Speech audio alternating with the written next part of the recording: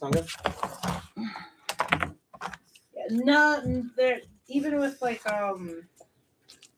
crossbows and stuff, I will never allow a free action for load or even firearms when that eventually happens. It'll always just turn into a bonus action for load. Okay.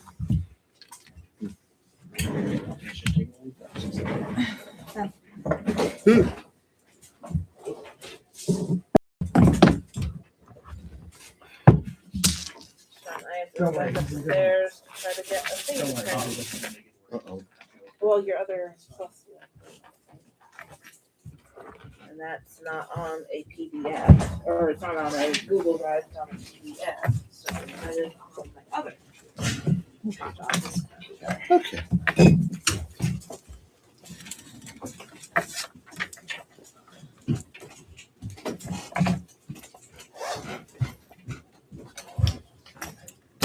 Are we live? I do not know.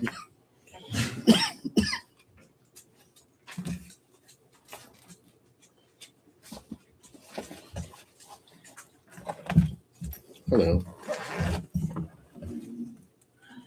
Yeah.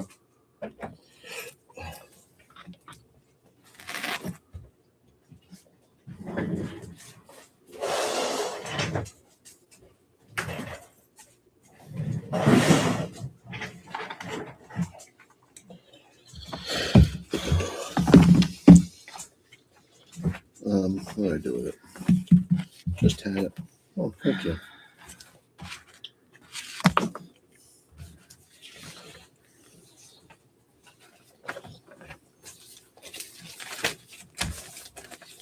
No, Jim, are you waiting for Sunday? You could, have your spot and company.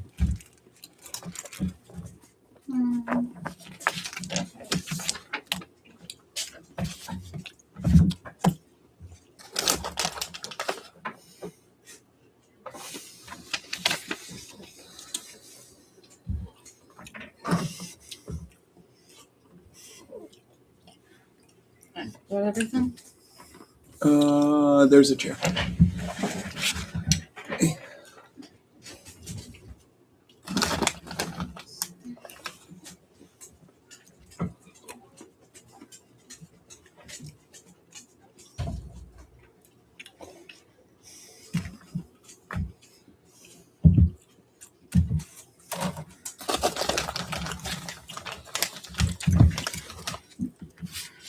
No, that's my final attunement slot.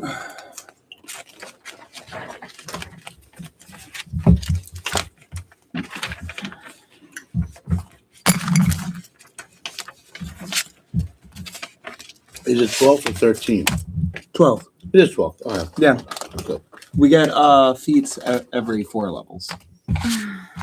And once we get around to it, we will also be able to do the thing where we go murder a really powerful monster and get +2 to the item that we have that we did at level 8 that gave us +2 to a stat. Oh, We'll get +2 more. nice. But considering we are under a time crunch, I don't think that's I don't know if that's going to be happening until after we finish with the whole city Yeah, thing. right. Give me your homework. All of those, look at the letter, Yep. In the letter of this. and then, Matching oh, sorry, letter. numbers. Numbers, not letters. What was that? Matching number. Numbers. Got it. No.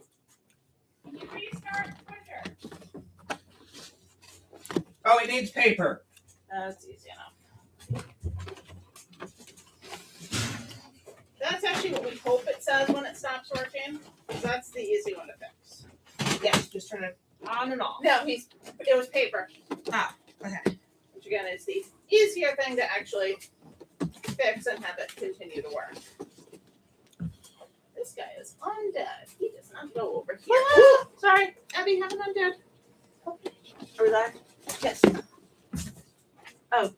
Never mind, I was thinking undead were over there. No. For some reason. That was such a far walk for me. I know. It's a good thing I asked for help because I don't think I could have handled that. It was very stressful. Hi, people. Hello. Hello, everybody. Sorry for the late delay. I was trying to get things to print, and our printer sometimes likes to be an asshole.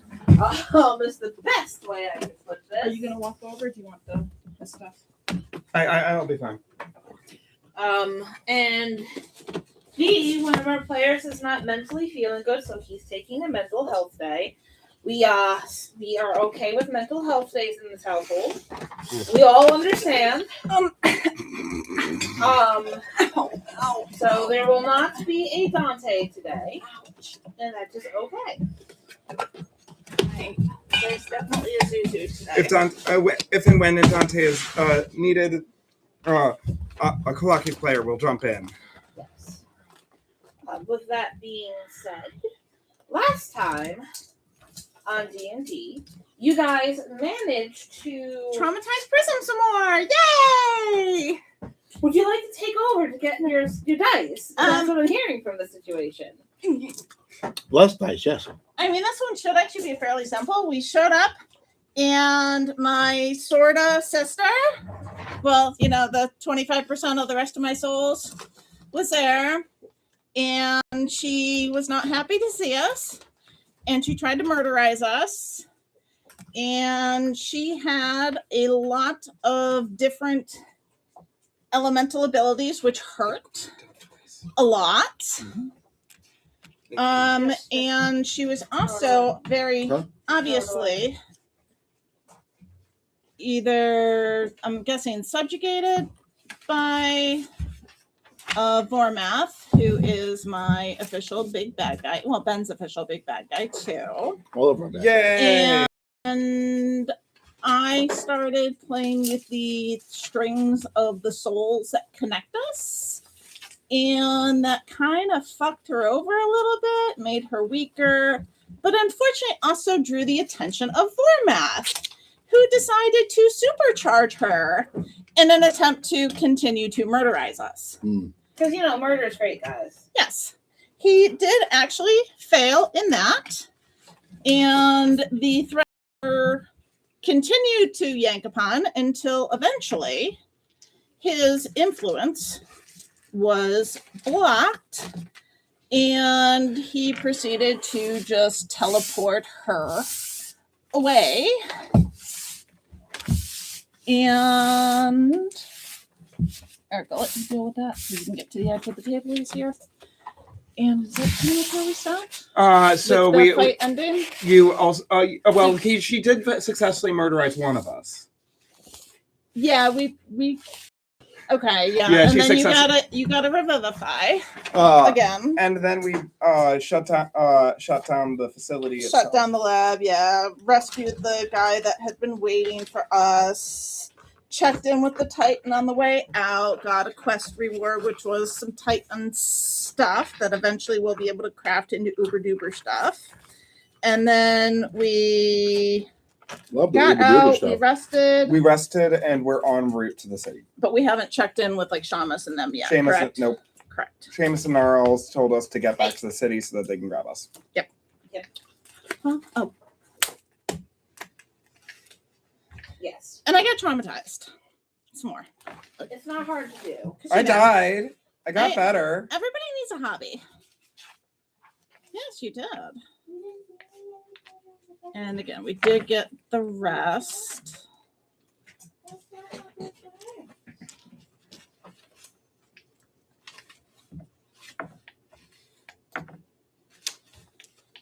Where is? And then we took a week off so that Magnus's person could hang out with their mommy. And Mom's was very happy. Yeah. And we leveled. We got level 12. Everyone is currently level 12. Yeah, if you want to go over our feats that we chose, I chose Infusionist, giving me another infusion, making the Rattler gun that I have a decent bit better. Also, how many times can I get for just reload for free? No. Or just so you bonus action reload, but your proficiency times per day, you can just magically put a magic ammunition in there. Sounds good. My feat was very simple. Every feat for Prism is pretty much picked, which is the next tier of the Spirit attunement feat thingamabob, which at this level gave me a extra 3rd level spell, and now all the spells I have from the spirit feats combined are now all twice per day instead of once. And you're the highlighter of the yellow variety. Please be careful throwing shit on the table. That was Unexpected. yes. I wasn't expecting it to go shooting. I was. I wasn't. Heard. Okay. Magnus, what'd you get? He got hybrid. Me hybrid. you want to explain for the part for the viewers? So when I use my polymorph, my wild shape, not polymorph, when I use my wild shape, I turn into this hybrid Magnus wild shape, and that way I can get all the benefits of both. All the benefits of both? Some of the benefits of both. There you go. Some of the negatives of both. But I can cast spells. Okay. We'll see how that goes. Oh, I should not have. Because I can speak, I'm assuming. Yeah. So I can cast spells in my In your wild hands. shape. In your hands. Hands are kind of necessary for casting. Hands and voice. Somatic and And voice. I have no idea who I was, so I'm just gonna roll for the day. You were water. So you started see? the new day because you guys did take a rest. Okay, so I can be anything besides water, Okay. which is what I rolled. Okay. Like, oh my god. Remember, you tried to drown me. Eh, everybody needs a hobby. All right. And we rested and did all that stuff, so... Yes. All right. You guys wake up at the forest's Little edge. makeup. So we are still where the circle is, Yes. and the other circle is the city. Yes. Okay. You are fully awake, rested, though very wary. And You were told by Gnarl and Seamus to head back to the inn into your room, and they will be able to teleport you back to their little sanctum. And I do still see the threads going off in a specific direction, so I know which way. You do not. I do not. Mm. The thread goes out in front of you about 10, 15 feet before disappearing, and you cannot tell no matter where you stand. It always just does that. So it just goes in the direction I'm facing. Correct.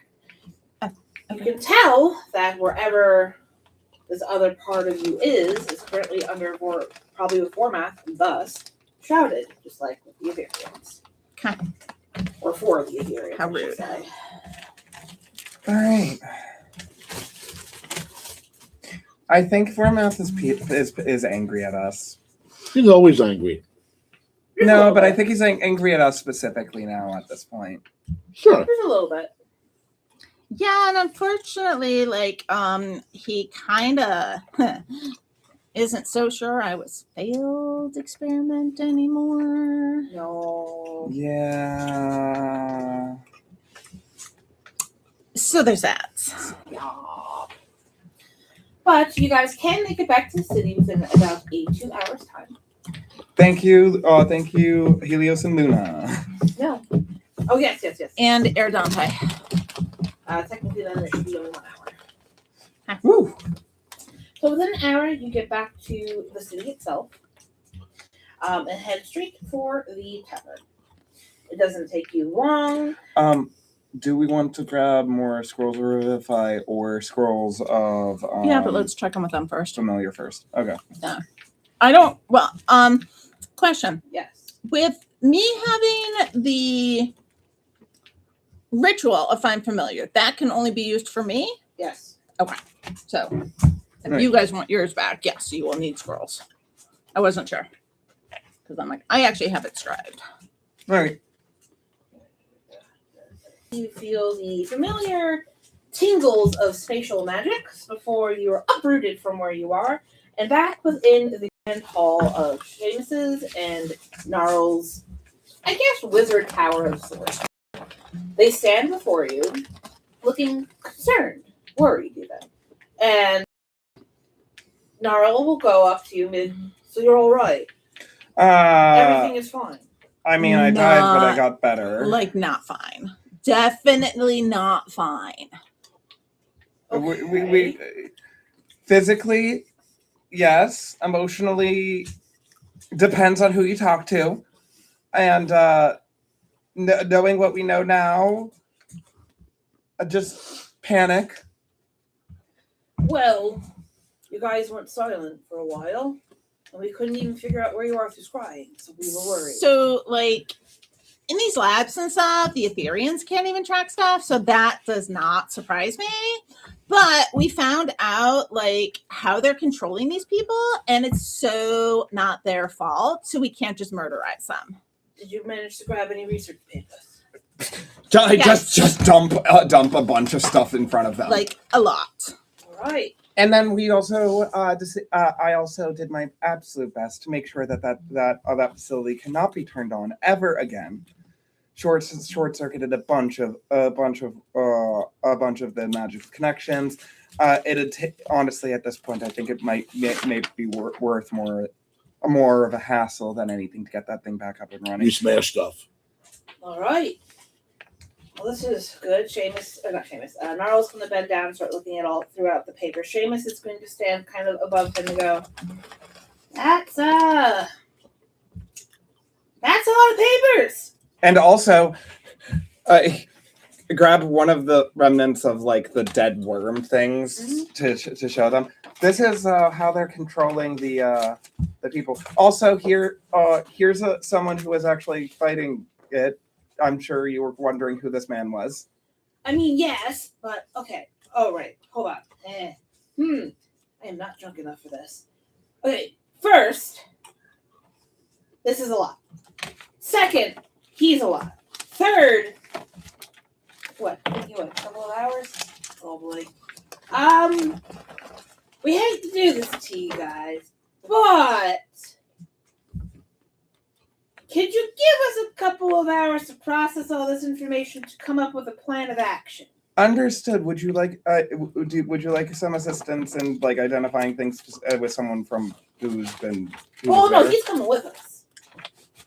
No, but also someone. Do you need us? Or, like, can we go shopping? You can go, I mean, just use the teleportation circle, but yeah, or you can stay here and putz around, up to you. But just give us a couple of hours. We need to talk to this gentleman, sort through this shit. You couldn't have put this in alphabetical order for us. Okay, we were kind of being attacked by zombies. Fucking useless. Okay, I'm sorry. Next time we go into a place where everything and everyone wants to murder us, and while trying to get as much information as possible for you guys, I will remember to put things in alphabetical order for you upon our return. Thank you. At least then you won't be useless. All right. With that being said, we'll be back. So Gnarl, Seamus, and the young man that you had managed to save will walk deeper into the sanctum. You have free time. I would say you will have about 6 hours worth of free time before they will summon you back into one of the rooms. That being said, you can go out shopping. You can do some research. You can attempt a few crafting things if you wish to do so, as long as it has time. Mr. Magnus, weren't we talking about redoing a weapon for you or something along those lines? Or did we decide that was okay? No, Dante wants to redo his eventually, but that can happen later. Was there any enchants that were pending that people needed? I'm good at the moment. Okay. Can I research for 4 hours and then go shopping for 2? Sounds good. Same. Same. Ooh, 6.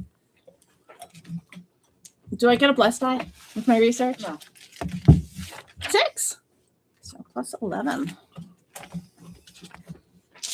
31.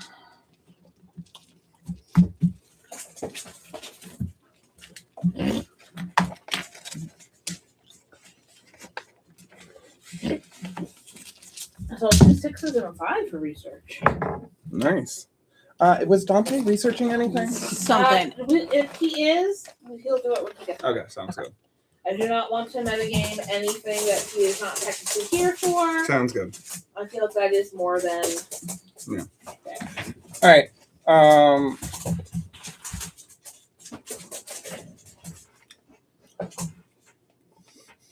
Alright, and what are you shopping for? I'm going to look for a scroll of Find Familiar and a scroll of Revivify. You might as well get 3 of them. There are 3 scrolls of Find Familiar and a scroll You of want your Revivify. familiar back too, right? Just Sure. so that we could get those. Alright, for 3 scrolls to find familiar, you're looking at the equivalent of 300 gold. All right. Simple enough. If you're looking for scrolls of Revivify, they are 750 gold apiece. So 1,050 sounds good. So 2 more. 2 more. 1 moment. I'm just doing math because I did this math. All right. So 750 would be 1,000. I could use some more Oh, fuck, that's the other thing that I had to print out for you. health potion, but unless we're going to be able to make them, Not with him not here. Yeah, It's so- just not. that's what I figured. Do you want to hold on to one of the scrolls of Revivify? Because you will be able to cast now if you're in your hybrid. Yeah, sure. Okay, so I will take 2 of them, All right. and you take 1 of them. And I will grab also. Can I grab a 300 gold? Do you want me worth to write it diamond? down, Yeah. or do you want to keep track Sounds of it? good. I will keep track of Okay, it so I will write down Some- 2 of those somehow. Hypothetically, it's really weird that I wanted specifically a 300 worth gold diamond. 300. Yeah, I it's thought they were 100. for Revivify. It's 300. It's 300. Oh, okay. Yeah, the scrolls. That's why they're so expensive. 'Cause Mhm. that takes that Sure. into account.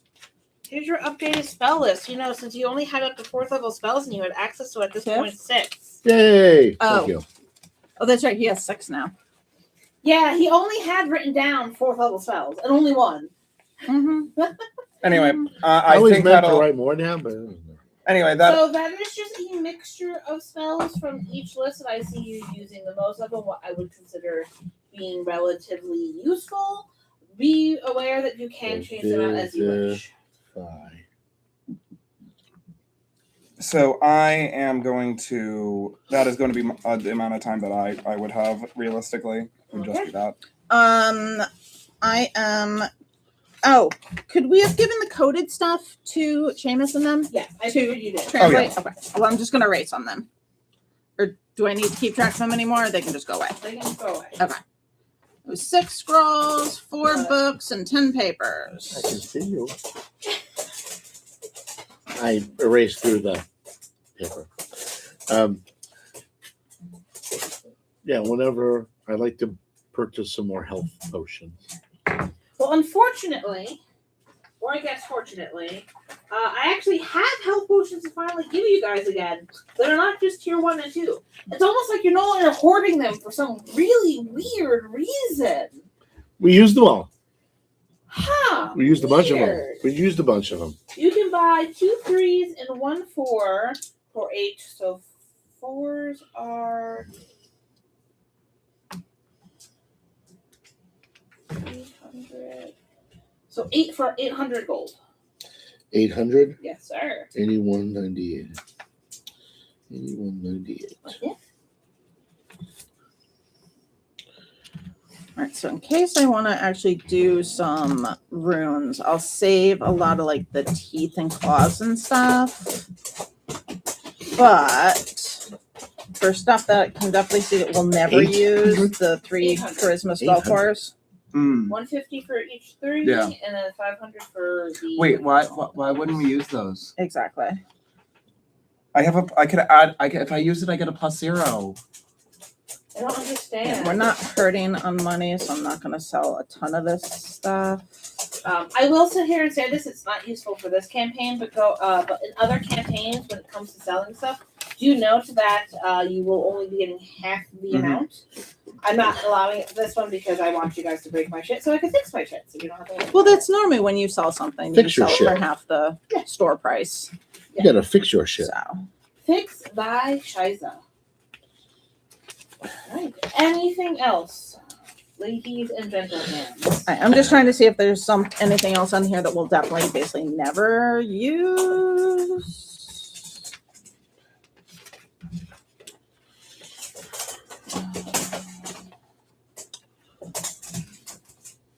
Probably not. Oh, 6 robes of mage armor.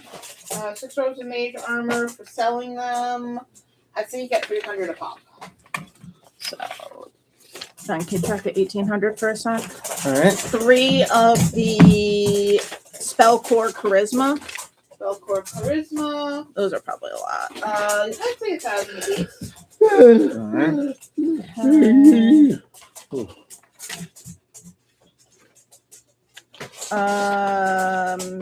Don't remember what some of these magic items were, but if they're written on here, they're probably to be sold.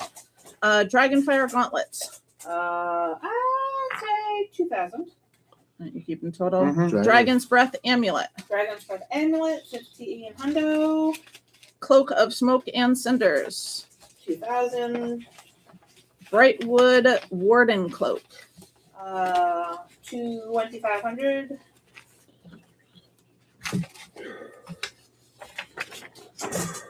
And that's good enough for now. 'Cause the rest of those may 11,800. Just write it down. Doesn't really matter who does.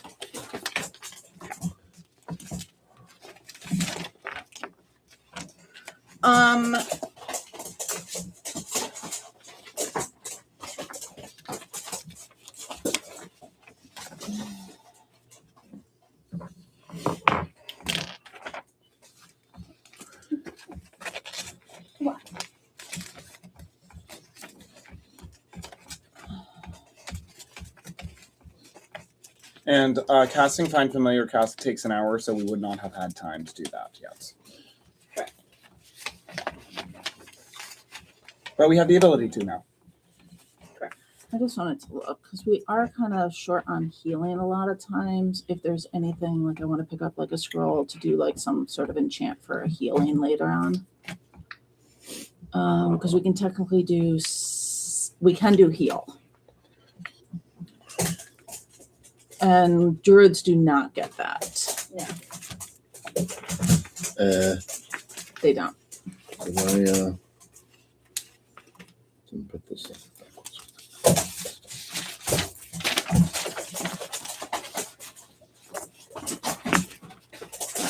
Let's just for ha-has, I'll pick up the 2 6th-level ones and maybe use them eventually. Metabolic Just level surge. what? You do get metabolic surge? Okay, because that was one of the ones I was gonna do. Okay, so you get that. So I just want to pick up a scroll of heal. A scroll of heal is I got going it. to Yep. be 5,000 gold. Got You it. can accelerate And the then natural healing Anything else processes that of we a have, that creature we you have, see that we within have, that we range. have. Anima elemental core? Yes, those are the ones that Target heal has you any over time. severed body members. Oh, Those limbs We are don't have any of restored those. at Me the end too. of the spell's Not duration. anymore. Just Unless you target- sold them. You We- had 2. we Yeah. used them. They didn't break.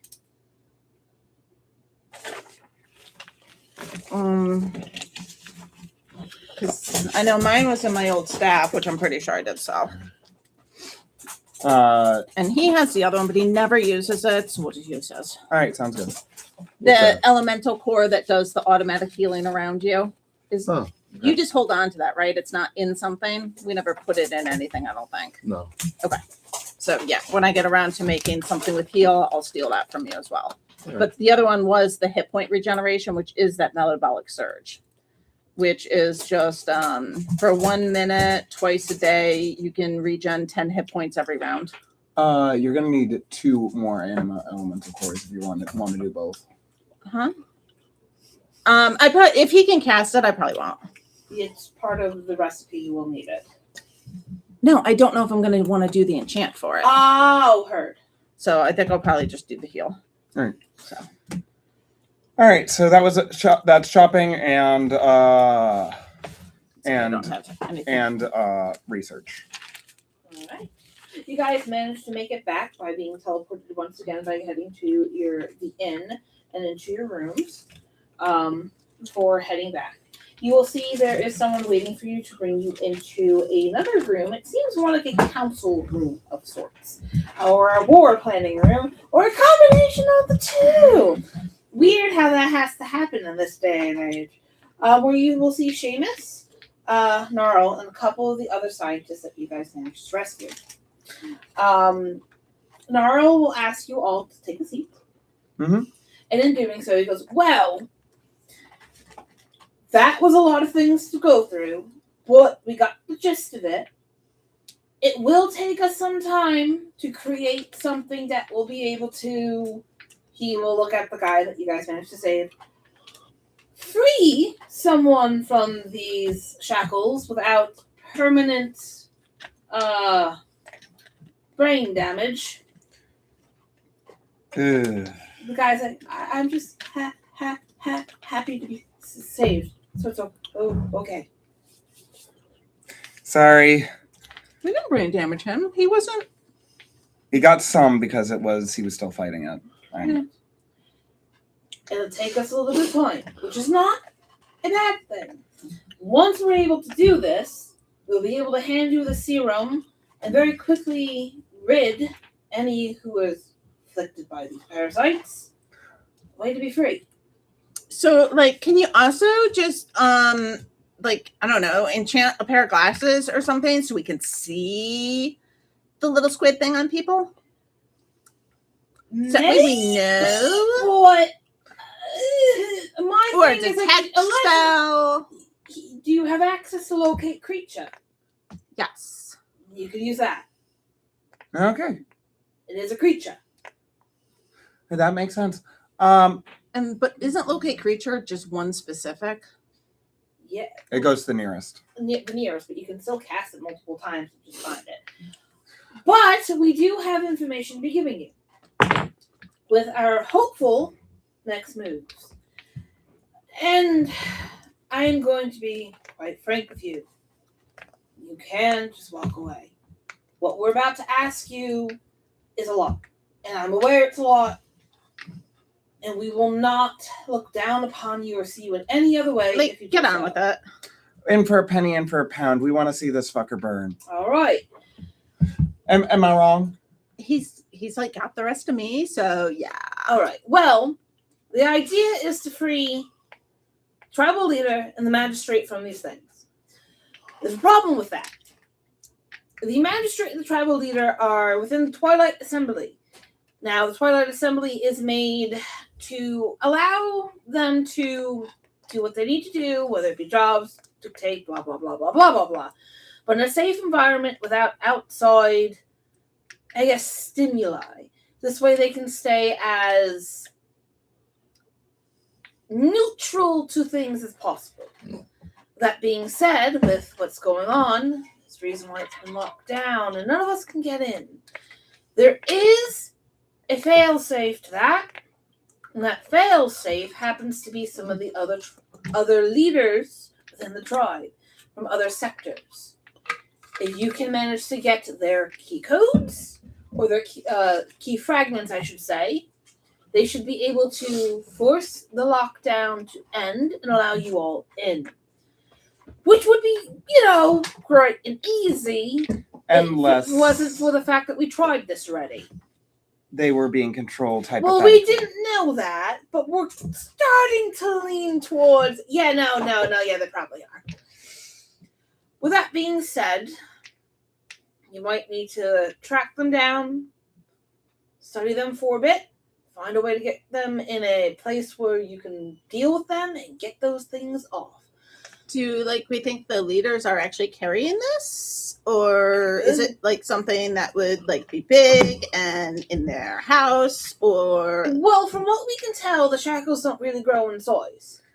They will stay forever about this big. No, I'm saying the keys. Oh, the keys are metaphorical, dear.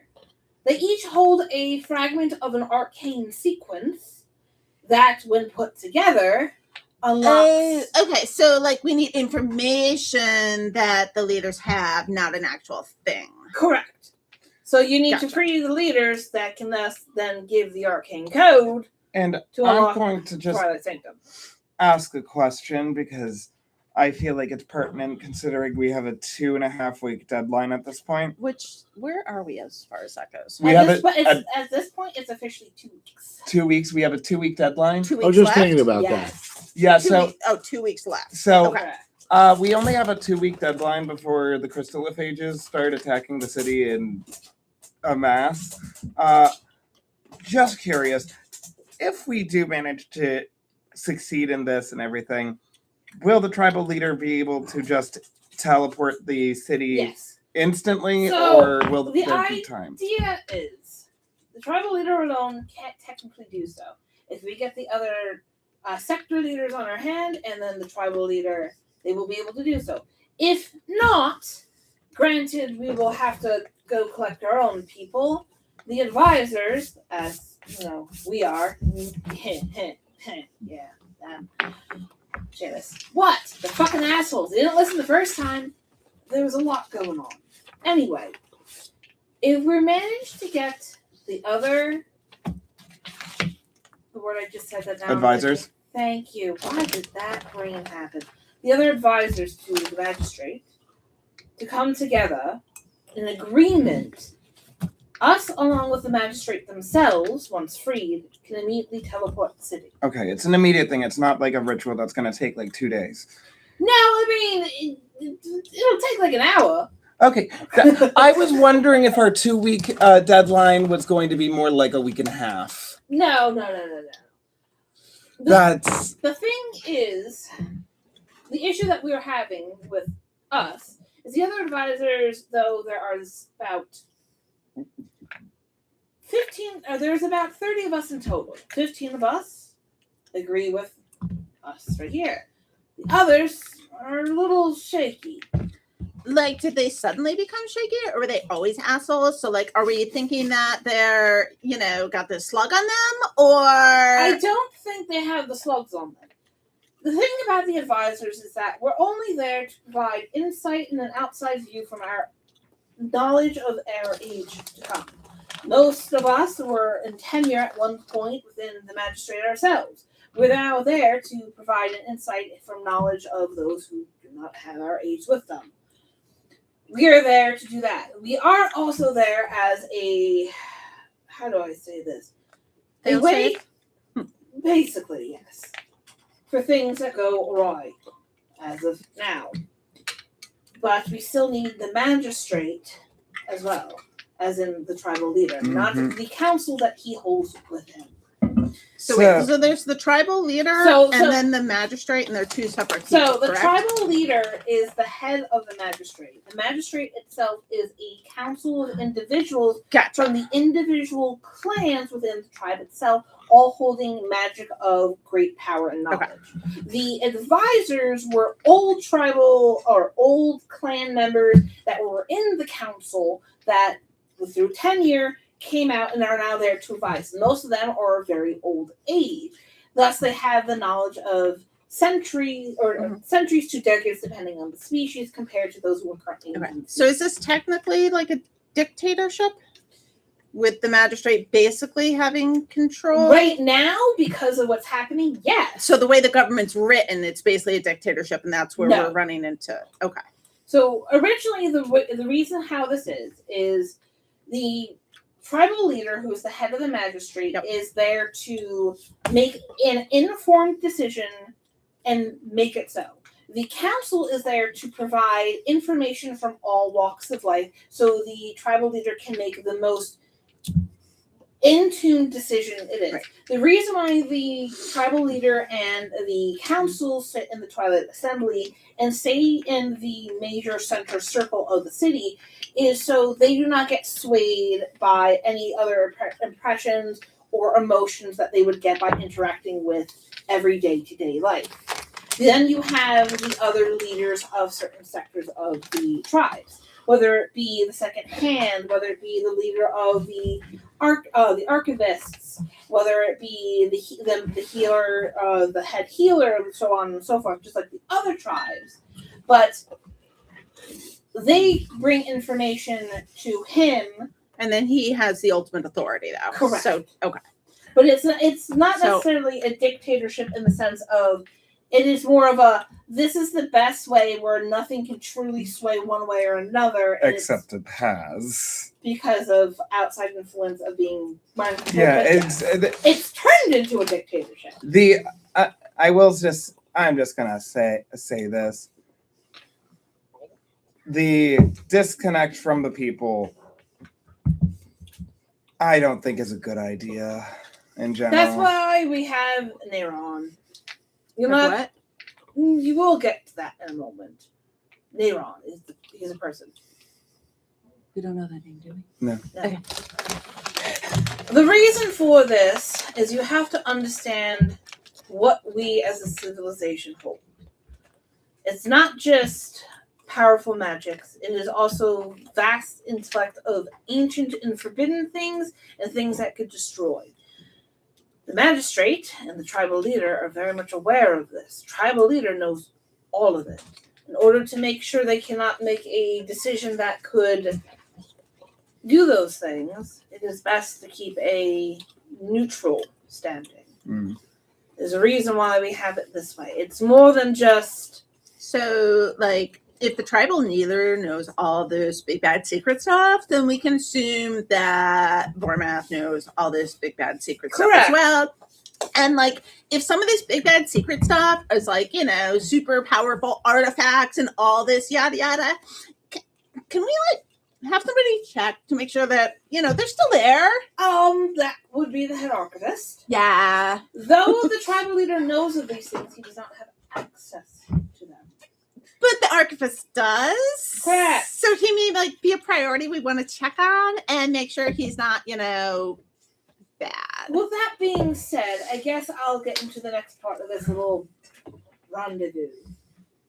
There are a few key people that we're going to ask for you to overshadow, figure out whether or not they are or not infected, and thus find a way to uninfect them.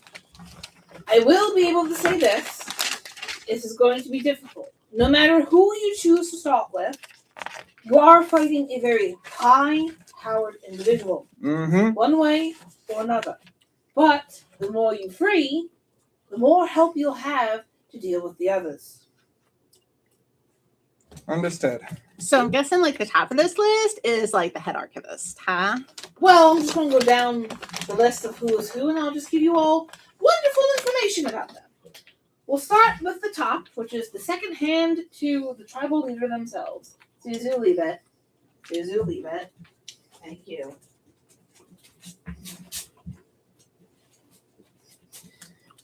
This is not for you to chew on. Everything is for him to chew on, especially Mochi. Yeah, poor Momochi. Right. First, we have Neron Rakar. Neronrakar.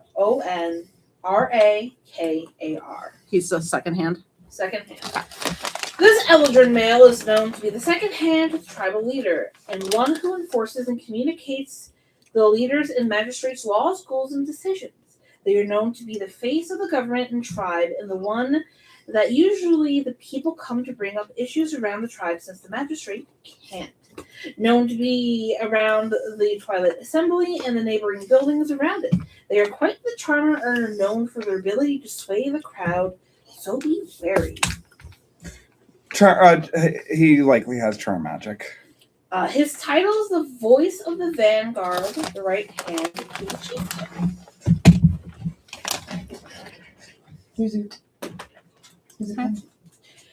His role is enforcer, public liaison, and chief diplomat. Primary locations: the Twilight Assembly and surrounding government sectors. Key attribute: high charisma, silver tongue, fiercely loyal, public relations expert. Yeah. Give me a second, I have to I'm scroll just down. summarizing. I'm aware. Persuasive summarizes all that last stuff. Right. From what Gnarl and Seamus will be able to tell you, his current roles and operations: he is the buffer. He acts as the shield for the chieftain and the magistrate. He filters out minor civilian complaints and presents only the critical issues to leadership. He is a law enforcer. He does not wear heavy armor or carry great axes. Instead, he enforces law through social pressure, political leverage, and contacts.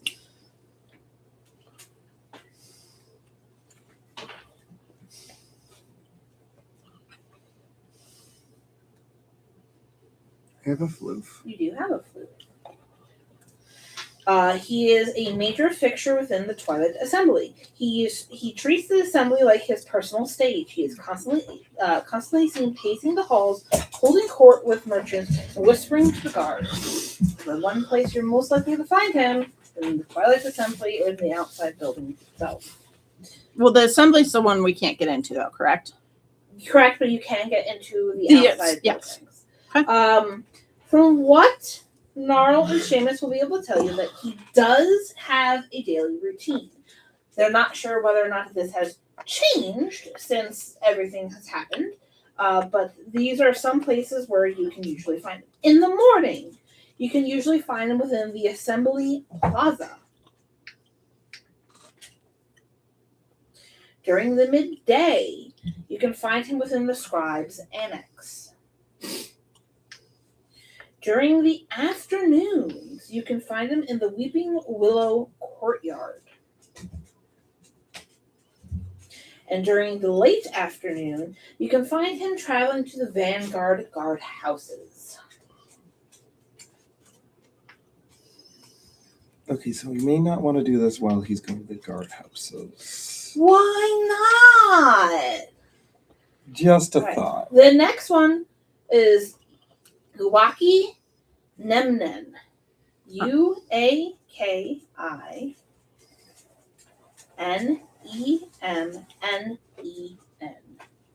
Them. Nemnen. This fierce Naga female has served the tribal leader in the magistrate for a very long time, is the head arcanist within the tribe. She overshadows all the schools and teaches magic in many of the arcane conservatories and laboratories throughout the city. And a natural at magic and arcane mechanics, she is known for her intellect and calm under pressure.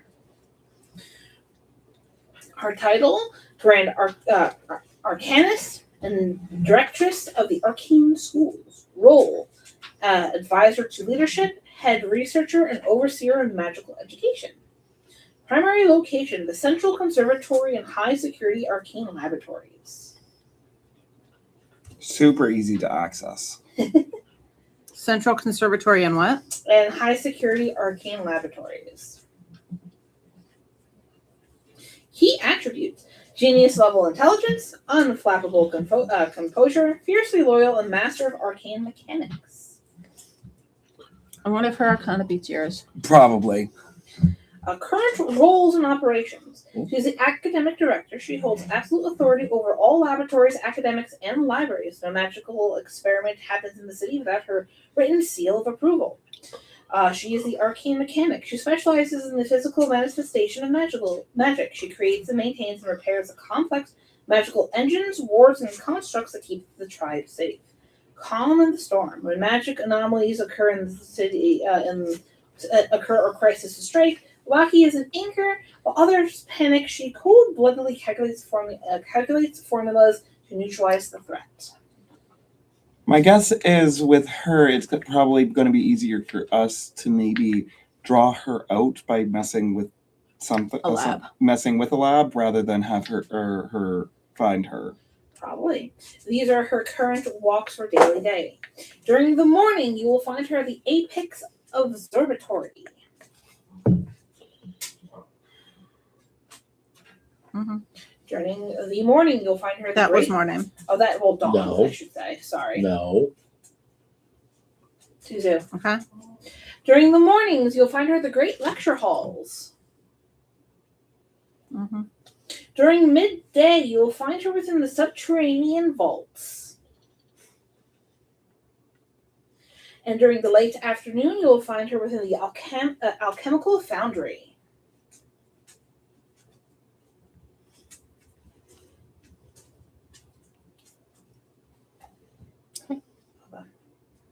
I have a typo.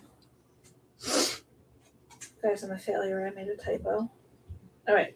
Now you have Zin Herades. ZinHerades.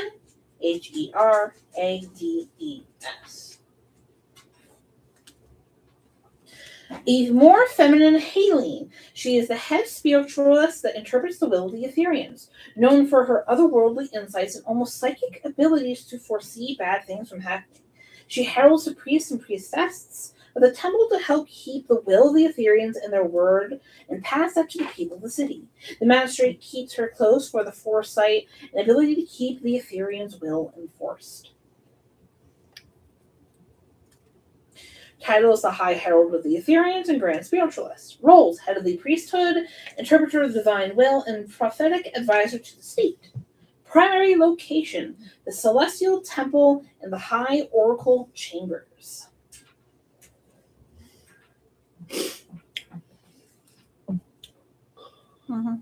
Key attributes: otherworldly insight, near psychic foresight, serene but commanding presence, spiritual authority.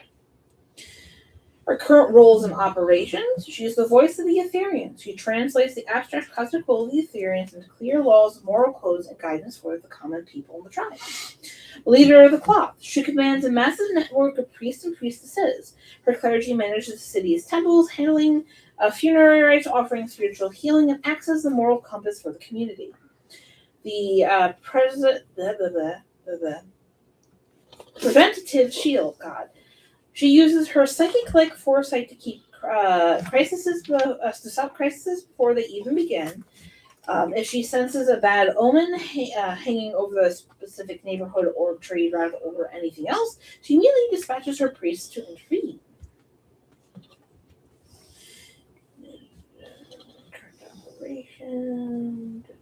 Alright, her daily route.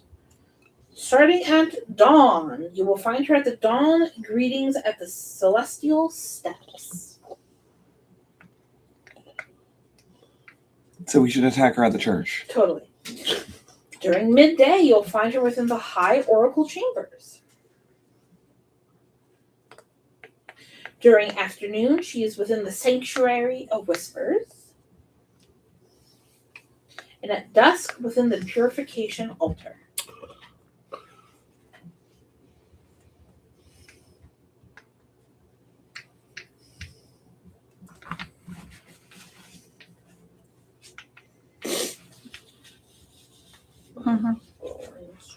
Next, we have Nordell Ervina, Nordillervina.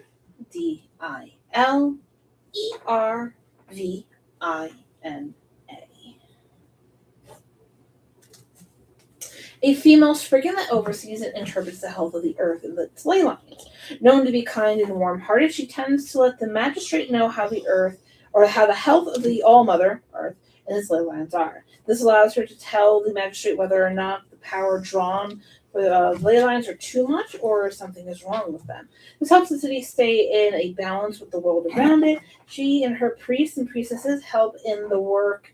Did you guys just fist bump? No, we did this. She's doing a great job right now. Helps in the work to keep the balance of machines and nature within the city at peace and never go far where it would start to hurt the very world we live in.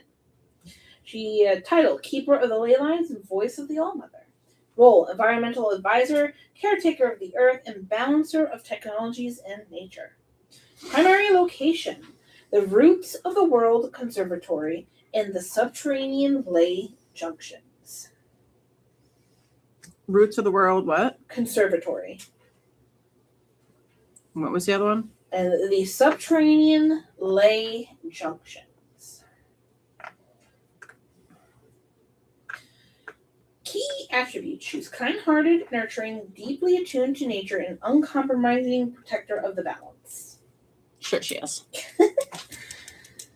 Look, shit's gone haywire, and some of this isn't her fault anymore. No. Like, current roles and operations. She is the ecological brake. She acts as an ultimate check to Waki Nemnen's arcane engines. If Waki's laboratories draw too much power from the ley lines, Nordil has legal authority to shut down the machinery instantly. She is leader of the Green Circle. She commands a devoted order of druidic priests and priestesses. They manage the city's green spaces, monitor soil toxicity, and physically tend to the ley lines where they break through the surface. She is the balance keeper. She routinely briefs the magistrate on the pulse of the world, warning them of upcoming earthquakes, droughts, and magical fallout long before they affect the city. Sorry, I'm scrolling down. All right, her current. Nope, that's not that. Her day-to-day. Stop number 1 at dawn. You're looking at the Root Cradle Greenhouse.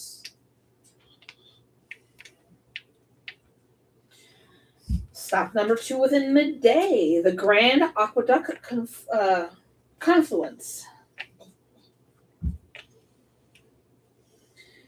Afternoon, the Subterranean Ley Line Junction. And at dusk, the Magistrate's Gardens.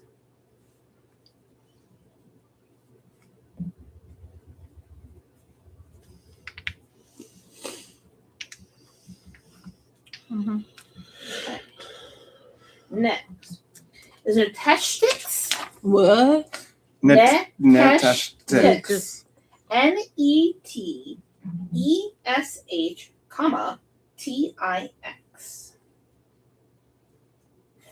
Sure. This opal dragon is the head enchantress within the tribe, creator of the protective runes that run throughout the city and many of the arcane enchantments built upon the city's constructs. The Neteshtiks holds a commanding power over of the arcane arts.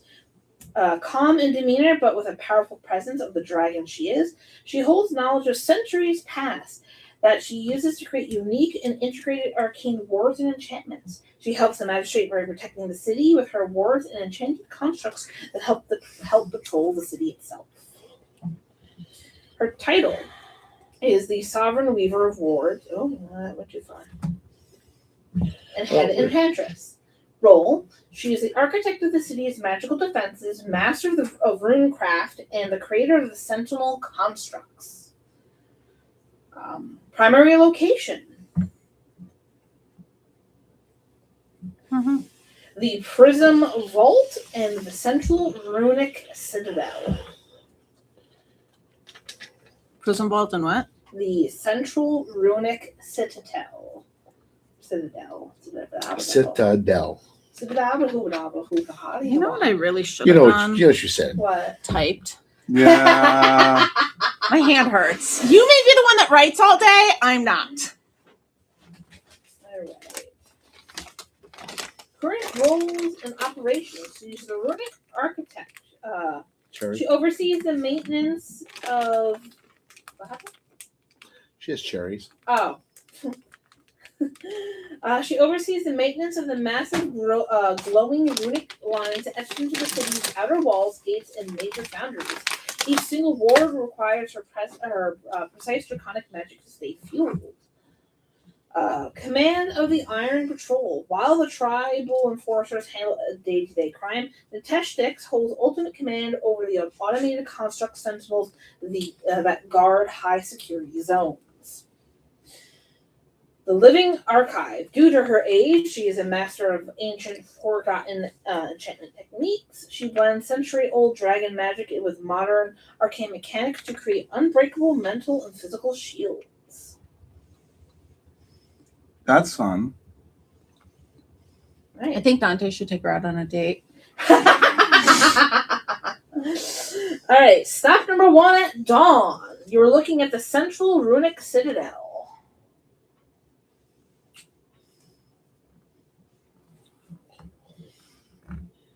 Stop number 2 during the morning, the Construct Assembly Line. Mm-hmm. Stop number 3 at midday, the Prism Vaults. Mm-hmm. Ooh. And within like the that late prism. afternoon, you'll find her at the outer perimeter walls. Okay.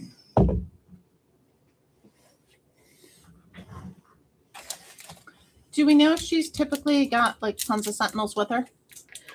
Because she is a powerful dragon, she doesn't normally keep guards with her because She's enough. Yeah, well, Gnarl and Seamus will let you know she is an ancient dragon. Oh. So yes, she tends to be considered enough. and one of the few dragon species that has the ability to cast spells. Oh, that's lovely. That's so good for us. All right. Next is Vamir Relay. VAMIRRELLE. There's a lot of people we have to interrogate. Yeah, shit happens, man. A fae that is the head healer within the tribe that oversees all. Fae. A fae. Isn't that great, guys? It's a fae. Oversees all health issues and overall They health are of the people always so within helpful. The city.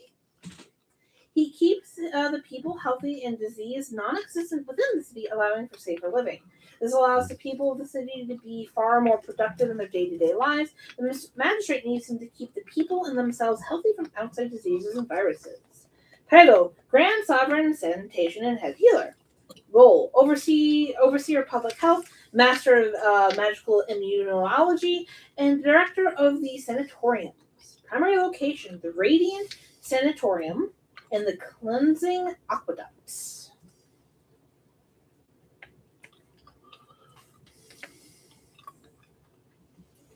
And a fae.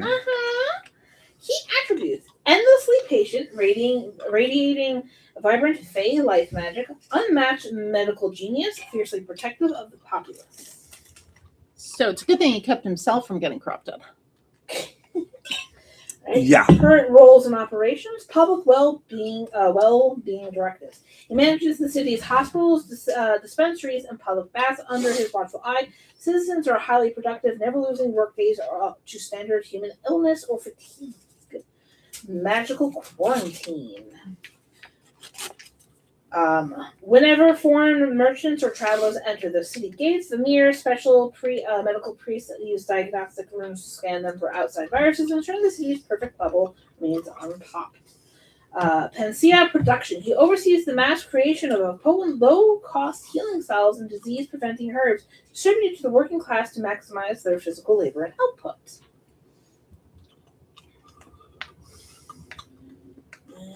Scrolling down, give me a second.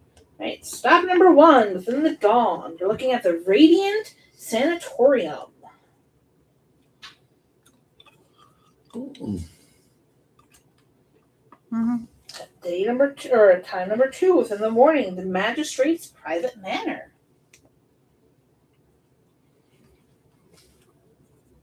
At midday, the Botanical Conservatory.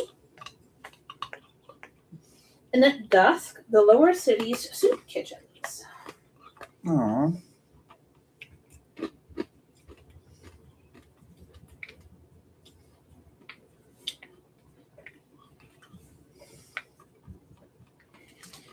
Right, next one is Xavier Helliot.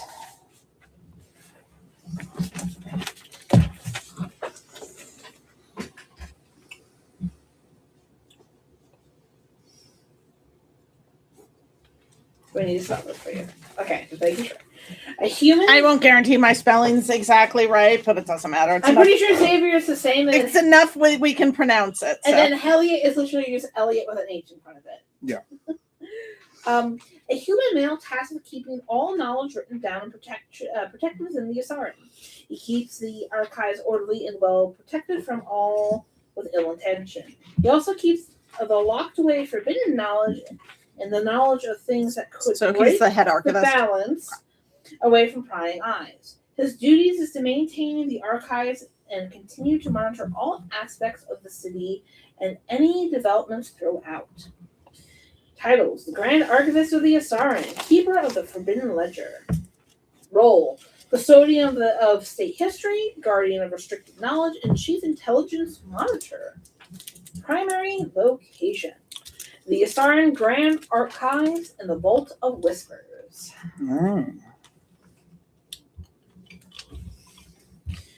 Key attributes: photographic memory, hyper-observant, intensely organized, and unyielding gatekeeper.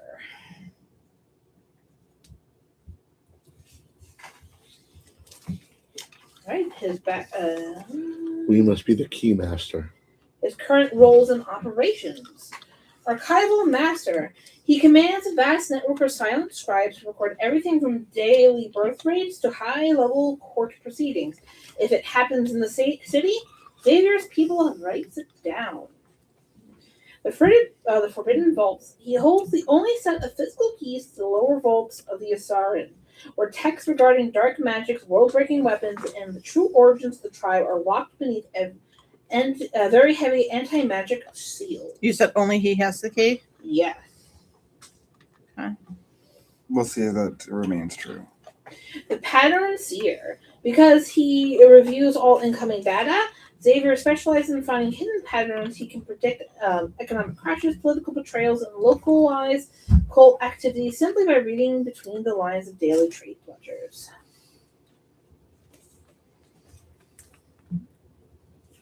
Scrolling down.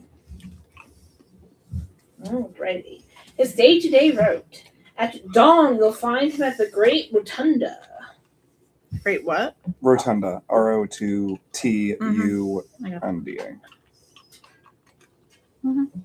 During the morning, he will be at the Magistrate's High Council chambers. Let's get him there. During the midday, he will be within the Vault of Whispers. Also there. We should get him there. And at dusk, he will be at the Courtyard of the Quiet Reflection. That's probably where we're going to be able to get access to him. Those are all the important people. Okay. Gnarl and Seamus are here to help guide you. They do have their own takes on who you guys should attack first or go after first. So I'm going to say Neron is I should say would be second. What role? That's the second in command. Because of his role, we can have whoever we get first to set up a meeting with him because he's the one who connects everything. I kind of like the concept of going with the healer because she's all about cleansing people and she may be able to help us with this. But no, I'm more saying no matter who we get first, that's fine. And then from there we can get Neron can set up meetings with anyone else in this council to draw them out into a different location, or at least hypothetically. You're not wrong. I mean, we think the best two to go after to be first would be Xavier and Nordell.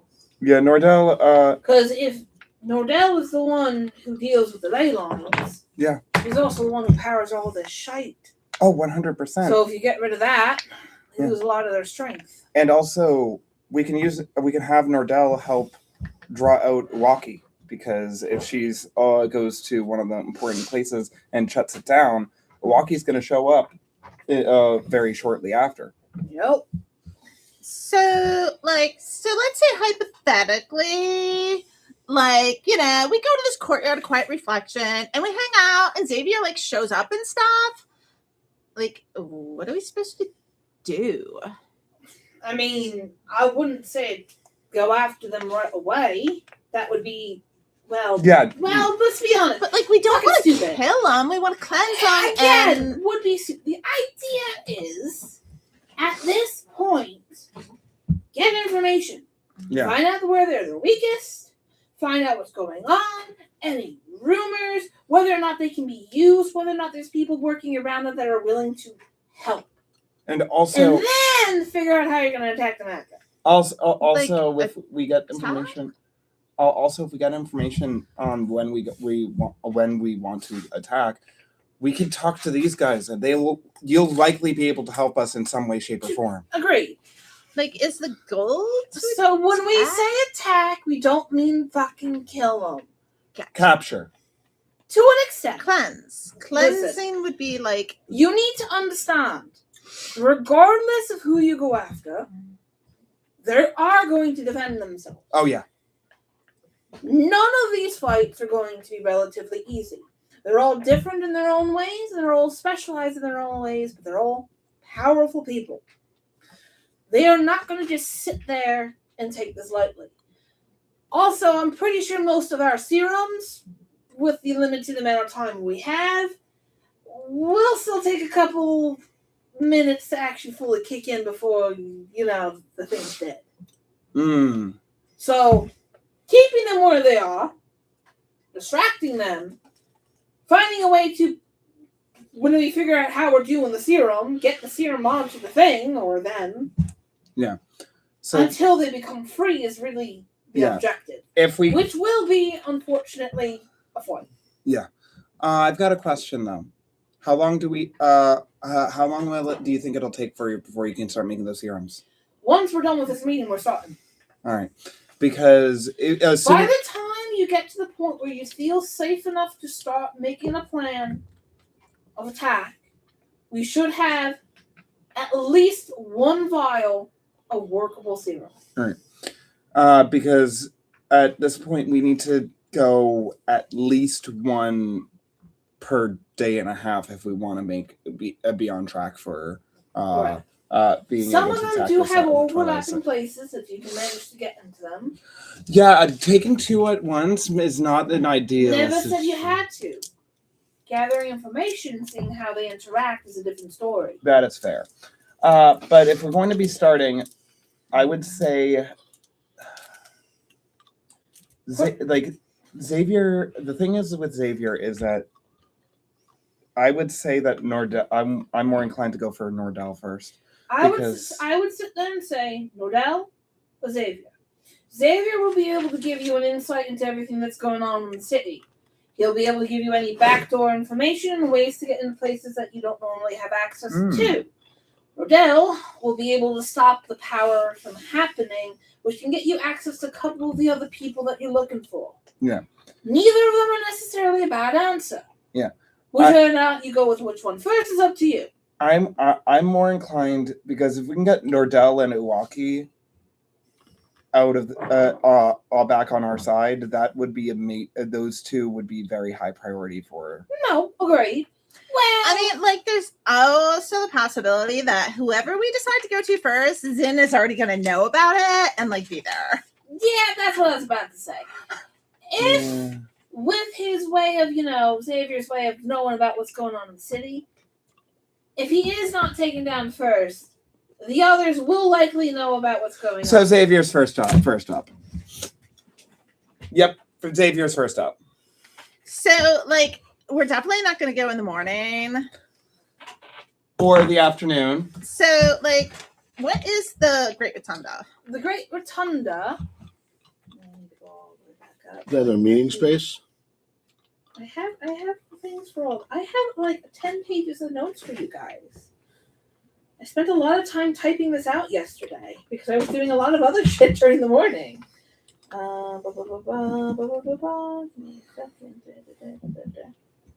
Okay, the Great Rotunda is has massive vaulted ceilings, shafts of dust sunlight, hundreds of desks clicking with pens. I'm not writing everything down. Essentially, the Great Rotunda is one of those places where him and his scribes are, and he gathers a lot of information about the days going on in the city. Okay. And then the Courtyard of Whispers. What's that? Vault of Whispers.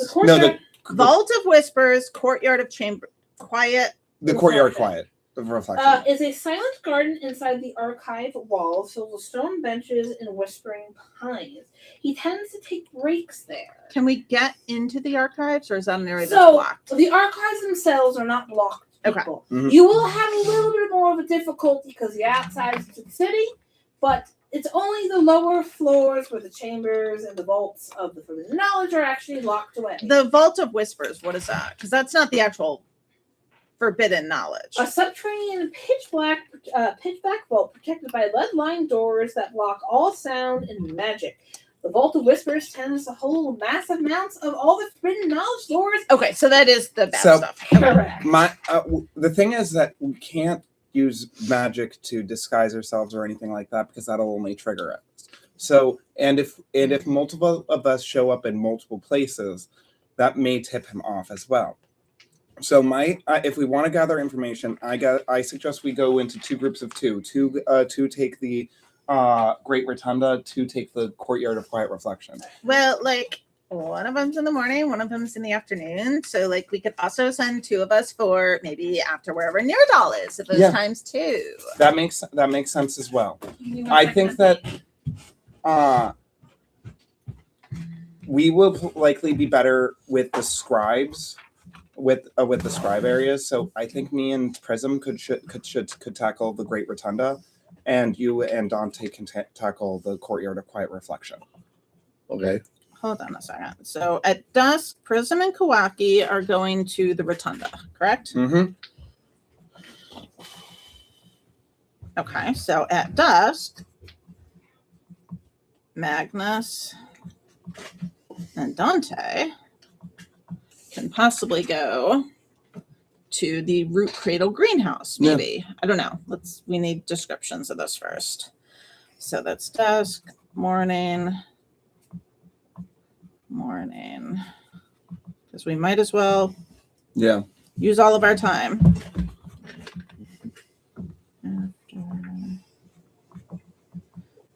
After dusk. So Magnus, Dante at dusk, we're going to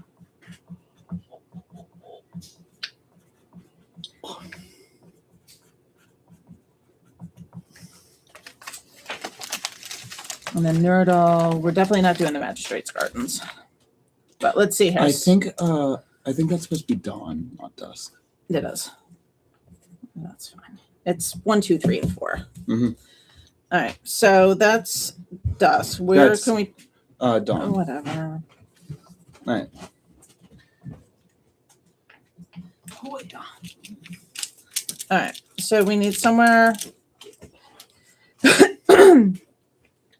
I mean, do we have to figure in walking time for this, or Yeah.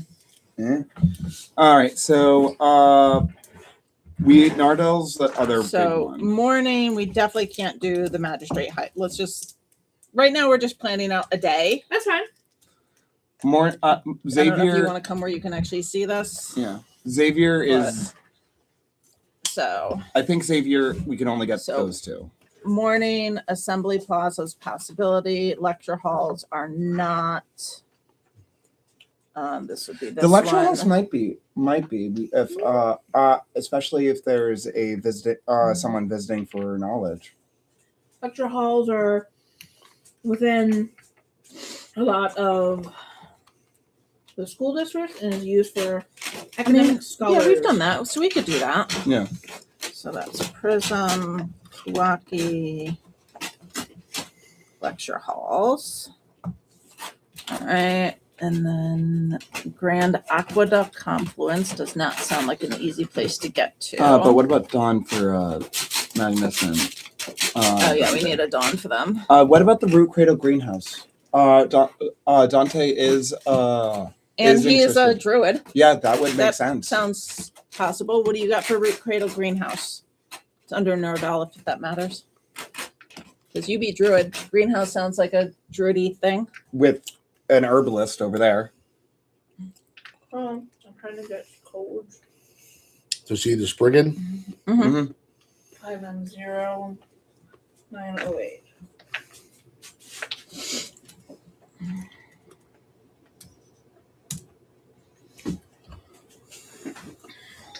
Let me actually just write down who this is. So this is Xavier.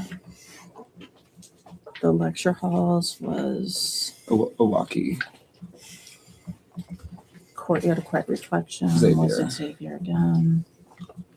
Okay.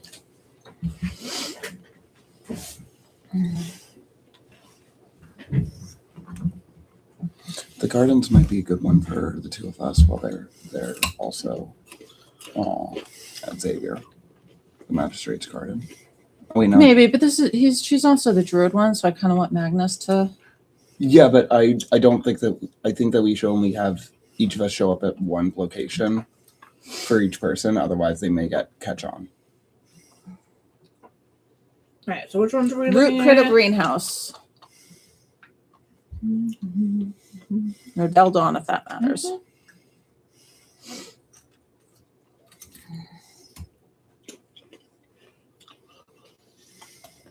A humid filled with a scent of damp earth, birds chirping in the morning mist.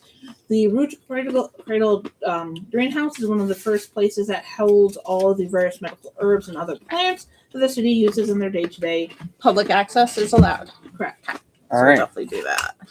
That is super easy for Dante and Magnus. Cradle, We'll see. No, but for you to have plausible reason to be denied there. the ability to be and there. that was Nardal. And okay, and then we are doing the lecture halls, Right. and then the other morning. or midday- We're trying to see if The assembly plaza would These- be good for Neuron. Which one's how do I put it? lecture halls? These officials Mm-hmm. are corrupted by the Parasite. parasite, Correct. and the parasite is would be an That's probably external. They are relatively small enough where you wouldn't necessarily see them. You could use a locate creature spell or see if mayhaps there's other forms that show some form of corruption, but you do not know. You would have to go and check. What is the assembly plaza? So if you get close enough to speak to them, Not necessarily. Right now, speak. we also just need to spy, just watch. Yeah. we don't have to interact with them. We don't have to. Eventually, we will, But but probably not on day one, especially because we don't have the thing to actually cure them right. created yet. But if you do come into a conversation with them, don't act natural. Sure. Right. Assembly plaza is an option. No, that's morning. We need this You at need midday. It's the second one. So scribes. morning for It's the second one, Ben. They're always 1, 2, 3, and 4. She just Okay. used different words. okay. But there's 4 times a day. She just used different words for Right. some of them. Sorry. That's fine. Right. So just look 1, 2, 3, 4. Gotcha. So the scribes annex unlikely. Scribe annex is unlikely. We're doing the lecture halls. Uh-huh. They're already doing no one's doing this one. High Oracle Chambers. That's no. probably going to be a no-go. They already are doing them in the morning, so Mhm. probably not. Construct assembly line. That would be something you would definitely want to do, though. Yeah. No, but that's something that Dante could do because he is also a smith. So the So. construct assembly line is not public access. Okay. okay. And then the other two are definite no because it's the magistrate's private manor and the magistrate high council. So no. So Okay. nothing really there. All right, so we go to afternoon. Weeping Willow Court. For whom again? Sorry. The first one. That would be Neuron. Neon. Yep. Let me scroll up. The Weeping Willow Court is a melancholic, shaded, overgrown with gray leaves. This is found within a park close by to the Twilight Assembly. All right. So that's a definitely good one to do. All right, that one's possible. What, you don't want to go to the Vanguard Gatehouses? And then we're definitely not going to the subterranean vaults. We're not going to the Sanctuary of Whispers. I could. What is the sub ley line junction under Nordell? So that is underneath the city. Unlikely. Remember the tunnel you had to travel through? Yeah. Think those. Yeah, Okay, so unlikely. we're not going to just wander into there. Prism vaults. What are prism vaults? Prison Bolts is where your wonderful dragon keeps a lot of her shit. Okay, we're So not no. going there. Botanical. What about a Okay, we're definitely not doing that one. So what about a botanical observatory? Is that under Nordell? No, Vermeer. Vermeer. Thank you.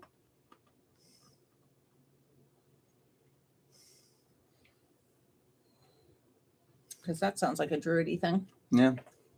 So the botanical gardens, it is parts of it are public, parts of it are not. This is where a lot of the rare herbs for healing and other things like that and tonics are made and created. Okay. So that's Part of them is public, part of it is not. Yeah. And that's Vermeer.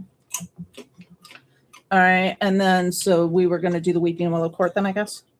Me and you? 'Cause that was the other possibility. Yeah. And we haven't done Neon yet. All right. Which will be and then dusk. They're doing the courtyard. So we could do the soup kitchen for Vermeer. Or who else do we really want? Nitesh. Are we doing anything with Nitesh? Are we doing anything with Nitesh? No, nobody is. So we could do the outer perimeter wall if we want to do Nitesh. The magistrate's garter. No. Purification altar. No. It's no chemical foundry. Chemical Foundry is a place where they build and make a lot of alchemical concoctions. It is not normally. That is. It is a production line and thus not necessarily public access. Sounds good. Okay. Guardhouses. We're definitely not doing guardhouses. So The lower soup kitchen or perimeter. We haven't gotten anything on Natasha. Yeah, but she's the dragon. Let's go to the soup kitchen. I'm just for curious. We're gonna go to soup kitchen. Well, but why? We're gonna go to the soup kitchen. We have a dragon. So that gets us 2 for Xavier, 2 for Pamir, 1 for Iwaki, and 1 for Neron. And then you guys have the morning off, apparently. Just for shits and fucking giggles. The lowest Mm-hmm. CR Natashtics could be is a challenge rating of 22. That's low, right? Yeah. Subtract 10. All right. So if we look for one for them for the morning, there may be one that they can watch from a distance, like the assembly line. They can probably at least go and watch it from a distance. Just so they have something to do for the morning. Because the assembly line. Yeah, that's basically is the assembly line a public it's a access? building, right? It is a building, but it is not public. But that's something they can just watch from outside, I guess. Yeah, and that'll be Nitesh. So And it's a that dragon. was- So Dante can be Dante. Yeah, he's already in hot water with his wife. So Right. This is Right. at a distance because you don't actually have a reason to be there. And that was who? Nitesh. That would be the dragon. At a large distance. All right. So we have 2 for Vermeer. 2 for Xavier. 1 can- for Nitesh. We're probably not going to go out till tomorrow morning then. Can you make a couple spy glasses tonight, please? So like you can watch from a distance and see better. Mr. Glassblower.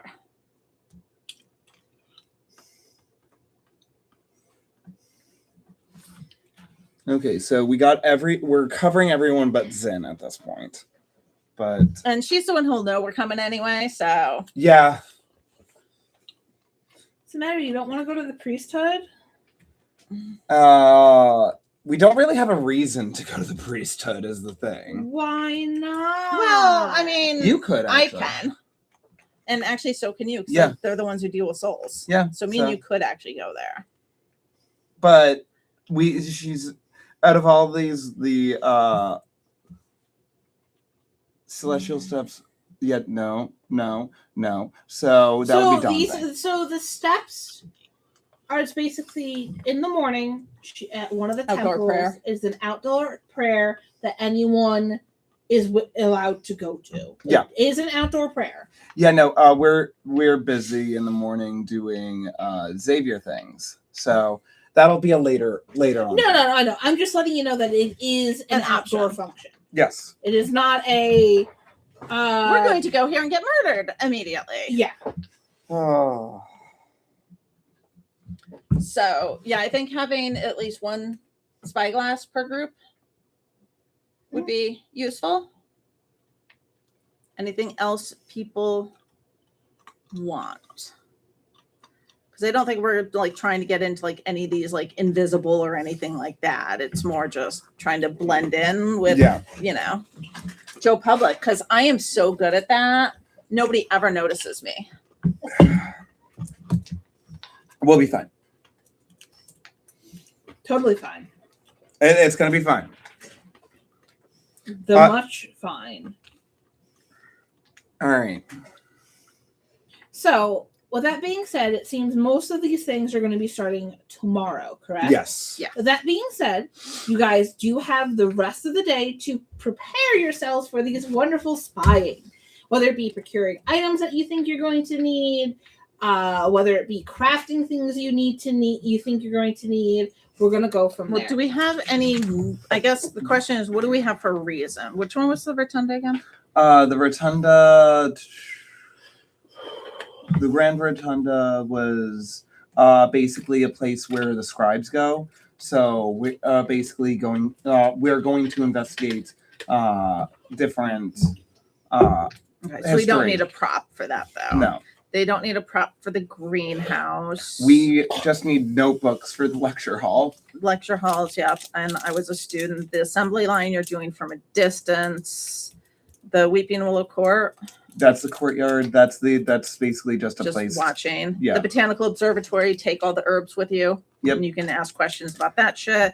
We just need to be hungry for the soup kitchen. Yeah. And you just need to be quiet for the courtyard. Okay. Good I luck. don't think we really need a ton of props. Yeah. Like the spy glasses for. Let's grab a couple spy glasses. But Just- it's more of a anything that we use we need to be non-magical because they will and that's be why able I'm just to like, he can just make I mean, the only one we know is going to be at a distance is the assembly line, but I figure having one of them per group is not a bad idea. No, not at all. The other thing that is a possibility is I can actually cast Scry right now.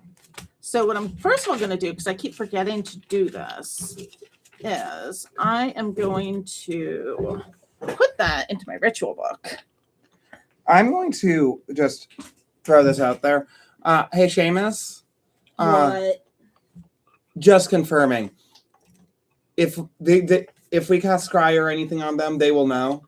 Probably. I'm not going to, but Yeah. But it could be one of those where, like, say somebody somewhere in the at night, we scry there in the morning Mhm. just to get familiar with the area. No, agreed. Yeah, that makes sense. So that's all. Just we're not walking in totally blind. How long does it take me to put something in my book? It's based off the spell level. Correct. Is it the same as the Correct. enchanting time? Yes. Okay. All right. So how many hours are we going to go? All right. So So at this point, you guys arrived. So you got up around dawn. So Uh-huh. that would be around, I'd say, 6 a.m. You took an hour to get to Mhm. the whatchamacallit, so that's 7. They asked you for at least 6 hours. So that would bring us to. well, but 1. their 6 hours doesn't matter with us. No, but we.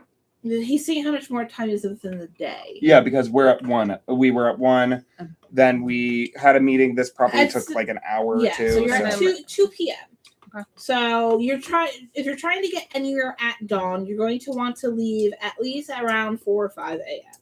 Mhm. So you have that's how many hours? 2 p.m. to 4 a.m. is Well, we also need to 10 sleep. for 10 plus 4 is 14 minus 8 hours of rest. So we have 6 hours.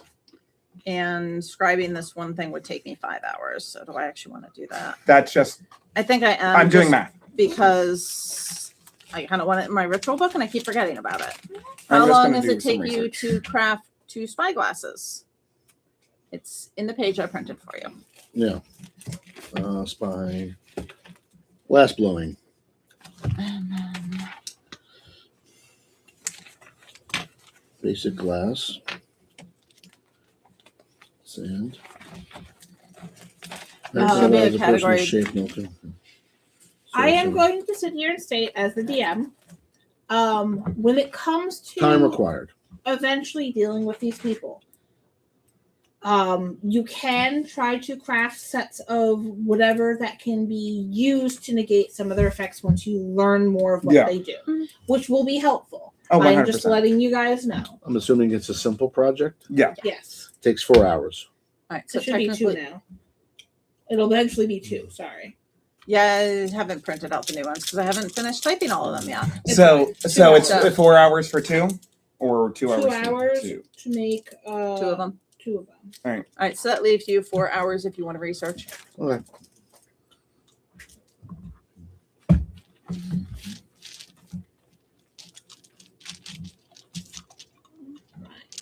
Let me know when you are done doing the things you were doing, and then we will head to the first place, and we will figure out Mind of the Theater, this shit, and what's going on, what you can mayhaps learn from the people around there, and whatever you see.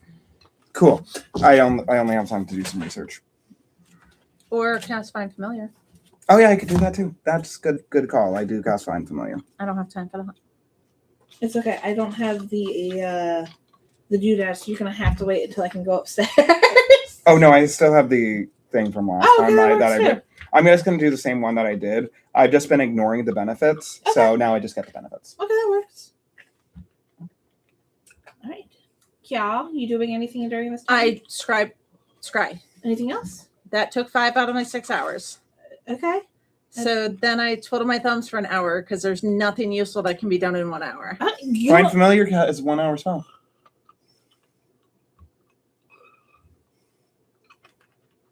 Okay, so apparently I get my familiar back too. Look, I'm allowed flipping ass. Okay, starting with morning. Who is going where and to whom? So he looks bored, so I would start with him.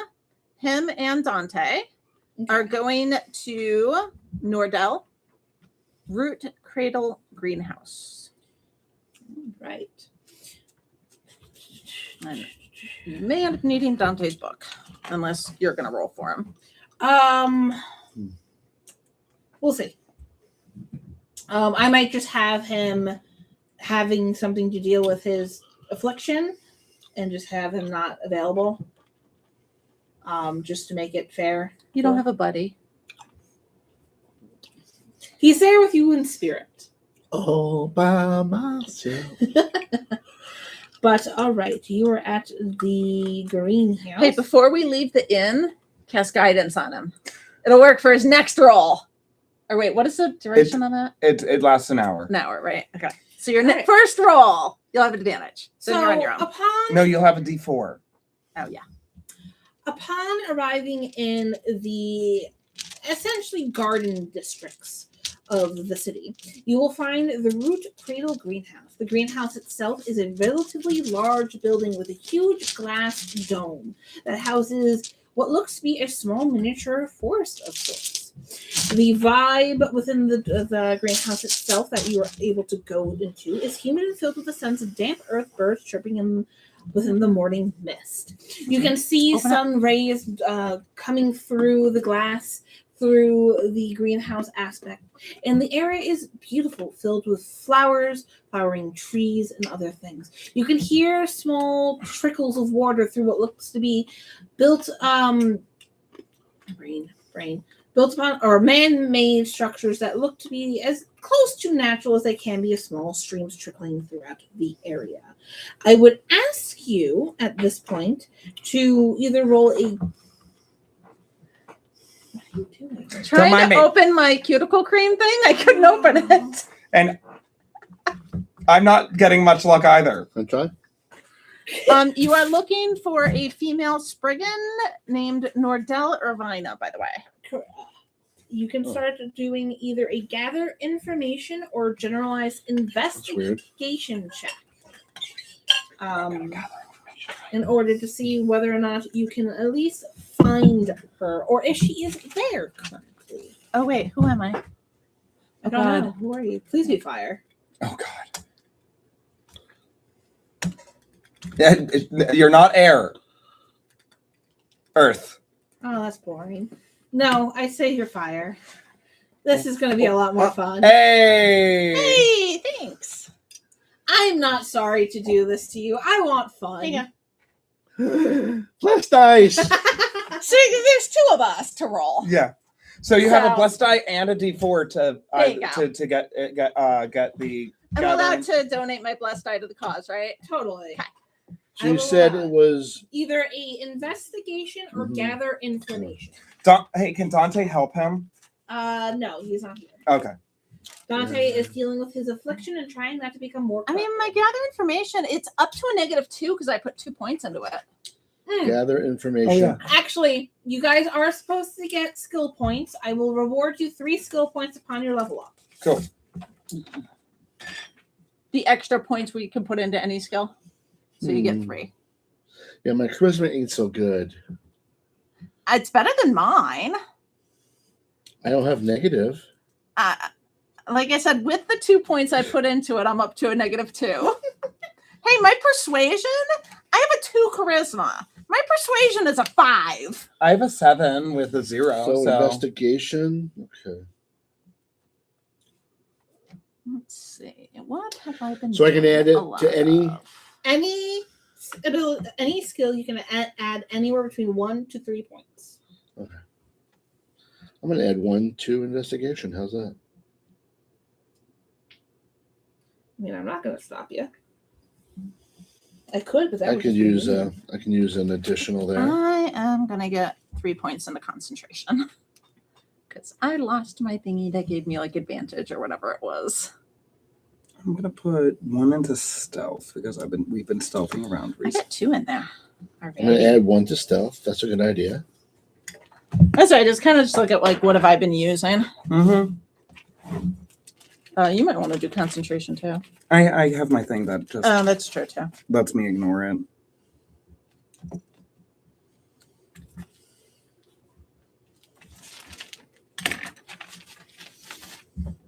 You have sleeping animals. Yes. Suzu's dreaming.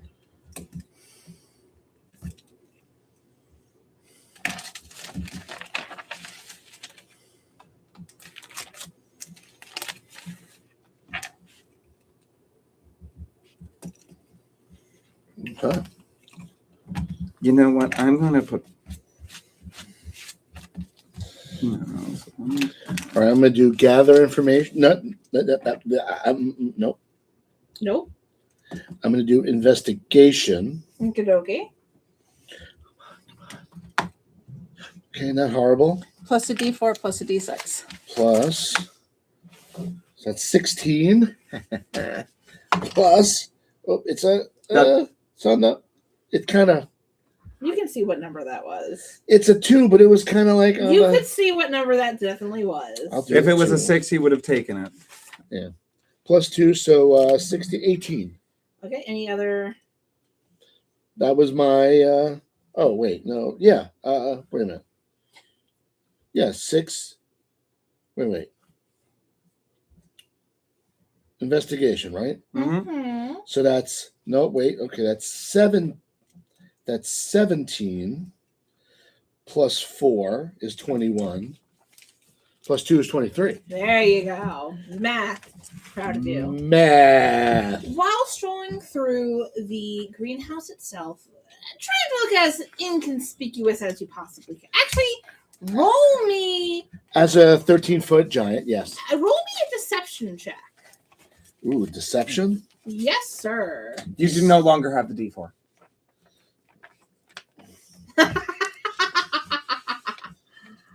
Deception. This is straight. 8, 11.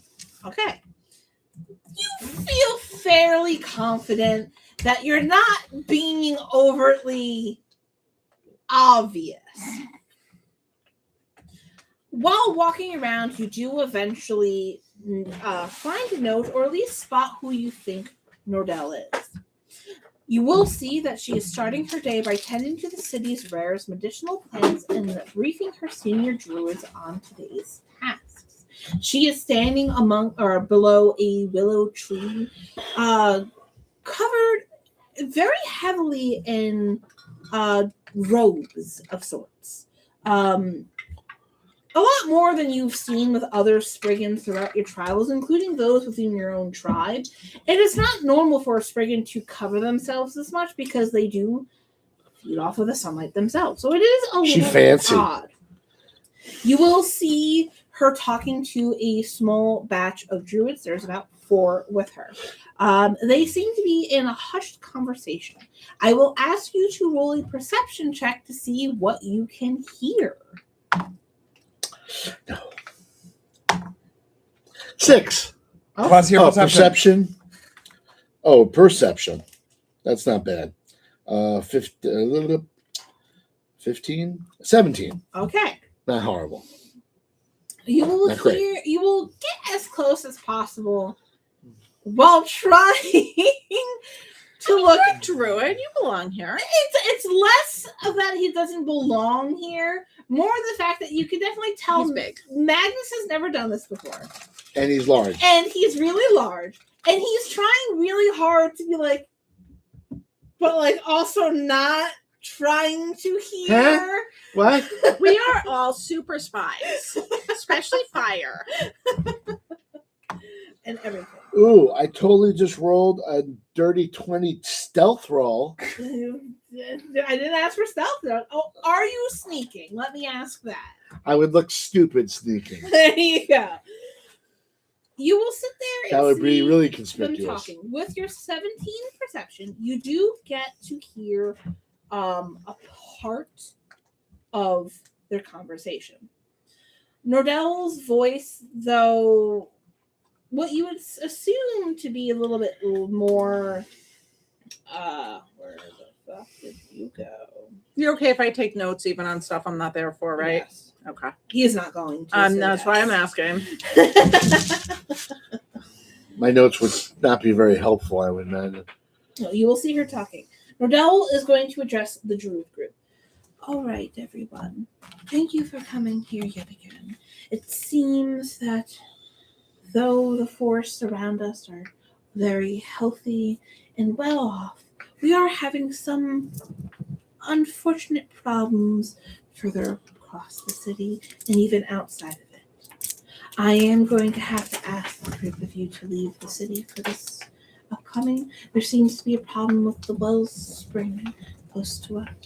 I do ask that you head there as soon as possible to gain aid to the Spirit Lord there. You'll see one of the druids look relatively confused. Lady Enerva, don't you find it a little odd that we keep heading out? I understand it's our duty to do so, but shouldn't we be dealing with some of the more pressing matters across the city? She will raise her hand and go, I understand your concern, but everything here is being taken care of in the best way we possibly can. You do not have to worry. I will handle those close to home. You will see the druids kind of look to each other a little Skeptical? uncertain and skeptical. No. But they bow and agree. She will then smile, you can kind of see her smile from this distance. Go, thank you again. I expect you all to head there as soon as possible. And when you return, we'll be able to brief upon what has happened. Thank you. She will bow and then take her leave, leaving the druids there. I'm sorry, I didn't quite hear. They're going to be helping where? The wellspring close I'm to writing the this city. down, by the way. Yeah, so I'm that typing the notes if you wellspring want where to. the Spirit Lord told us that they would only accept help from. Basically, she's kicking the druids out of the city. Yeah, no, and the Spirit Lord there is going to not accept anyone from that's not us from the city because we've already been there. So And what might happen to them when they get there? you don't know. Or is it just that she's trying to just get them out of the city But you so also they can't stop her doing any bad How shit? far I don't know. from here? How far would it take? How long would it take them to get there? You have no idea if they have any form of mount or anything else.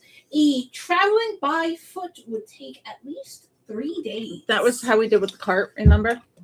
And Mhm. lightning. Mm-hmm. But they can also turn into birds, probably.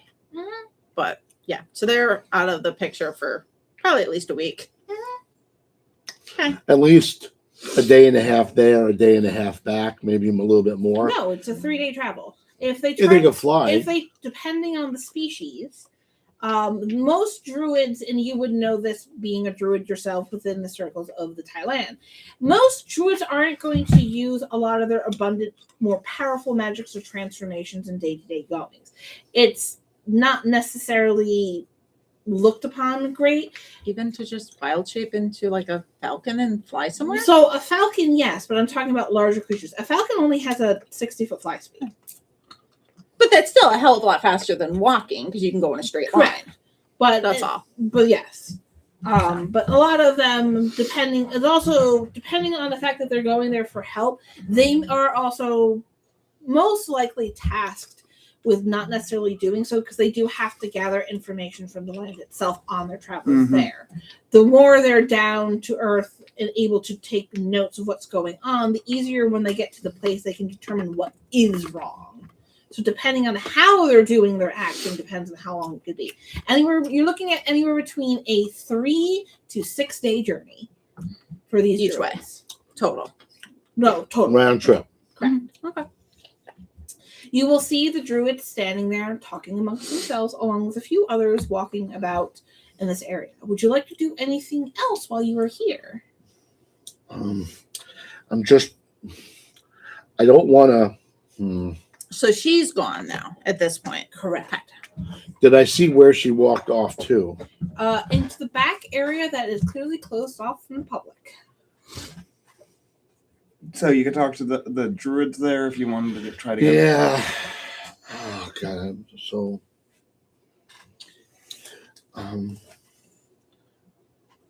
I will attempt to talk to some of the acolytes. Hello. You walk up. Are you walking up to one of the 5 she talked to, or one of the other ones walking around? The ones that she was talking to. They will turn to you and go, hello. Is there anything we can help you with? I am Magnus, druid of the Thailand. How are you?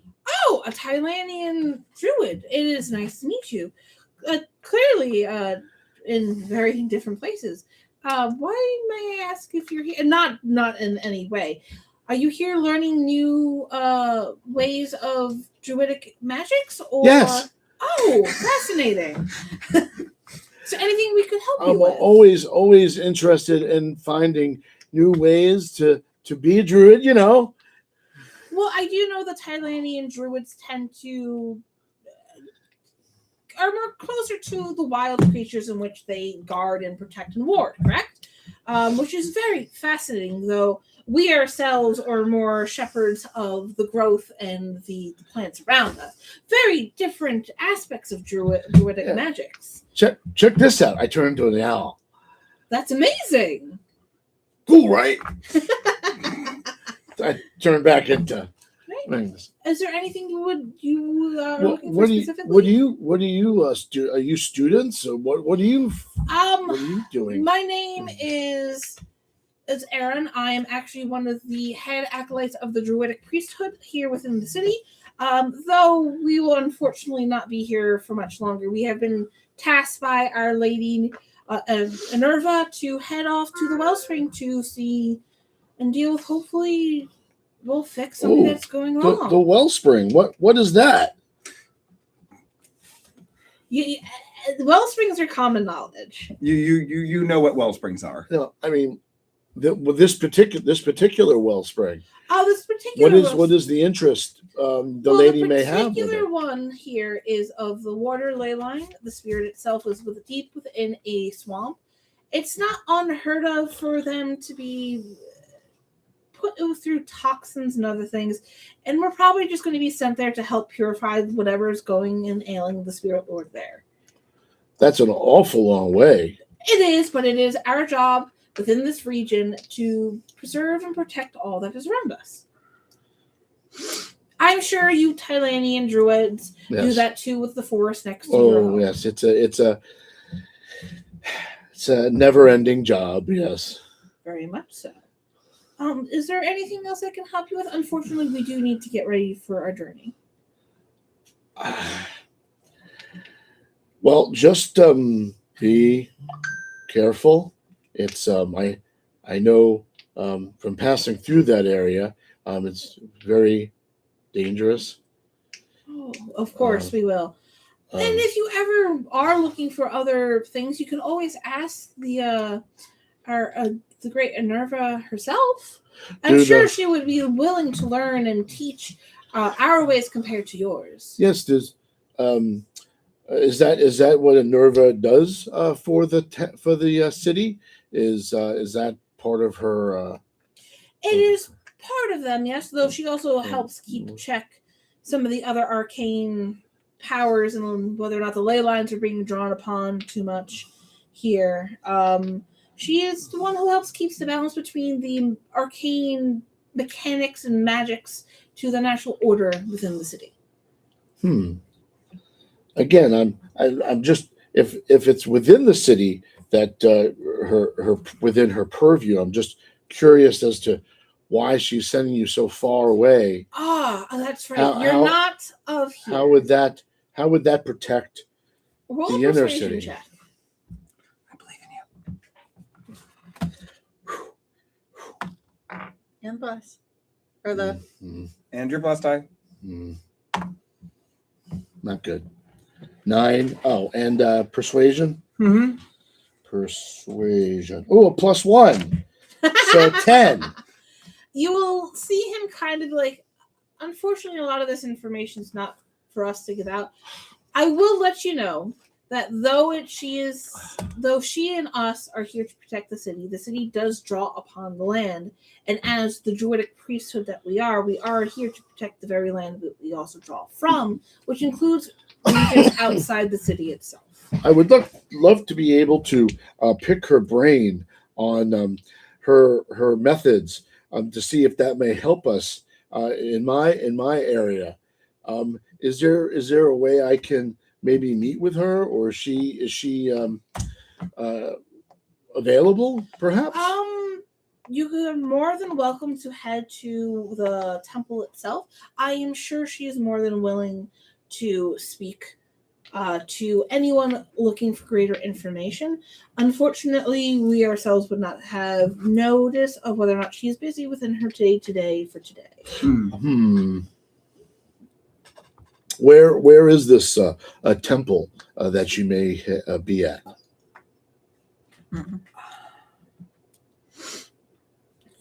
Oh shit! Un momento. was that the Roots of the World Conservatory? Yes. Thank you. Not that we actually have that as part of our day-to-day routine, but that's okay. That's kind of where they all conspire and stuff. Yes, the Roots of the World Conservatory. You'll find a lot of the druids of the city there, and that is where she maintains and mans us to an extent. If you were looking for her, you could always speak to someone within the conservatory itself, and we should be able to get you some way to talk to her. Oh, I would really appreciate that. Yeah, I mean, she's very nurturing, and she's known to be very gentle and patient, so I would not be surprised if she would have more than a willing time to speak to an outside druid. There's much to learn between the two of us. Oh, I so do agree. Now, unfortunately, as much as this conversation has been great, we do need to go. He will bow along with the other 4 beside him, and they will walk off. You will again see the other younger druids. Upon talking to them, you'll also note that their robes are a lot more ornate compared to some of the other druids in the area. So you will note that the druids that are currently still here are probably more lower or newer druids within the acolyte circles. Is there anything else you would like to do here? You can roll a perception check just to hear day-to-day conversations between these druids. It is up to you. Not bad. Plus. Yep. And is this under investigation as well? Persuasion is charisma. Perception. Oh, perception. It's Sorry. just raw perception. Wisdom. Then that's good. 18 to 29. A lot. 30. All right. So these are the things you are going to hear while you just peruse the greenhouse itself. There are talks and whispers amongst the younger acolytes within the area. You will hear talks that Nodell herself was once gentle and patient and spoke with a voice that sounded like rustling of autumn leaves. However, it seems to have changed. Her kind demeanor has vanished, and things are not as they seem. You will hear one interesting rumor. It is rumored that her physical appearance subtly changes with the health of the land, blooming with flowers when the ley lines are strong and growing brittle and thorny when they are abused. And now we know why she's wearing robes. On top of that, you'll hear a secondary rumor. Some of her druids whisper that Nordell has been secluding herself more than usual lately, refusing to let anyone touch her bark skin. Because it's thorny.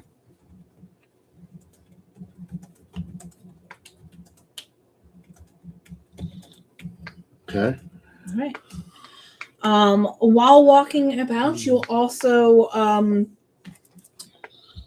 spot up. What was the perception check total again? 30. All right. I will say with that 30, you were able to spot Nordell through some of the glass as she left the greenhouse. And you will notice some interesting things about the body herself. You will notice a visible black necrosis is creeping up her bark skin arms. She's also wearing heavy, oversized cloaks and thick mud wraps to try to conceal this decay.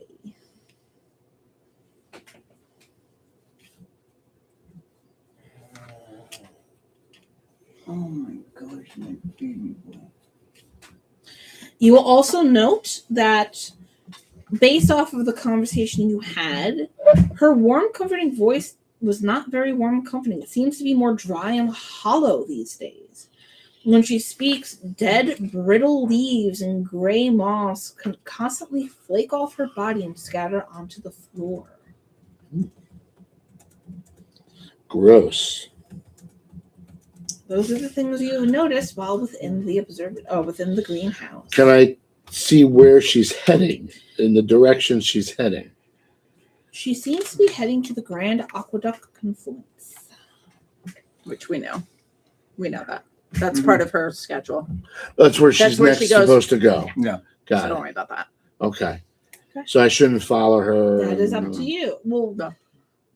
Yeah. I will say, Magnus, you guys aren't here to. I know. That's why I stopped. That's why I stopped. Well, did we know, is that like accessible to the public? You're not sure, to be honest with you. But if you would like to at least follow her to see where she's going and whether or not it is public access, that is up to you. I will keep a safe distance and I will observe her her journey there. All right, I will ask you to roll a stealth check for me.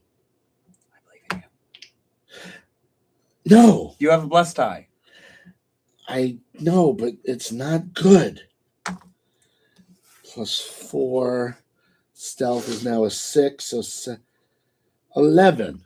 Okay. You will follow her for at steady bit. A very healthy distance. You will note that during part of this time, she will tilt her head in the direction you are, noting that she's probably clocked you following her. Okay. What would you like to do?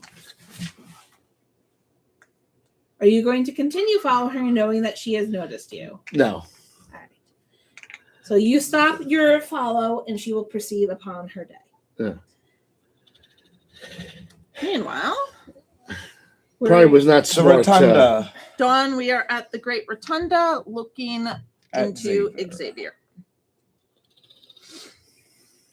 No, we're looking for scrolls and information. I mean, I'm always looking for books on soul shit. So. Exactly.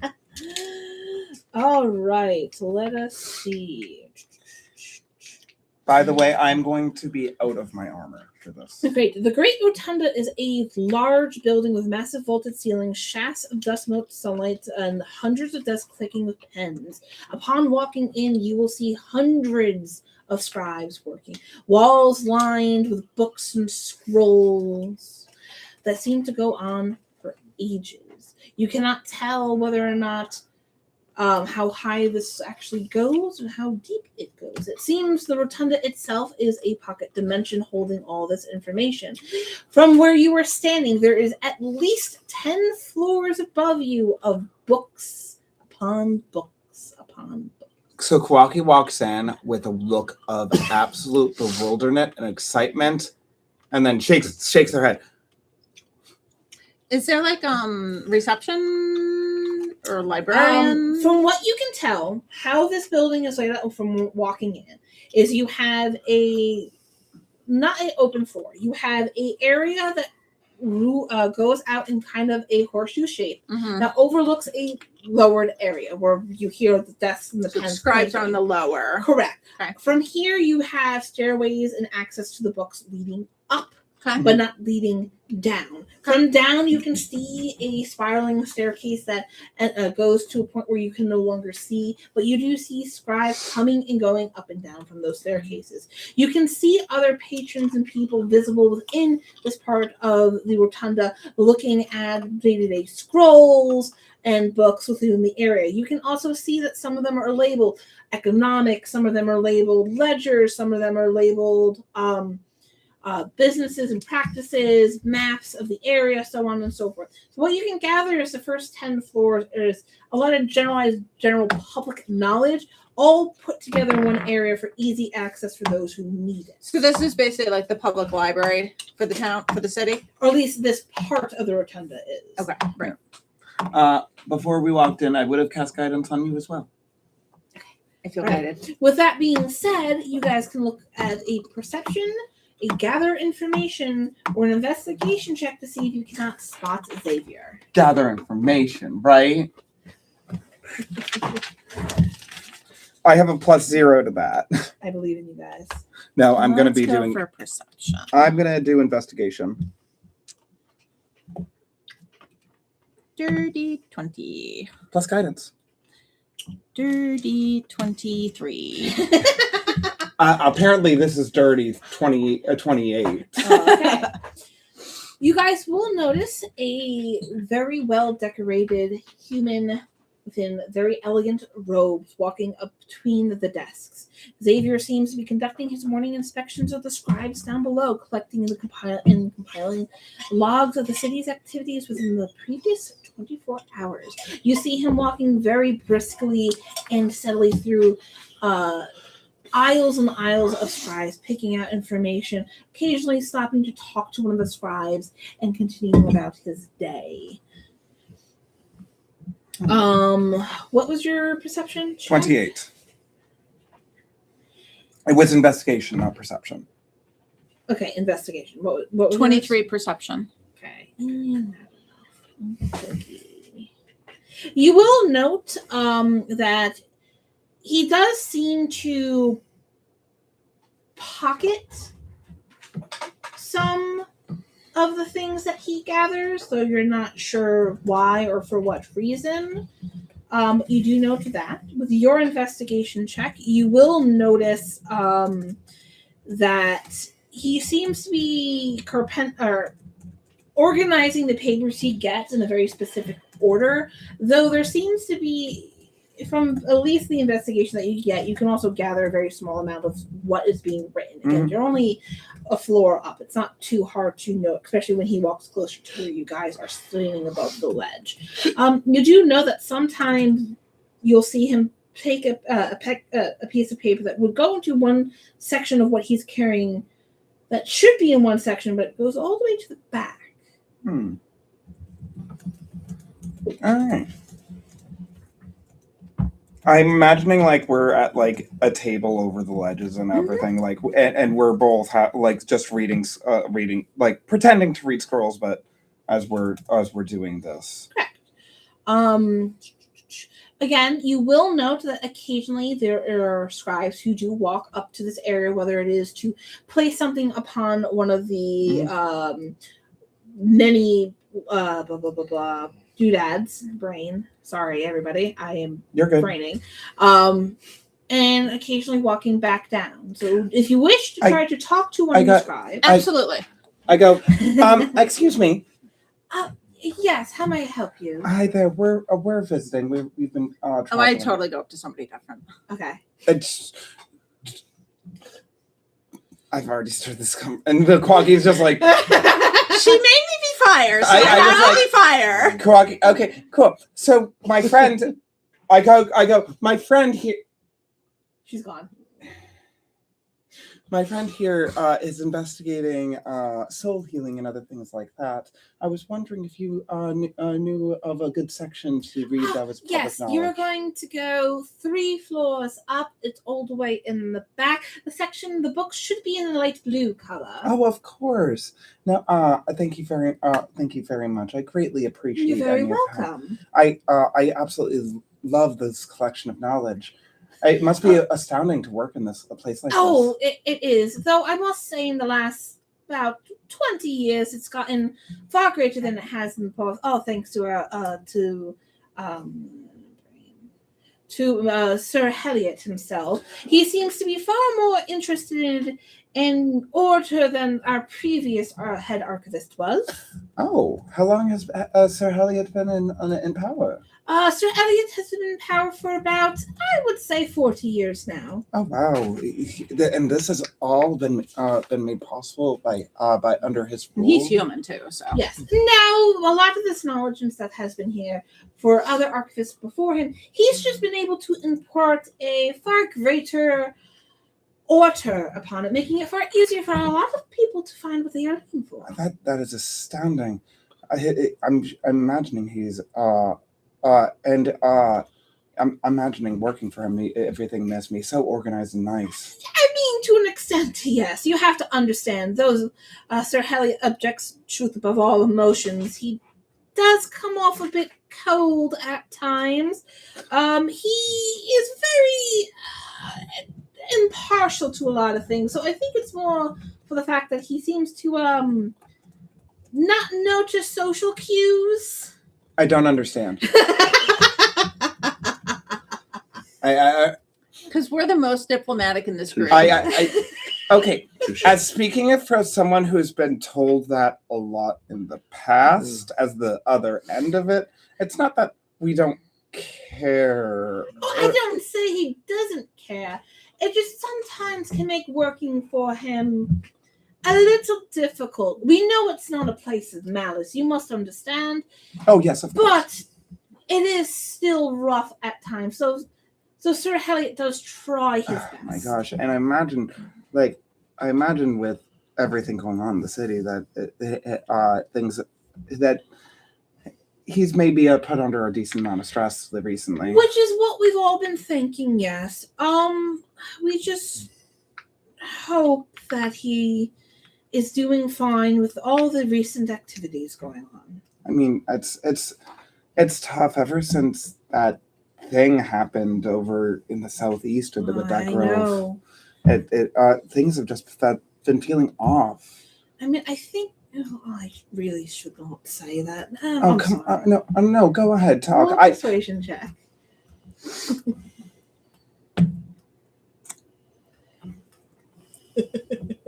Not a one. I have a +7. Okay. So that would technically be an 8. Do you want to use one of your doodads? Oh, a Flash of Genius won't save in that one. Oh, it is a one. Yeah. I thought it looked like a 4 from here. Flash of Genius won't save in that one. Unfortunately, it's not my place. About to those say. social cues, Ben? I apologize. No, it's all right. I hope you find what you're looking for. If you will try to look around wherever your friend may have gotten. I will be looking for her very shortly. I love her. Love them dearly. Although they A little scatterbrained, are they? yes. I have. Don't you know those types of people that are Yes. super intelligent and then they get see something and then to just My daughter is the exact same way. I understand. okay, all right. I need to go find her, but I Good hope you luck. have a lovely day. And you too. She will bow to you and walk about her day. Yeah. Now, Prism, what are you doing? So it's mostly the scribes that were that he talked to and stuff like that. So there are scribes. From what you could tell, Xavier was only talking to scribes. The people down at the floor below are only scribes. Okay, and then so two of them wandered up here. Well, and no, he you went to will one of them. see occasionally they want every now and then. Because that's who Ben talked to, right? One of the scribes, Okay. yeah. Occasionally, you will see not just one or two, but a handful of scribes going up and down, putting ledgers out, taking ledgers in, putting books in, writing scrolls. You see that they're constantly updating everything that is in the upper sections. So there's a constant flow of movement between the scribes and the people. So I'm gonna walk up to a group. Okay, you'll find a group of like 3 scribes. Hi. Oh, hello. Hi. So what do you do here? Because you guys look really busy and it's super exciting and there's so much knowledge here. But what do you do? One of the other ones will say, we're actually scribes that help keep all this information. So like if I wanted to get a copy of this scroll, could you do that for me? What's scroll in your hand? Heal. So one we just bought. We technically, I mean, we could, but that's the. We're so what do you do then? Because I thought that's what scribes did. I thought they copy things. We are. You have to understand, young miss. We are trying to keep organized the information currently going on within the city. Oh, so like lots of big organization stuff. Yes. Oh, who's he? He looks really important. Oh my god. Oh my god. That's their Is that your boss? Yes. Wow. Isn't he? Wait. What are they called? Human? Yes, he is. But he's one of the rare humans here. But they don't live very long, right? I heard that they die pretty quick. They do. I mean, they do, love. But you have to understand that he's a brilliant mind. Yes, yeah, like seriously brilliant. Really? Yeah, like my friend is so smart. Like he made this armor and it's really amazing. What did he do? That's so great? Well, you see all this information. Uh-huh. She will lean in close to you. Mm-hmm. It used to be all out of whack.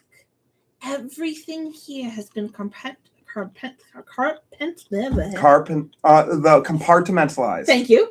And organized and alphabeticalized and everything in a very short amount of time, and it's constantly being updated, whereas before it wasn't. Oh, so you mean like if I wanted to find a specific book or something like that, you could tell me where it is? Sure.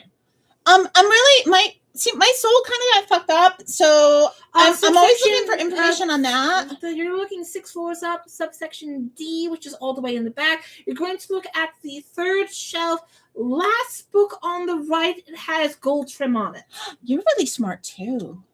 We kind of have to know where everything is. Oh, but I thought you did scribe stuff. We do, but we do have to. Sort of. You have to understand, young lady.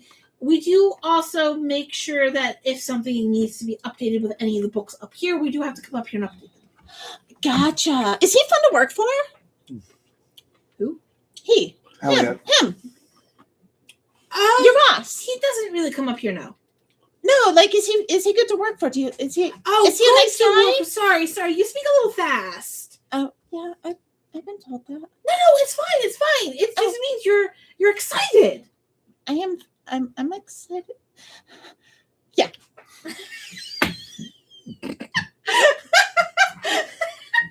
Let's call it excited. You have to understand. He's a little let me say this. He's a little inept in the social cues, love. Oh, so like me. No worse. Oh, like my friend. He's the little mouse guy. I haven't seen a little mouse guy, but yeah, he's a little cold sometimes. I don't think he means it's all like logic and reason and not emotion with him. Oh yeah, Quacky. I don't do that so much. There's nothing wrong with that. No, not at all.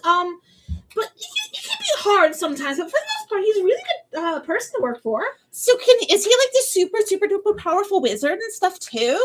Because I can cast spells. Yeah, he is. Though I don't think I've ever really seen him. He hasn't really needed to cast spells here. Oh, okay. But he does. Like what? Because I do like mostly, fire, elemental stuff. Yeah. I've seen him teleport multiple times throughout the city within the span of a minute. Wow. I saw him once pull something out of a black hole. Like a bag of holding? Because we have these portable hole things. No, he literally flicks his hand, a hole opens up, he reaches in and picks something up. Like a transdimensional little pocket dimension? Yeah. Wow. You know what you should never do? Put a bag of holding in there? Or like we have 2 portable holes, and I wanted to try putting one inside the other. You'll see all and 3 they of them told me just not shake to. their head. No, don't do that. But aren't you curious? It blows up. I mean, I kind of like fire. Not that type of blowing up. Oh. Implosion. Like force. Oh, yeah, that would hurt. Yeah. You're really nice, by the way. Oh, thank you. So, yeah. I'm gonna go look at soul books now. Bye. Okay, bye. All 3 of them will wave at you all. I'm going to, because my conversation was fruitless, I'm going to stay here and just be like, Prism, I'm just hoping that Prism is doing stuff, and keep an eye on Helliot. All right. Would any of you like to try to hear any of the conversations Yes. going about on the day-to-day? If so, please roll a perception check. I will be doing it over on the edge so that I can overhear the scribes down below. I'm wandering aimless. I'm actually going up to the soul books. So That'll be a 22. All right. 12. All right.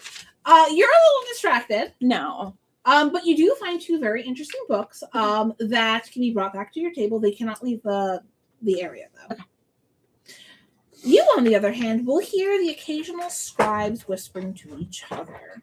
One of them being, it's whispered that Xavier has used an ancient forbidden memory weaving technique upon himself, allowing him to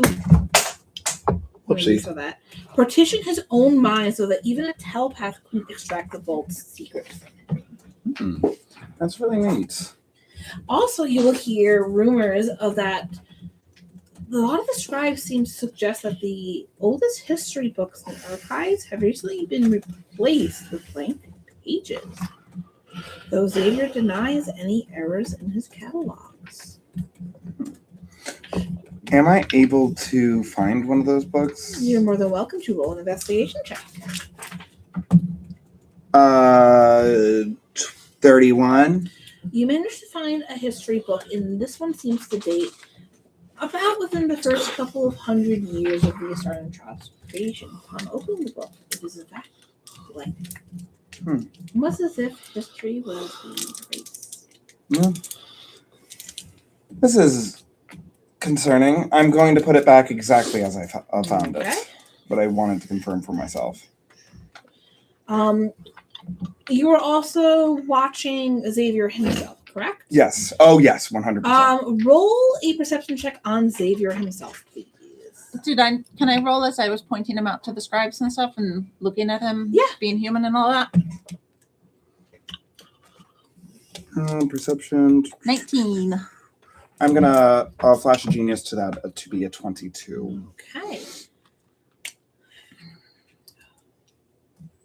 You can definitely tell that Xavier's mind, especially for his work, needs to rely on perfect clarity. Though something seems to be a little off with him as you see him walking by to by. Occasionally, you will notice him have conversations with the scribes and just stop. Anywhere between, just mid-sentence for anywhere between 5 to 15 floating seconds. Staring blankly into space with his eyes rapidly darting back and forth as his brain tries to resolve a contradiction, mayhaps.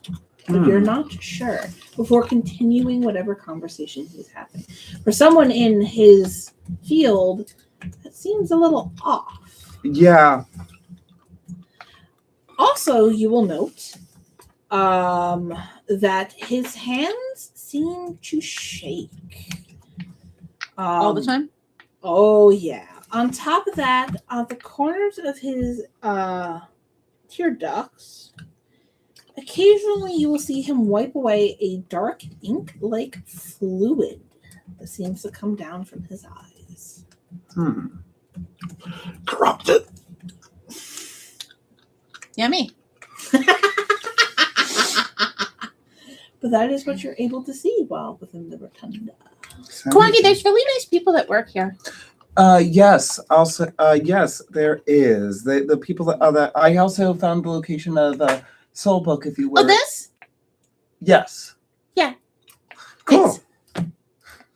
Well, I Feel free to take a look and gander as an investigation on the books to see what you can learn. I will also do an investigation as well as I will help. 22. 19. You will learn that in the past, fracturings of souls and whether it being ripped apart by some form of entity, because there are creatures within the Etherius that do feed upon shattered souls or souls itself. It is a natural order of things. Though dangerous and harmful to the individual, there are ways of healing it, and as time has gone on, that healing has definitely gotten better. It is not the end-all, be-all. Some even state that when a soul is fractured, you can actually find the missing piece and return it to the soul, thus having it become whole again, reversing all effects that are currently upon the soul. Though extremely difficult, and depending on the creature that may have done so, extremely dangerous within the retrieval. So I don't understand. We need to go defeat Vormath. That's fine. Piece of cake. Yeah. Totally piece of cake. But I think that's all we're going to be able to get at this place. Correct. Any noticeable, like, recognizable magic items that he was carrying or anything like that? Not that you can tell. Okay. No. Do Magnus's thing next so that I So- can take Zuzu out. Next morning I is just want to leave him alone. That's fair. you are grabbing your spyglass Yep. Oh, I need to go pee. and checking out Nitesh, who is the dragon, at a distance as she is heading to the construct assembly line. That is within the Arcane District, close to where the warehouses were. That's where all the laboratories and Shiza are. Let us see. You do note that, just like Dante, most dragons within the societies don't stay within their draconic form. They do take on a humanoid appearance in order to blend in with the rest of society. Though they do still tend to have fixtures upon themselves that show of their dragon state. With your spyglass, I would like you to roll a perception check at advantage, please.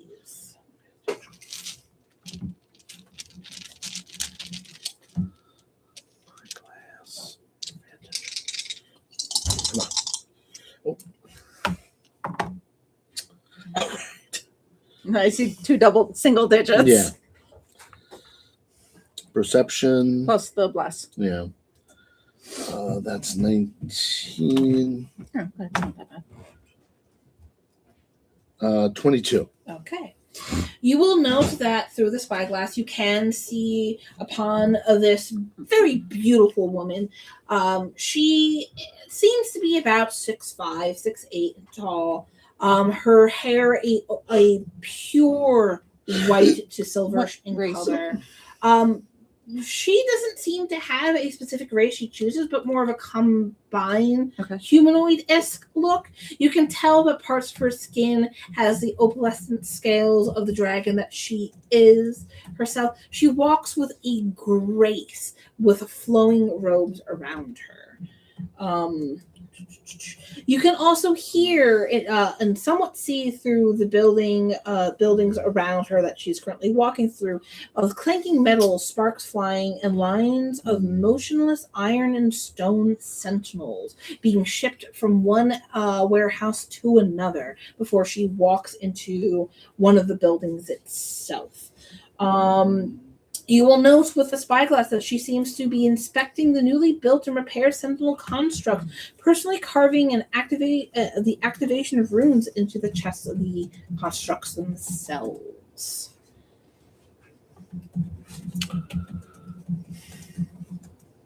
You do also note that there are other workers milling about the area, going, whether it be bringing boxes and offloading, walking in and out of certain buildings, some taking breaks as well.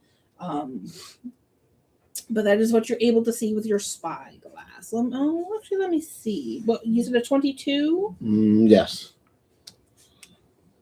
You will note, while looking upon her appearance, that her eyes and the shimmering opal scales on her skin seem to have lost their brilliant, translucent luster. They now appear milky, cracked, or completely clouded over, resembling dead river stones rather than radiant gems. And they're faded, you said? Mm-hmm. They're appearing milky, cracked, and completely clouded over. Less of a lustrant opalescent color than they should be for one so powerful.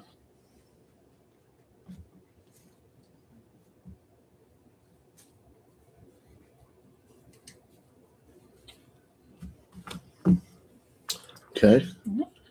From your vantage point, that's really all you can gather through the spyglass. Whether or not you want to go down and mingle with the everyday to-day people that are down there is up to you.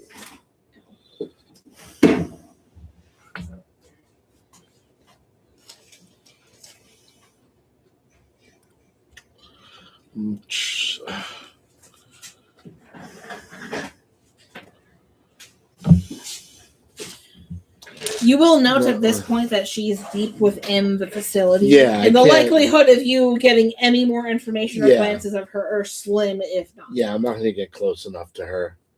I don't want to. Why not? She's pretty. Wow. Yeah.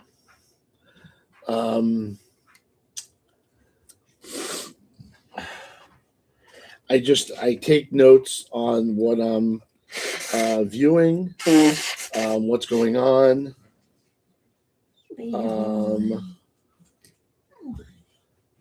I just don't want to. I don't want to. Since no one, you said that it's not really open for. It's not really open for the public. No. Yeah, I'm not going to start asking questions. It would seem. No, but like I said, you do see enough people coming and going throughout, and there are places where you can walk. You just can't go into the buildings themselves. Right. Yeah, but still, I don't want to arouse any suspicions. I take my notes and what's next on the docket? I don't know. Well, I think we go back to me and Ben for this same time period. All right. Which is we get to go to school. Gotta go to school. We're going to So school. that is Uwaki Lecture Hall. Hello, where did my mouse go? Yes, I know, dog. I'm sorry. My lap is very small. I have a very small lap. It's not easy for you to lay on top of. By the me way, like that. before we go into every place, I give you one thing of guidance. Right, you're within the Grand Lecture Hall. Upon walking into this Grand Lecture Hall, you will note this is part of a more public space of a large arcane school. It sits more like a giant castle within the walls itself of the city, with large spiraling towers that try to touch the skies themselves.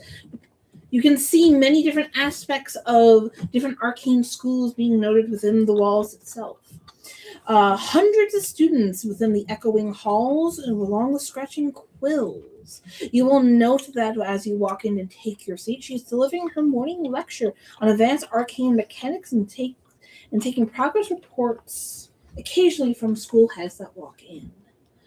But she is currently deep within the lecture. I mean, that sounds interesting. Yeah, I advanced arcane mechanics. I love this. All right. A lot of the mechanics that she's currently talking about is the functionality between the arcane weave and the actual material components in which it is there to use, some being better for certain uses than others, along with the properties needing to be within an arcane balance. If something is out of whack, there is a high opportunity for a misconduct to happen, thus causing a glitch within certain systems of the arcane within the machinery. The lecture goes on and on about a lot of this stuff. You will see students around you taking vast notes, and they all seem to be from different schools or different classes within the school, teaching different aspects of the arcane itself. You would take notes that the lectures that Uwaki gives during these times of day are open to any and all that are within the class, including those outside of it. There are a couple of students around you, the table. You So guys we are blend in fine. Correct. That are also taking notes. A couple are hushingly talking amongst themselves as students do. What? No, kids don't do that. If you would like to try to hear any of the things they are talking about, feel So free to anything do so. interesting when we look at her?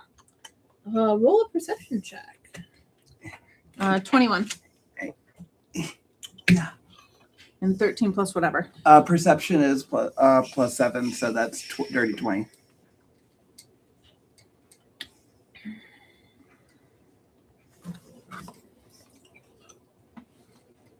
Does she wear clothing, jewelry?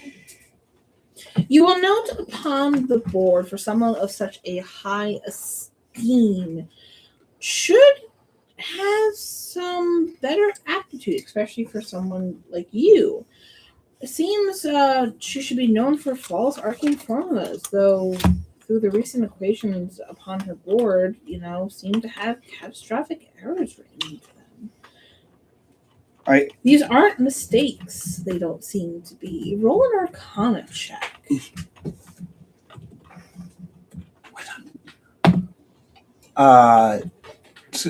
32. You will note these catastrophic errors seem to be some form of hidden routing code. So, see, it seems like it's routing elsewhere. Well, no. During her lecture, she's writing arcane equations while doing so. There are errors in the equation. Yeah. You can note, yes, hi, baby boy. You can note that these errors aren't just ordinary errors. They seem to be some hidden code for something. Translate it. Almost like she's trying to say something but can't. I'm going to try to decode. All right, roll another Can I help? Arcana check. Can I help? Sure. I'm smart. 32. All right. You will note that after a while, what? Come here. You can come up. What do you want? Hi. I know you don't normally get this with me. Hi. You will note that after about, I want to say 30 minutes of watching and just jotting down these codes, eventually you will note something. These codes seem to be a way to funnel raw magical energy towards something. So she's being forcibly, her equations are getting wrong on purpose to funnel energy elsewhere. That's lovely. Cool.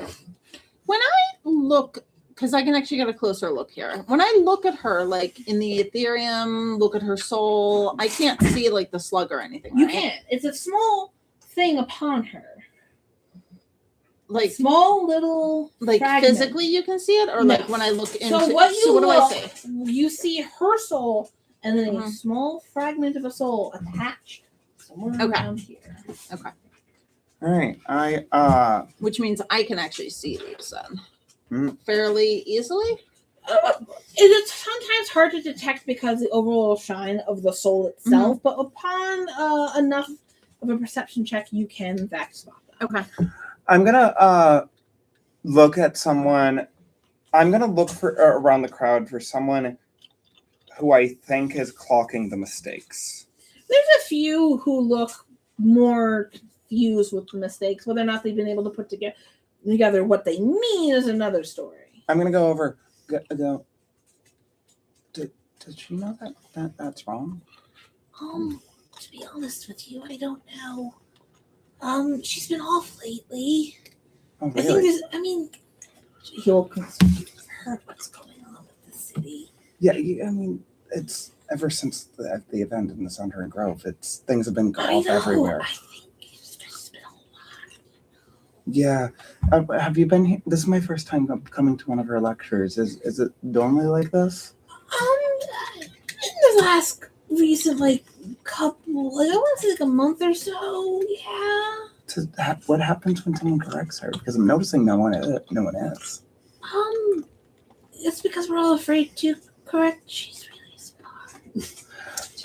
Really what? Smart. She's really smart. I mean, but I'm sure she would be. I mean, if I made a mistake, I would be grateful if someone would correct me. I mean, yeah, but I don't know. And- You'll see that he seems a little. Excuse me? Oh Let me God. finish my sentence. A little uncertain of what to say to you. Yeah. As soon as that happens, Kawaki's face just goes. You will see Milwaukee stop and turn her head. With a slithering snake's tongue, she'll go, yes. So I know you're a lot smarter than me, but I'm really confused. If you go back up 3 sentences to where you wrote that there, can you explain that? Because I thought it was B, but you had D, and I don't understand. She will turn around and look and go, no, you're correct. Oh, sorry, my mistake. And she will erase it and redo the equation correctly this time. Okay. So I guess I am smart. okay. So that answers that answers that question. Yeah. That person's really brave. Or stupid. Or both. Yes. Oh, you know them? Yes. I'm sorry. Thank you. But That's okay though, because now she knows me. yeah, Kawaki. But keep in mind, Kawaki moved away from Prism. I'm aware. So I'm just like, okay. So is there anything but I mean, was it like this? Like, I mean, there's a lot of changes going on. You know, it's just weird. yeah. I don't know. It's fine. Well, I mean, if you want to vent to someone, it's Roll better. persuasion check. It's better to do so with someone who is just passing through. That is a 18, but it's actually going to be a 25. You see the guy. You know, you're not wrong. It's you gotta understand that for a while, especially in the beginning of the last month, she was really, really frustrated with a lot of things going on with the government and the recent behaviors within the magistrate. I mean, don't get me wrong, she was really good at hiding it and stuff because she was really stoic, but it seems to stop. And we don't. It's like weird, you know. Yeah, that is weird. It's almost like she must have had it. You know what's probably happened? She must have gone to talk to the other people in the city, and they must have come to some sort of conclusion. That's clearly what. I mean, I'm hoping, but weird stuff is still happening. Those are a lot of things she didn't like. Yeah. Well, I mean, have you ever talked with her in during office hours or something? No. Look, you know, you have to understand. You never want to meet your heroes. Oh, understood. But if I wanted to talk with her, when are her office hours? Her office hours are kind of sporadic. I think the next one coming up is 3 days from now, around 5 p.m. Okay, sounds good. Thank you very much. It was lovely to meet you. Nice to meet you too. And if I ever come across, what was your name again? Oh, I'm Max. Hi there. I'm Kawaki. If I ever come across you again, Max, I'm sure that we will have a riveting conversation. Of course. Have a good day. I mean, I show him my multi-tool. Oh, that's amazing. I have one myself. He does too. Nice. I actually used it to make my armor. Oh, that's amazing. I'm an artificer. Oh, that's great. I plan on actually going into the workforce for that, but I have to kind of graduate first. Understood. Well, if you ever want pointers, let me know, okay? Of course. All right. Thank you. I do not go and sit next to Prism because I do not want to be associated with them when they are already. Okay. Prism, I am going to tell you this. There are a decent amount of students whispering around you. Do you want to hear anything that they say? Roll a perception check. 9. Can I hear try to hear what they're saying? About You know it? what? You're nosy enough where I would think you would get closer. Roll again. Magical God. You're not very subtle, but the people there don't seem to really care. Because you hear a group of people going, have you guys heard? No, there's no way. Yeah. I mean, look, she has to. I know. I mean, there's the restricted vaults, right? In the Central Conservatory. You know that she's had to confiscate forbidden artifacts over the centuries, right? Hell yeah. I can't believe, she would not. I wonder what she has down there. Probably some sort of doomsday machine.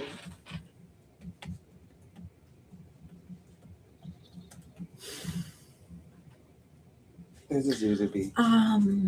Yeah, no. Wait, what was that? They will all kind of stop. Who are you? Me? Hi, Ami? I just turn around again. Okay. God, fucking weirdo. They're not anyone in these days. All right. You need to go out. Yeah, I think he does. You need to go out. I Go do. out. I have to go pee. Okay, Alright, you go So piss. it looks like it's Magnus is going to be going. Well, no. Let me do this. We'll go on a quick break. I do need to go marinate my chicken and put them in the oven. Okay. And I have to pee, So and the dog has to pee. we'll 5 take minute the break. dog out. We'll take a small 5-10 minute break. Everyone dance in the meantime if you're not in here. Zuzubi. Magnus, entertain the masses. Knock, knock. Zuzu, sit. Okay. Sit. Stay. Okay.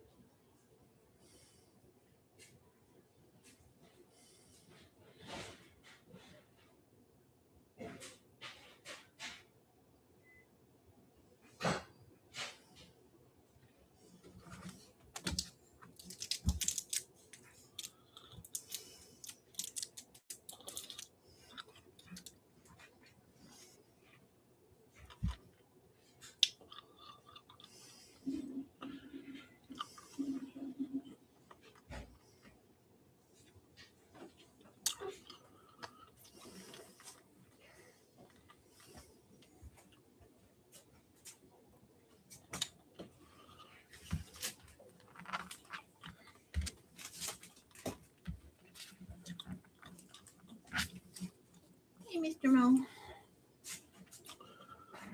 Look. Kitty. Might be getting a cat. Oh yeah. Look. Technically for you or mom. she would be home with it all day. Is she an animal lover? Or? Yeah. Okay. She's more of a dog person. Okay. You don't have any pets right now, do you? Yeah, me neither. I like cats because they are Easy. self-sufficient. Mhm. You got to feed them and just throw away their poop. Cats are easy. I've had cats before. Mm-hmm. Dogs are a lot of work. Okay. Mr. Man has both peed and pooped. And he stopped barking at the neighbors when I told him to leave it. Nice. Nice, Susan. Oh, goodness. He really does like getting a running start.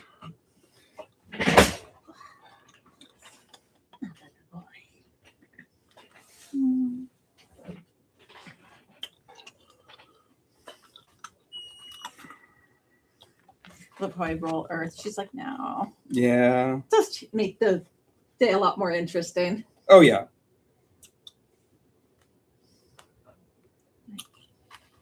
What did I put on stuff in your tail? Yeah.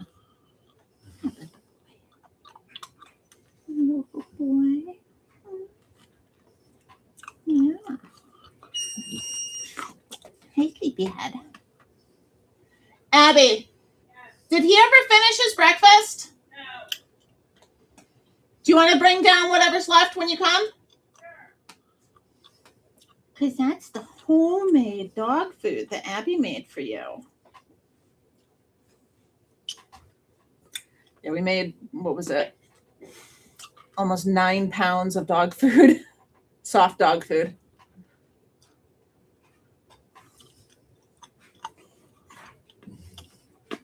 And then we'll eventually, hopefully, switch where we're not buying dog food at all.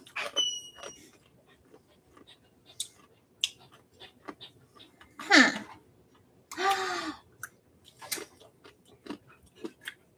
Hi. Hi, handsome. I love you.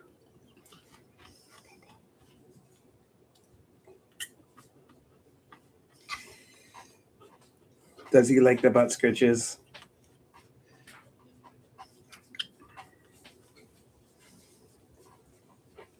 It apparently makes him eat the air.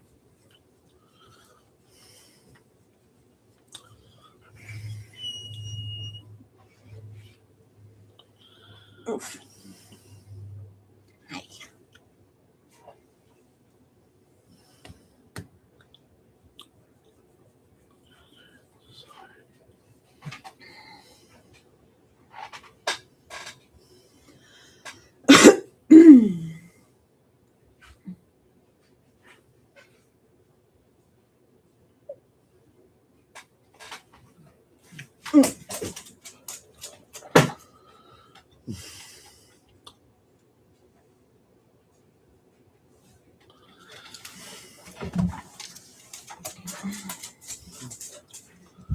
I know, you haven't seen this thing in like 2 weeks because it's been down in the basement. It's getting longer. I don't understand how it got. Zuzu, no. No. No.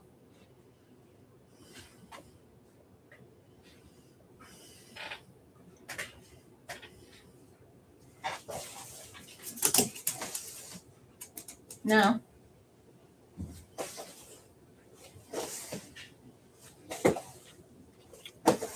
I know. It's like having a closed door. He just wants to be involved in everything. Typing is so much easier than handwriting.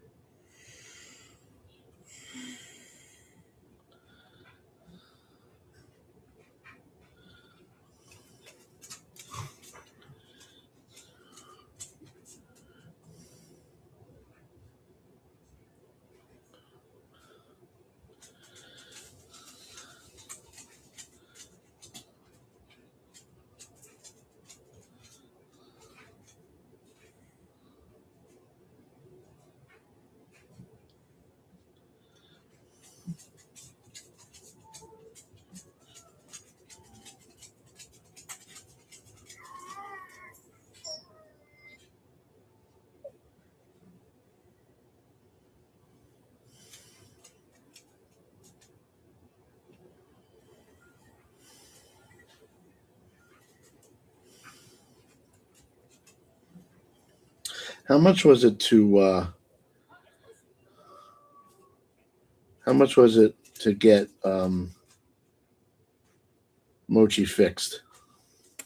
A lot. Considering the vet also made me do blood work and all this other stuff ahead of time, and I think the total ended up being like $700. A lot. Like more than the dog, like ridiculously a lot. We tried looking into some of the low cost places that'll do it, but either they didn't answer the phone, they didn't call back, or there was like a 5-month waiting list.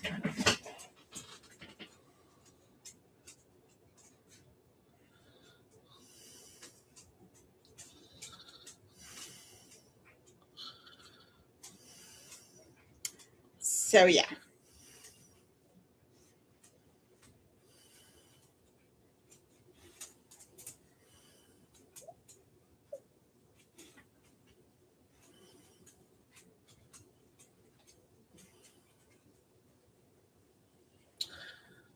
Yeah, I just had to buy a new air conditioner. So I don't have $1,000 to spay or neuter or a stray cat. Mm-hmm.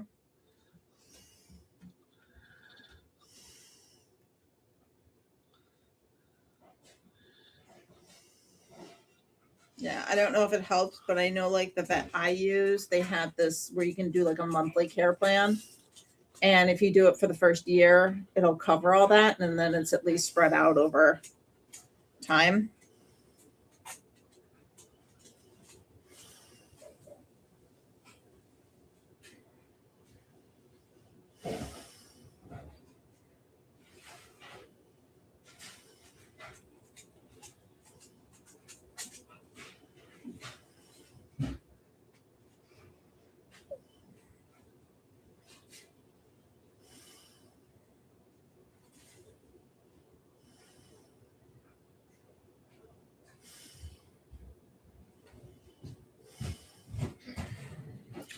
Sorry about that. You're good. Ugh. Hi, dog. Does it sound like you made something fall? He made the chair fall. You were upstairs and he was downstairs. That was not acceptable. Okay. Where are we going? We are going next to Magnus, do you want to go next, or do you want us to go we're next? alternating, right? Yeah, so Magnus. We're trying to. I'm sorry, just so you know what's going on.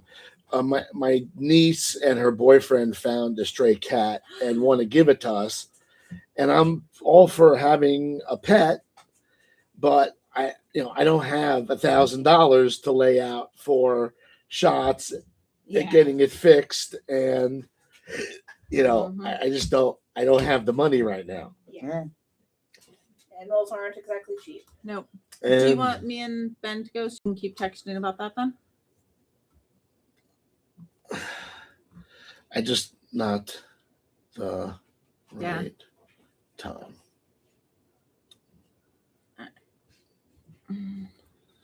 So, Miron.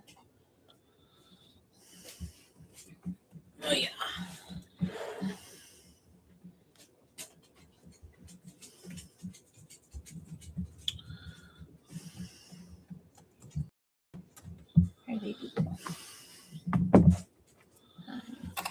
So where are we heading? So we are going Magnus, Vamir, to the Botanical Observatory. All right. Vamir. Vamir. And Vamir is the Fey healer. All right.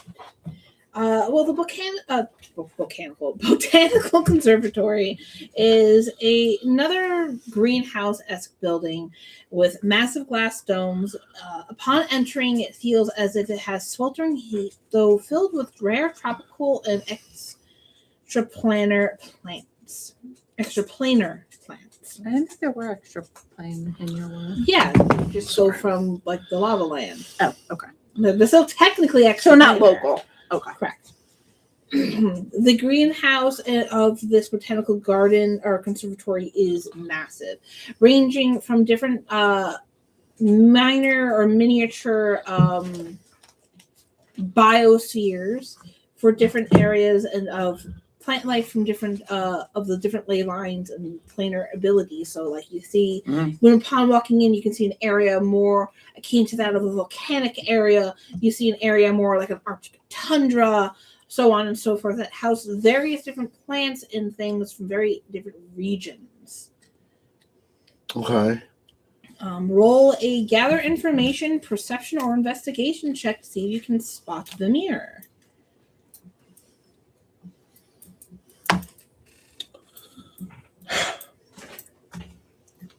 Perception.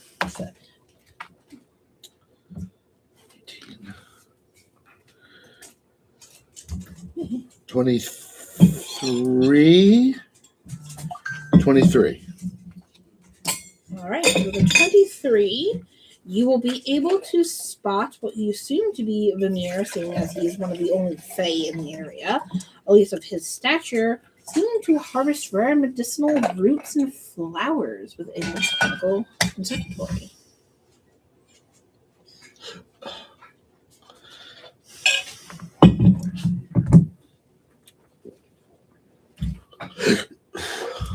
Okay. You can see him walking through the different gardens. And again, the gardens are of access. You can walk through them, though you can't walk. And remind me what does this guy do? He's And the healer. Correct. So what you can note is, though you can walk through the botanical conservatory and each of the miniature biospheres within it, you can't actually go down to the landings where all the actual plants and things to actually harvest them. But you can walk into them and denote and look and observe, essentially. So if you would like, you can attempt to follow the mirror on his paths.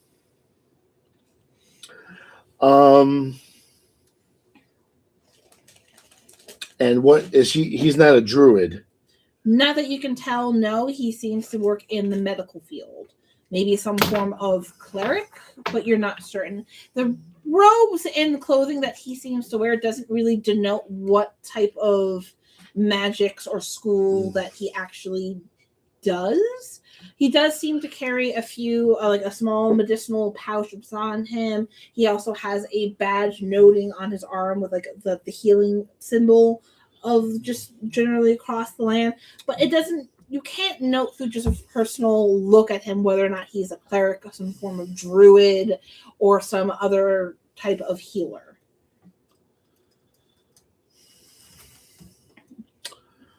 Okay. But do you wish to follow him as he goes about his day? I don't want to. Again, he is down here, you're up here. Oh, I can't go down to his level. No. You can walk through the botanical conservatory. There's various different biospheres within it with different walkways. You walk up above where essentially public access is. I pull These out. are like, in an aquarium where you go through the glass tunnel and you see all the fish around you. Right. Think that, but in this biosphere of like a volcano, a desert, Arctic tundra, a jungle, and things like that. Right. And Whereas then he's in the middle of it harvesting. correct. There are also natural spaces in between these biospheres that are just generalized public areas that you can walk through, which is just a garden of esque. Very humid in the area, some butterflies and stuff going about. But the areas that he's actually harvesting is not public access, so you can see down into it. Right. I pull out like a little notebook and a writing, Mm-hmm. Something to write on it with. Yeah. And I pretend to be taking notes and like I'm studying the biospheres and the different fauna that they have, but I'm really following him Okay. and taking notes on him. I'm not trying to hide No, myself. so Deception. roll a deception at advantage. Or performance. Could performance be done? Or performance, either or. They're probably the same because I doubt he's proficient in either one of them. I'm not. That was a horrible roll.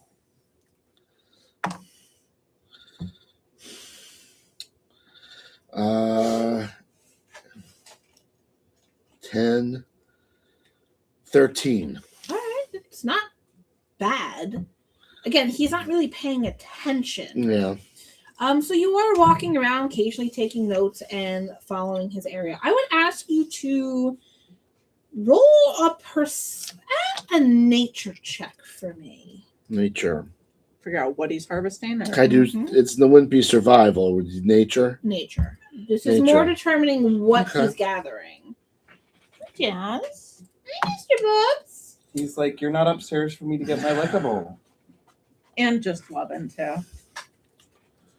Go wash your hands. Oh, thank you. Nature. 17. Dirty 20. All right. You will note. Ooh, wow. Didn't even meow. You will note that though this greenhouse within the conservatory is supposed to house mostly medicinal herbs and roots, Mhm. along with very rare plants from other biospheres, you seem to note that while he's harvesting in some hidden rows as you're watching him go about the greenhouse, seems to be he's breeding toxic mutated spores. You've been to the Feywilds. They seem very Feywild-esque. Okay. That does not seem normal for the area that you're in. There- You do there's- watch him pack these spores into very small canisters that he hides upon his person. Okay. Jazzy. Mr. Bobs. That's right. Nice down.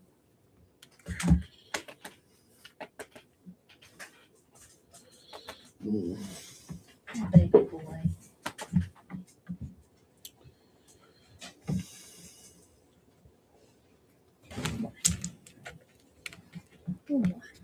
Hello. That's a Mr. Bobs. Hi, baby boy. Your curly whiskers. I know. I started noticing that. I'm like, yeah, something happened to his whiskers there. You got stuff in your whiskers. Okay. That's better. I think you just had like dust or spider web or something on them. Right. Anything else you would like to know? Again, you do note that there are people walking about, and occasionally you will see someone who seems to work here. Milling about as well, of course, tending to some of the gardens that are within the public view. You're more than welcome to try to overhear what some of these apothecaries and garden workers are saying amongst themselves while working. That would just be a perception check. You don't have to actually go up to talk to them if you don't want. I'll do perception to begin with. 12 perception. 23. 28. Right, you will hear a few of the workers note or wonder at least why Vermeer has recently requested massive crates of toxic belladonna and nightshade, though he seems to be claiming it for preventative microdosing experiments. You would note with your previous nature roll that belladonna and nightshade are toxic and poisonous plants. Baby, what are you doing?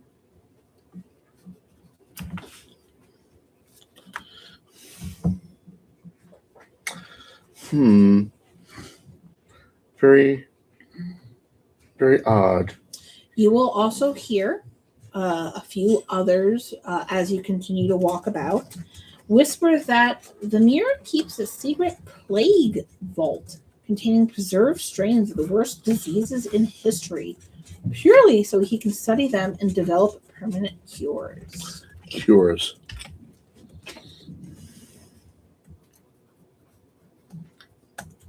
So basically, we've corrupted the CDC. Got it.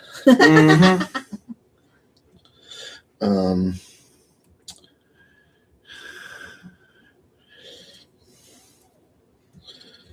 Keeps a bio weapon Vault. vault.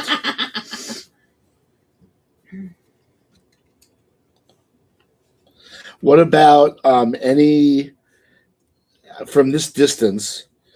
Can I tell? Because I've definitely noticed with Natesh and with the other Nordell Mhm. that there were physical traits that were not counterintuitive, Displaying But- bad shit. but you know we they had undergo physical changes that were obvious. What your perception check was a 28, right? Yeah. One of the things you will note as he walks about that his fingers twitch violently. You would note that he's either constantly massaging his hands when he's not working with something or grabbing something to what do you call it? Grabbing one of the plants, or he's gripping his medical staff tightly to try to hide his uncontrollable tremors.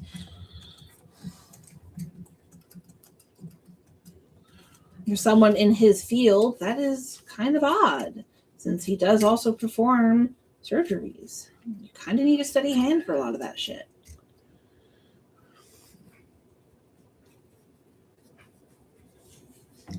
Because I'm just picturing the Doc Strange movie. With his hands get all fucked up. Sorry. Okay.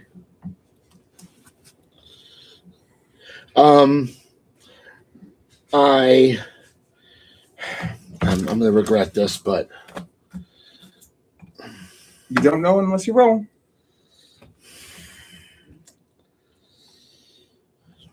that's 11, 15. I'm gonna try.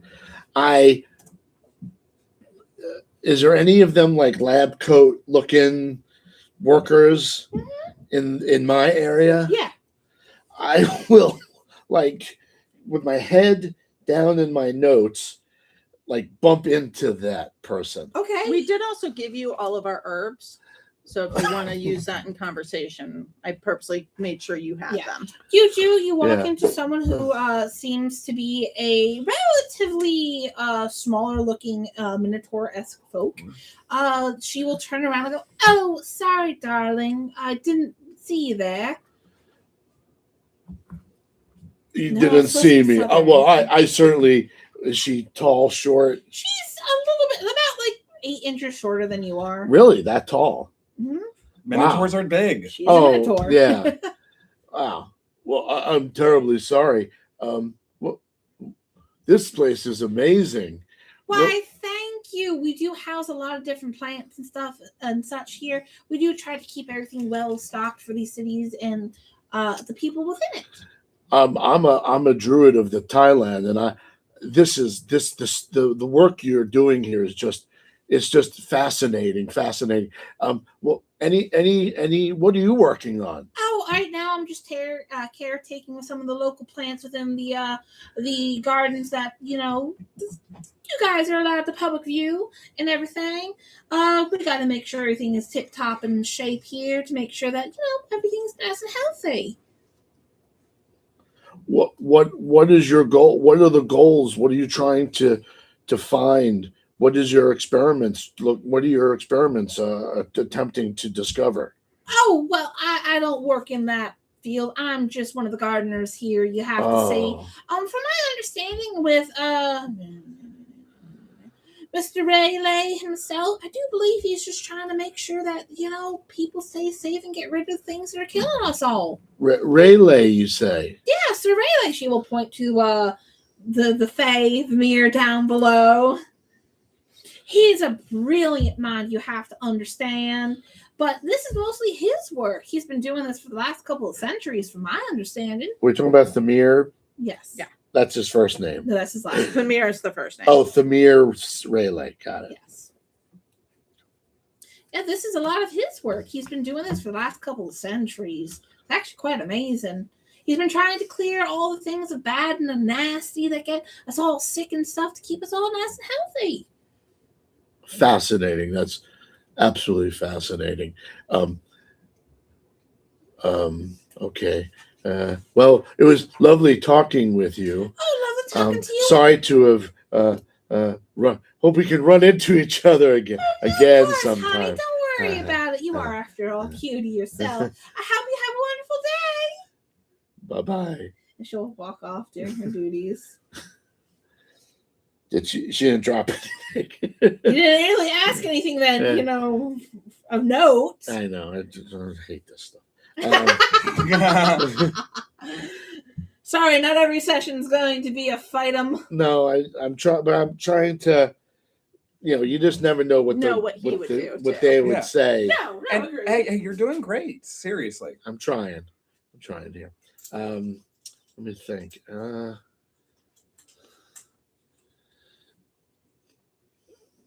Is there? There. Is there any other where I can interact with them? Is there any other materials or plants that would be, other than the nightshade and the belladonna that they were talking about? Is there any other plants that I'm noticing that would be like odd in this Well, kind of setting? When you first walked in, she said he was harvesting toxic mutated spores. That Yeah, looked I wrote they'd that come from down the too. health- So But I mean, that was down there. No, in the public area, you don't see anything. Okay. I don't know. Most of the things here are very mundane, Okay. ornate plants. So occasionally you'll find some of the very, very common, like medicinal herbs that are just sprinkled about. Okay. But yeah, All I'm right. throwing things.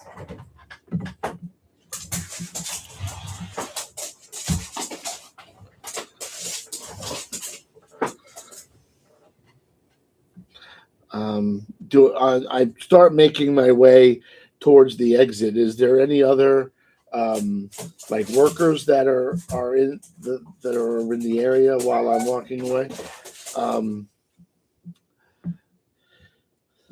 I walk up to another. Let's see if I can do.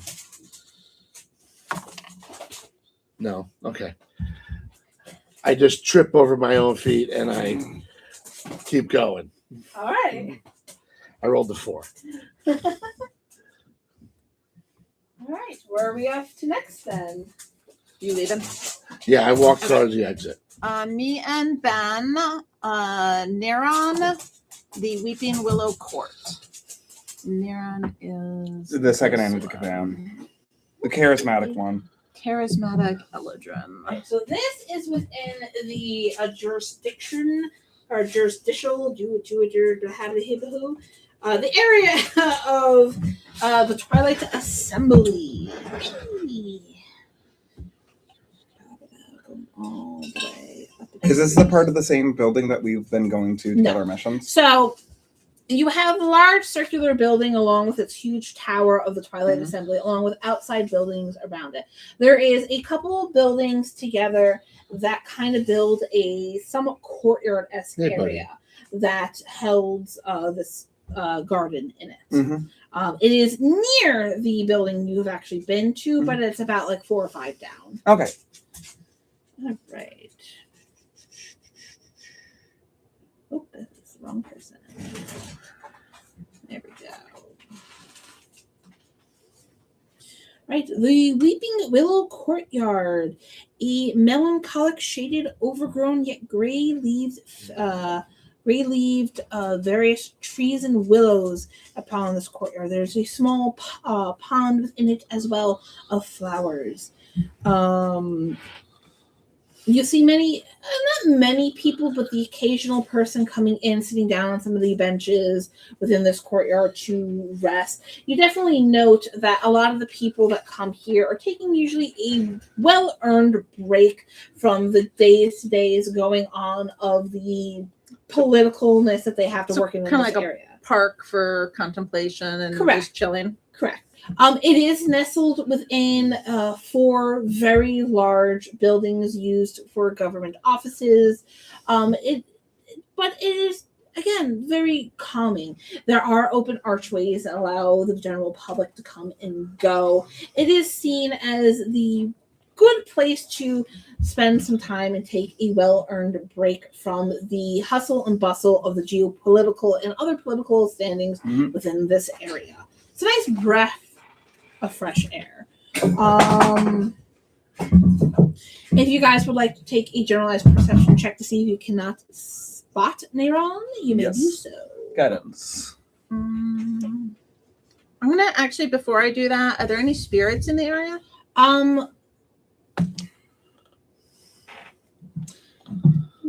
Maybe by the pond. It's more of like I'm trying to figure out. You would definitely note that during your time in the city itself, definitely the area where you can actually know where a lot of the druidic priests and stuff actually work, and some of the areas like that, and some of the more outer parks within the outer rings of the cities where you will actually So it's a little find. too urban. Yes. 23 for perception. Okay. More. 27. You will note as you guys does are. a 19 and a 1 on that make it into a nat 20? No. You will note as you guys are kind of just taking in the views that you do spot what you assume based off the description you were given, Neyron, as he takes a solitary walk through this quiet park. Though he's, you think he may be meditating on tribal policies or what have you, you're not really sure, but he seems to be taking a nice meditative walk through this park itself. Anything interesting about him? Let's see. He is an Eldrin. You will note that he seems to have some form of legendary charm, though it still seems to be in great effect. As you see him walking about and occasionally stopping to talk to the commoner or whoever else is within this area, his eyes seem to remain dead and vacant while his mouth is smiling and he seems to rally the people around him. It never quite reaches his eyes. I'm gonna go up to someone that has noticed Neyron. Go. Oh my gosh, is that Neyron? I know. It's amazing to see him out and about, though. It's sad. He seems to be a little under the weather as of late. Oh really? Well, He looks like he's still smiling as he's talking.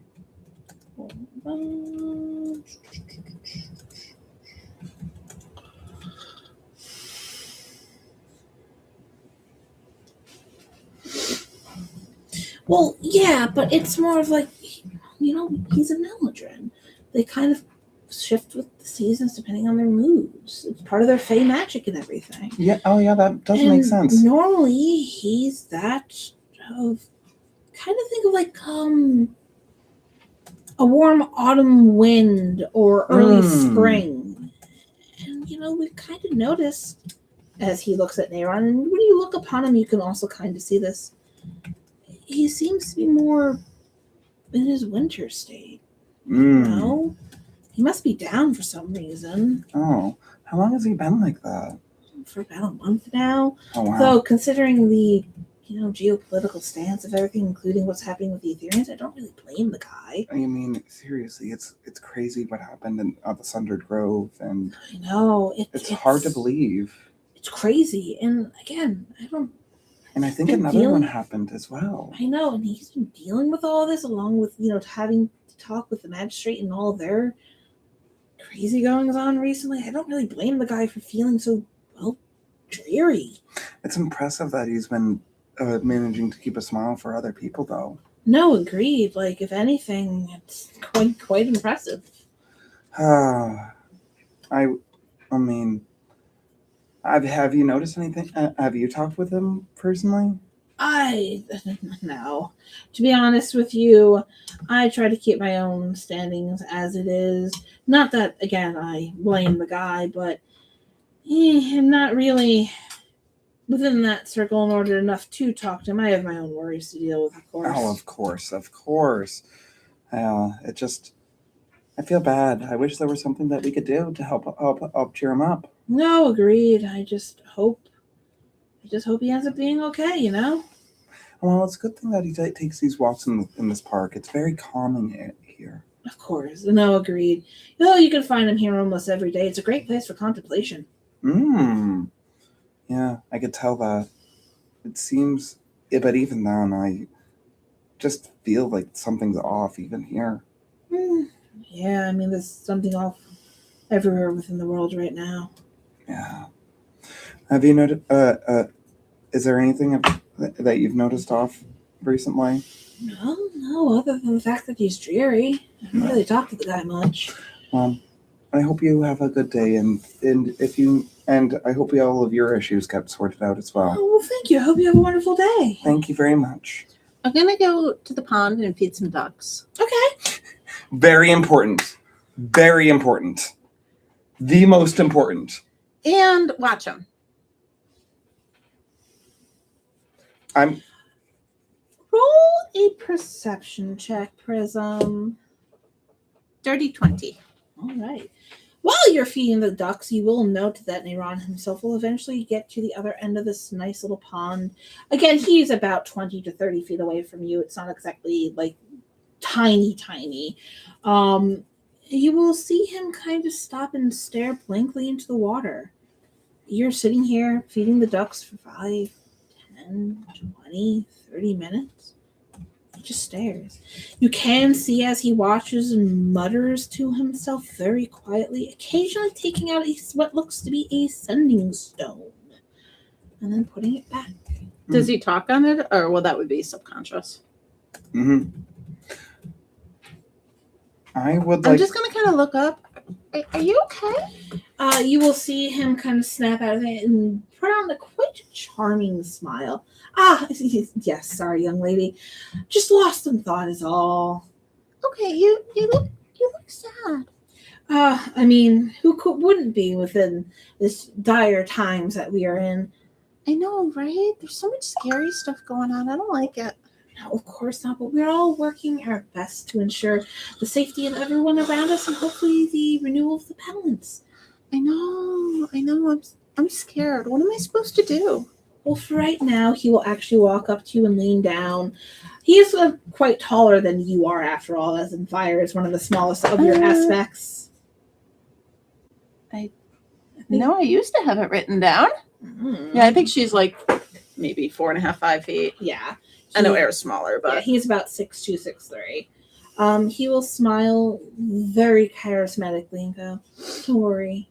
All you have to do is just make sure you are okay. Keep walking about your day. And anytime you see something nearby, report it to the right people. We don't want any, citizen getting hurt for that." Oh no, I don't want anybody getting hurt.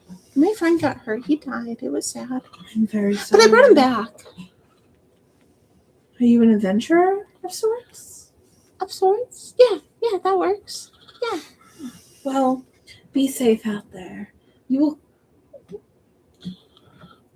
roll an insight check. 28.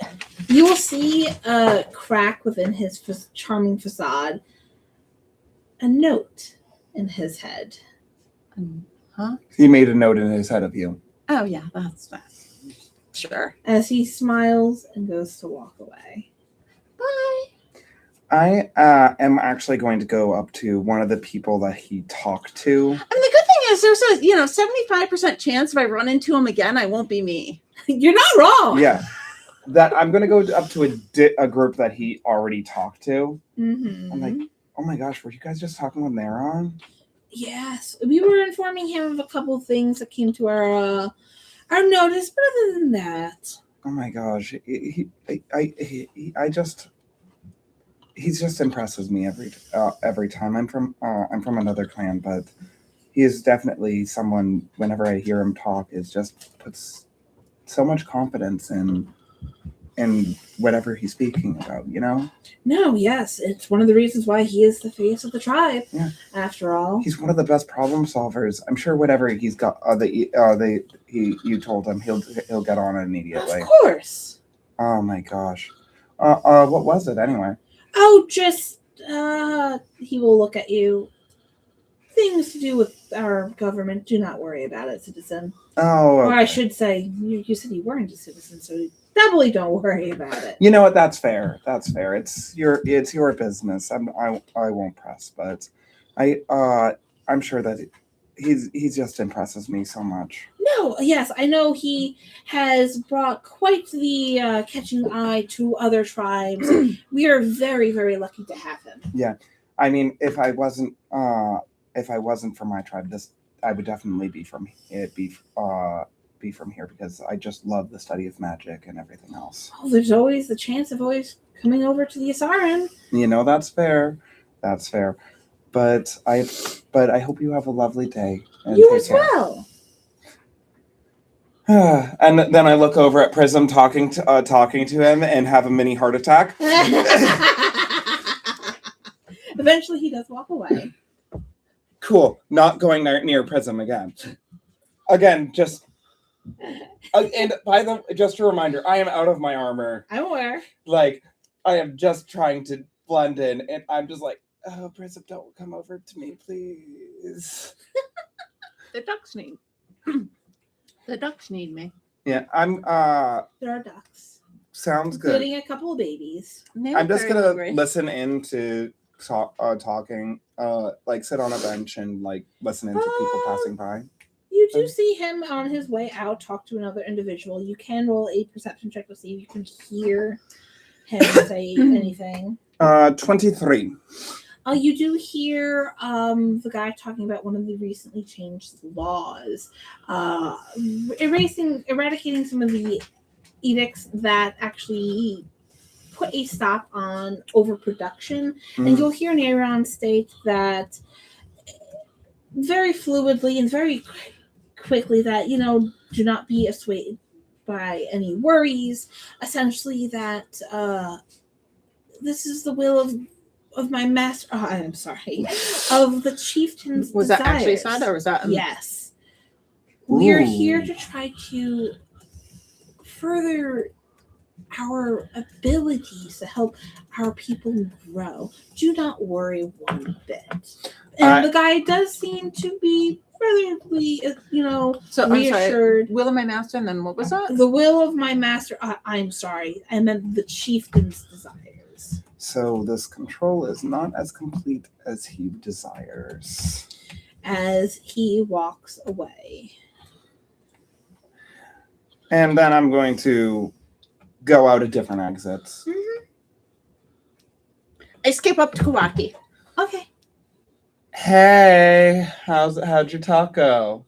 He's sad. Yeah, I got that. Oh, and he had a sending stone, and he was talking on it for a long, long time, and he was also just kind of staring blankly at the water for a long time. I think there's something wrong with him. Yes.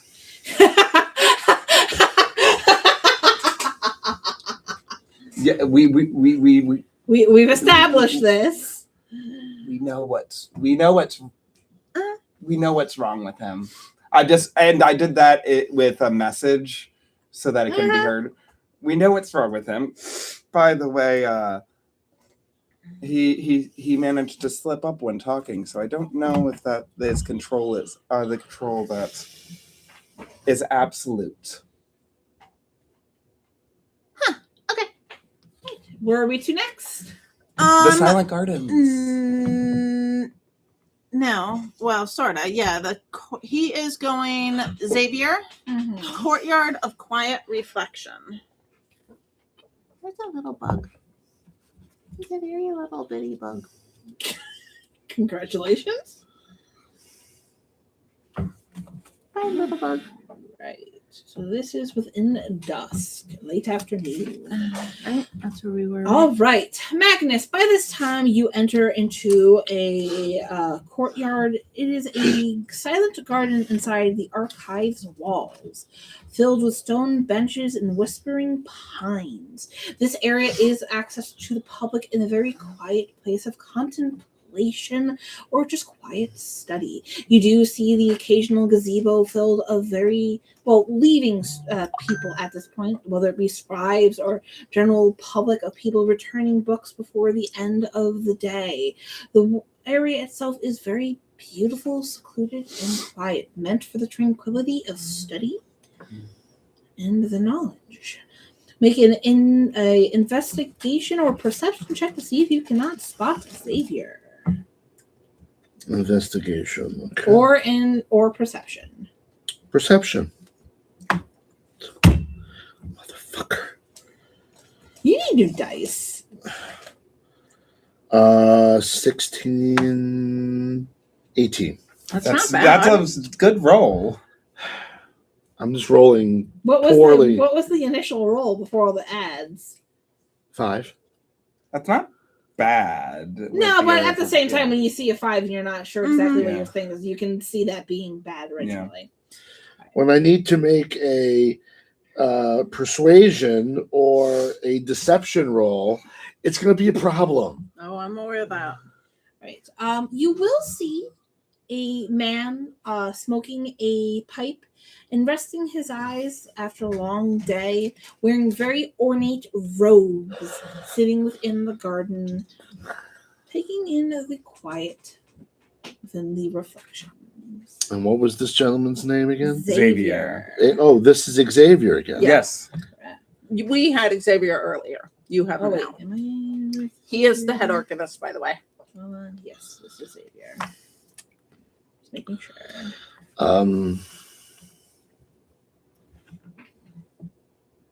As you sit there watching him, you will see a man dressed within medical garb walk up to Xavier. Xavier will look up momentarily as this medical individual hands off a scroll to Xavier, who will then nod and add it into his pocket.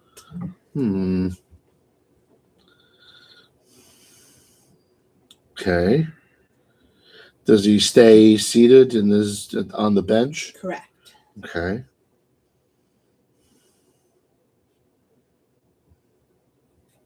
Do I recognize the other individual? You do not, but you do recognize the sash on his arm, very similar to that of what Vermeer was wearing. Seems to be someone who works for him.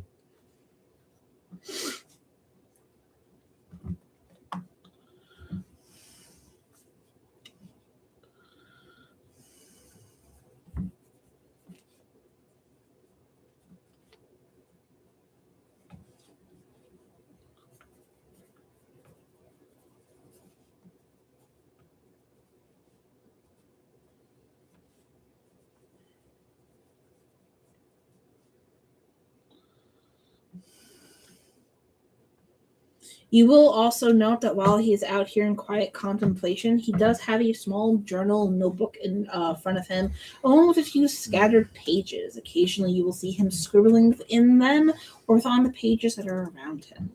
He himself is not really speaking or moving. He just seems to be taking in the area, taking notes or doing something else while resting his eyes and smoking his pipe. About 30 to 40 minutes go by without any real movement outside of the occasional scribbling upon paper, whether it be on some of the scattered parchments around him or the book within his lap.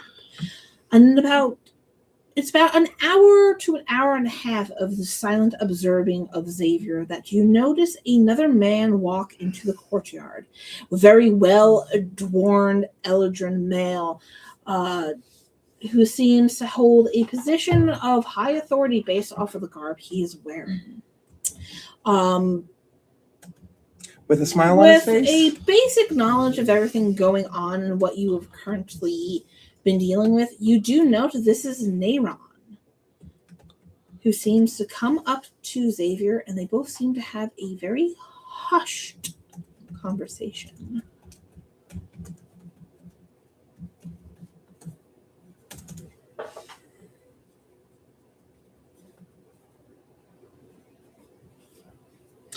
You will see Xavier hand over a different form of parchment from one of his interior pockets within his robes over to Neyron himself. Neyron will open it and take note, nodding his head and having a few more, God bless you, conversations with Xavier himself. You feel free to roll a perception check to see if you can overhear part of this conversation. Joe, note that it will be a high DC. Okay. Can I make a suggestion even though I'm not there? No.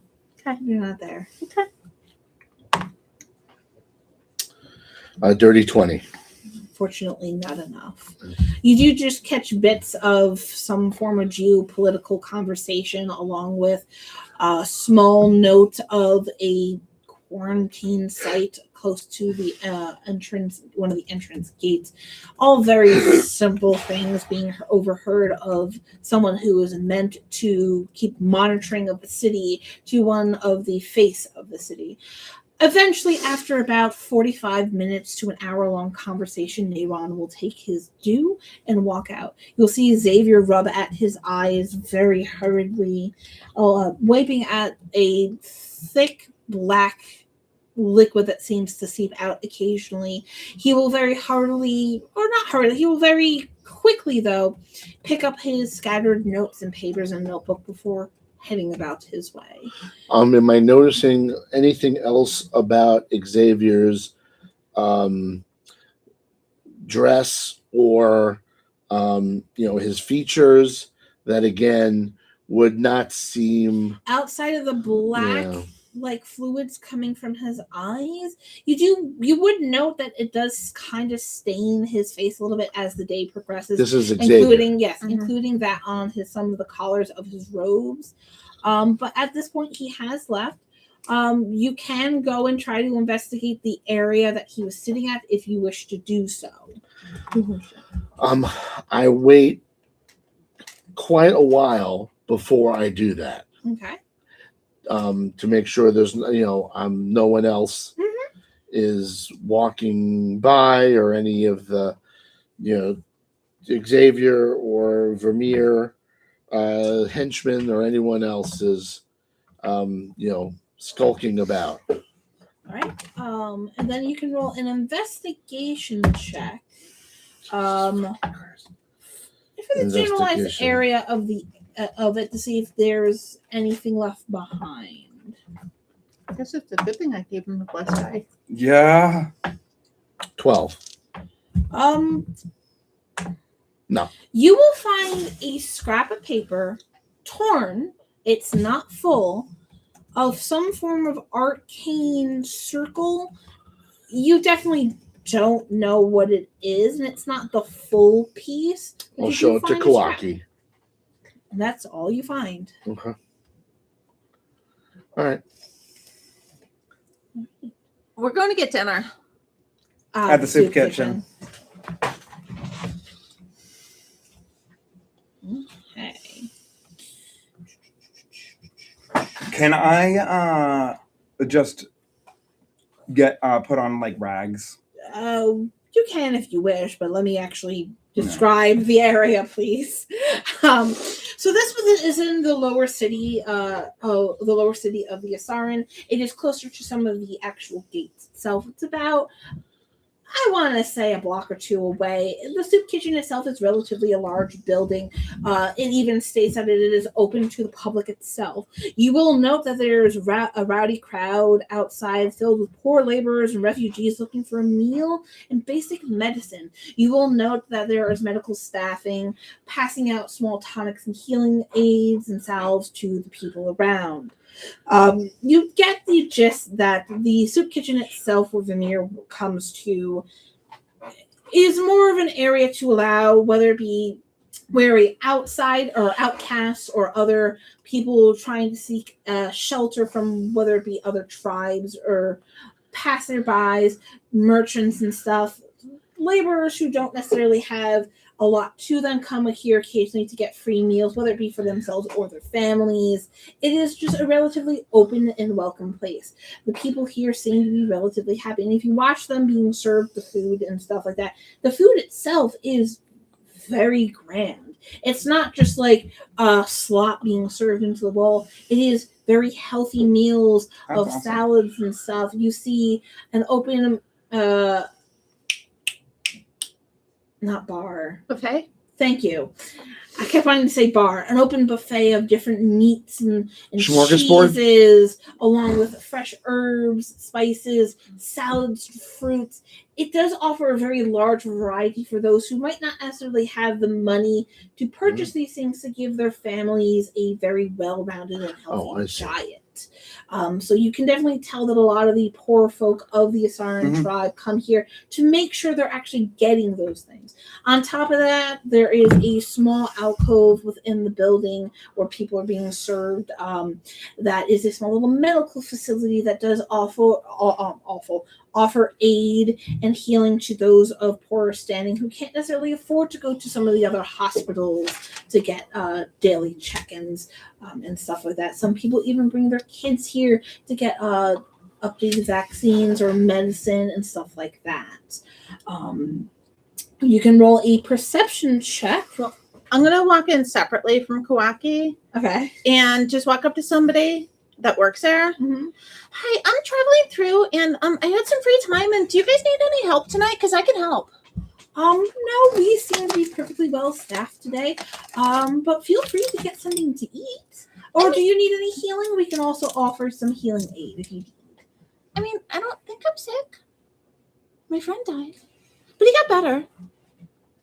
Well, I'm very sorry about that, though it seems you're doing pretty fine. But feel free to get some wonderful food.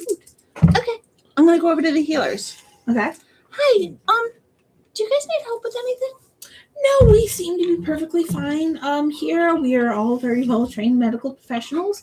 Though, are you in any need of healing?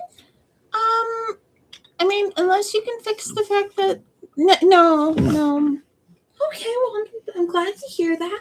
Feel free to get anything you would like at the food. Here is free to any and all who come. Okay, well, I tried. I guess I go get food. All right.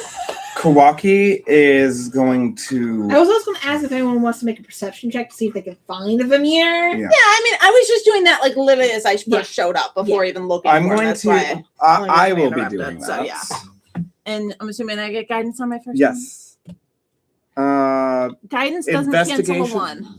No. I was too busy asking for work. Investigation 21. Okay. You will find Vamir. He seems to be distributing out healing salves to the masses and occasionally going over to the kitchens and using his magics to help bless and bolster the food that's been given All right, out to I'm people. going to put my heartstone necklace into my soulstone necklace into the one of the portable holes that I have before heading over to the healers. Mm-hmm. And I just go, "Hi there. I know that you guys do you have any way to ease the pain of a splintered soul?" Oh, I am so sorry. Give me 1 second. I may be able to have someone help you. This person will walk away, and eventually a fae will walk out towards you. Oh, lovely. This is going to be great. Oh, no. You will see him, and It wasn't me for once. He will put his hand upon your shoulder. You will feel what you would think would supposedly be warm and life-giving, considering his work of life to be a ice chill touch as he rests his hands upon you, almost feeling like your heat itself being absorbed by him. I do kind of flinch away. Oh, I'm sorry. I wasn't expecting it to be so cold. Oh, I'm very sorry. I hear you're in pain from a fractured soul. Yes, There's plenty aid that I can give you. Please come, sit down. of course. He will bring you with him the offices into one of the areas of a nice little, like, think school medical area where like they have the curtains very close together relatively. Mhm. As he sits you down and he starts to bring out some medical equipment and stuff, and he goes, is it okay if I examine you, sir? Of course you can. He starts his routine examination. You see him jotting Mhm. down notes. Roll in a perception check to see if you can see what he is writing down. Sounds good. That perception would be I'm gonna make it a dirty 20. Roll a sleight of hand to guise your magic as you produce it. All right. Can I flash a genius that? Flash of genius, your flash of genius. No, flash a genius, my sleight of hand. And it's also not magic. It's more of a like flash of genius is more of like a thought of. Yeah, but a lot of those have like an eye glow or something like that. It's more of you Gotcha. trying to subtly hide the instance that brings it about. What's the overall roll? 14. It would bring it up to 21. Sure, I will allow it. Right. Again, most times when you use an ability, there is a subtle Gotcha. shift, whether it be through a energy source within your own body, or a shift in aura, a shift of the eye color, a flash. Gotcha. It's more. I always assumed it was more like mental stuff, or like me noticing something rather than. It could be, but it doesn't mean that there isn't like that twinkle of arcane Gotcha. energy bringing about the Okay. main blast. So yes, you can definitely do so in a point where you don't think he noticed at all that Right. you are using some form of ability through Yeah. whether it be magic or something to do so. So I forgot what I was going with that. I was looking at the papers. Yes. Jotting things. Thank down. you. Taking notes about Kawaki. Thank He you. writes notes about Kawaki. We went somewhere, my brain lost it, and look, shit happens, guys. You will note that he does seem to be writing down instances about you do seem to have a uniqueness to yourself, almost a high magical bloodline of sorts. And that you do, though, have a fractured soul, seem to have an incredibly strong immune system, along with some underlining notes about that. He will start his cursory thing. You will also note that if he puts his hand down on the table for too long, frost starts to creep away from his touch. He will start his examination upon your soul. He goes, "Oh, that is very, very harrowing. Though it does seem you have some form of stitching of sorts." Yes, what's the Howen. the Howen? I was with the Howen. Someone there was able to ease the pain that I have. It was a lot worse before I went there, but before I got this, but it's. It still hurts, I assume. It does. Right. You will see him start doing. Some days are better than others, you know. Of course, he will start doing some magics, and very quickly you will note that pain you were feeling does seem to numb away, almost like it's not there right now. That is much I can do. That is as much as I can do for you for today. But feel free to go to one of our clinics if you need more aid for something. We do have some soul healers, though not nearly as great as the Howen. So if that is all they're capable of doing, I am not certain if ours ourselves could do more. Well, thank you. And every little bit helps. I Of greatly course. appreciate everything that you've done.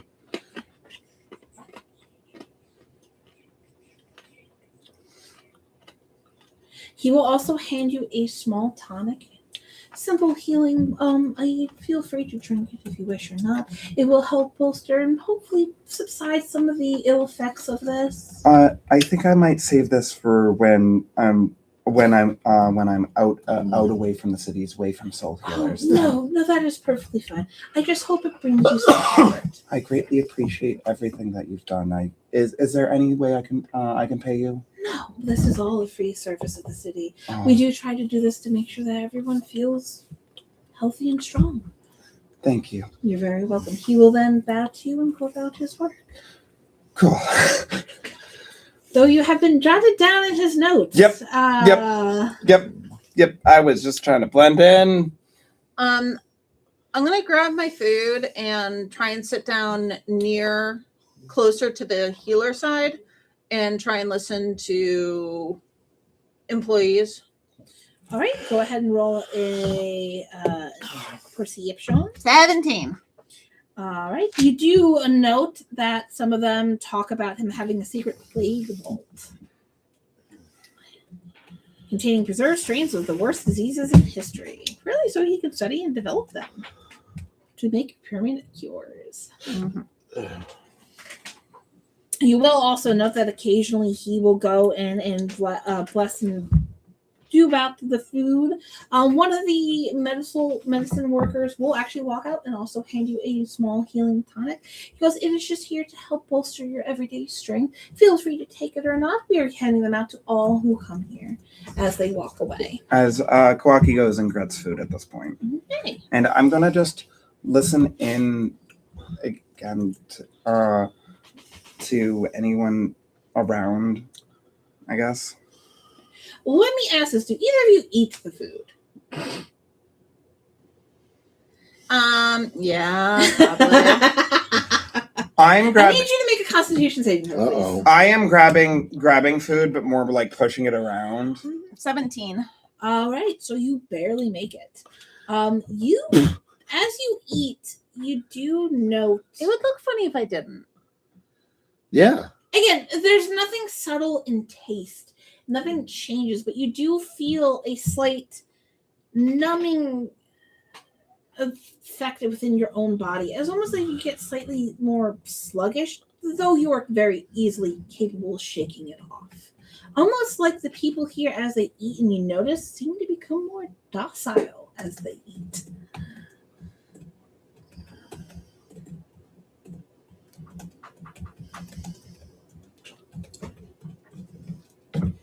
Occasionally you'll see someone even nod off, and when they do, medical people come over to make sure they're okay and quickly whisk them off to the back room. Totally normal. Yup! Cool.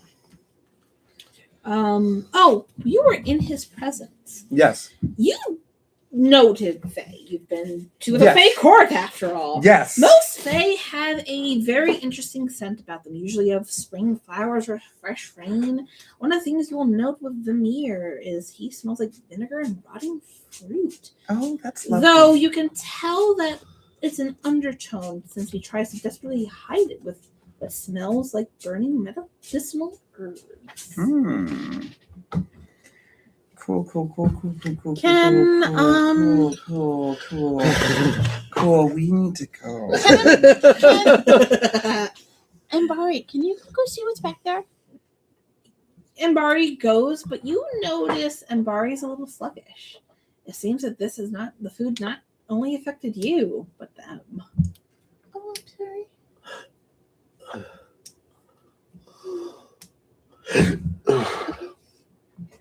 Can she see in the back room? She sees in the background you do see them tending to the person who is unconscious. They seem to be getting him ready to go to one of the hospitals. Okay.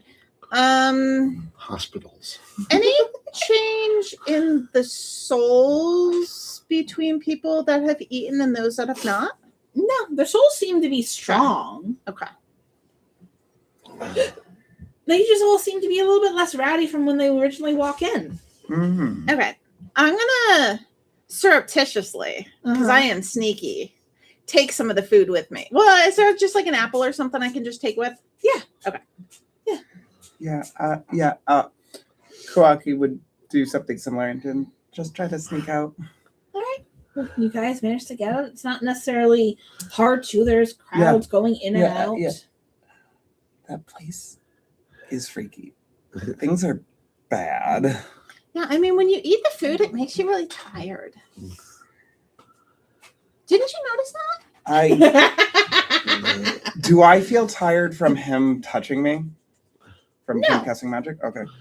Okay. I mean, you didn't eat the food. Did you want to take the tonic? No. Absolutely not. You sure? Why not? It makes I you got feel I got one of the tonic. Oh yeah, I got one too. quacky. Is Do it they our- look the same? Quacky. Yes. It'll make you feel Cool. better. Identify. I'm identifying this shit. Well, it's not magical. Hmm.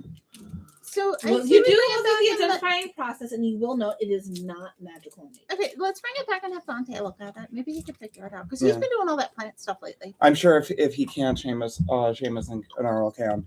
But let's get back to the tower. You guys make it back to the inn where you're quickly teleported back to the tower. Gee. I'm assuming Magnus beat us here. Yes. Hey. I had an interesting day. Oh, that's great. Vamir did a medical examination on me. Super. Glad to see you. She talked with Neron. And Xavier, right? No. No. No, not I talked to two of them, didn't I? No, you talked with Neron and then you corrected a walkie. Ah, that's what it was. Yeah. So yeah. So do we have to role play this, or we just catch each other up on We just the day? exchange notes. You can, but I would love to see a small interaction. Yes. Come on now. So in any case. So there's a lot of bad shit going on here. They're like drugging the people, the population with the food, and God knows what else. Yeah. Yeah. Xavier seems to be erasing history, which is always a good sign of someone doing good things. Xavier's into a lot of clandestine shit. Yeah. Owaki is unintentionally doing her magic formulas to siphon energy to elsewhere. Let's see what else. Niran like mentioned that he had a master.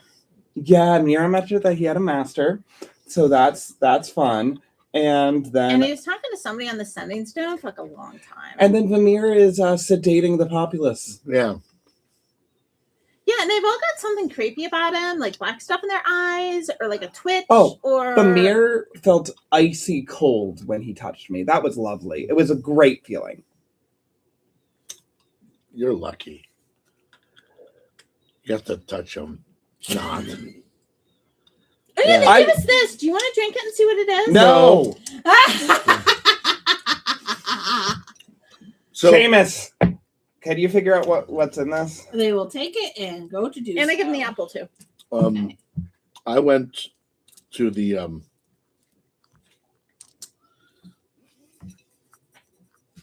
the World Conservatory. Yeah, that's where you started That's where it started with Nardell. with Nardell. She's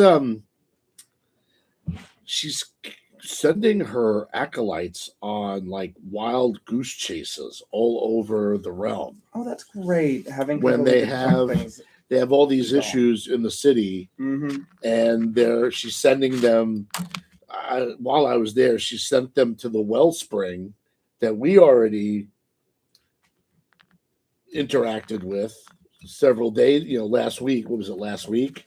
At this point, Mm-hmm. Oh, they're not going to talk to her. while I was there, the acolytes were discussing that she's gone through changes. Mhm. Her demeanor, her voice, the way she dresses, and then I had an opportunity to just kind of check her out. Okay. She's got like black necrosis looking blight on her. Yeah, Xavier was dripping black. I goop. saw that too, but she's trying really, really hard to conceal it, and I tried to follow her to her next appointment, her next, wherever she was headed thereafter.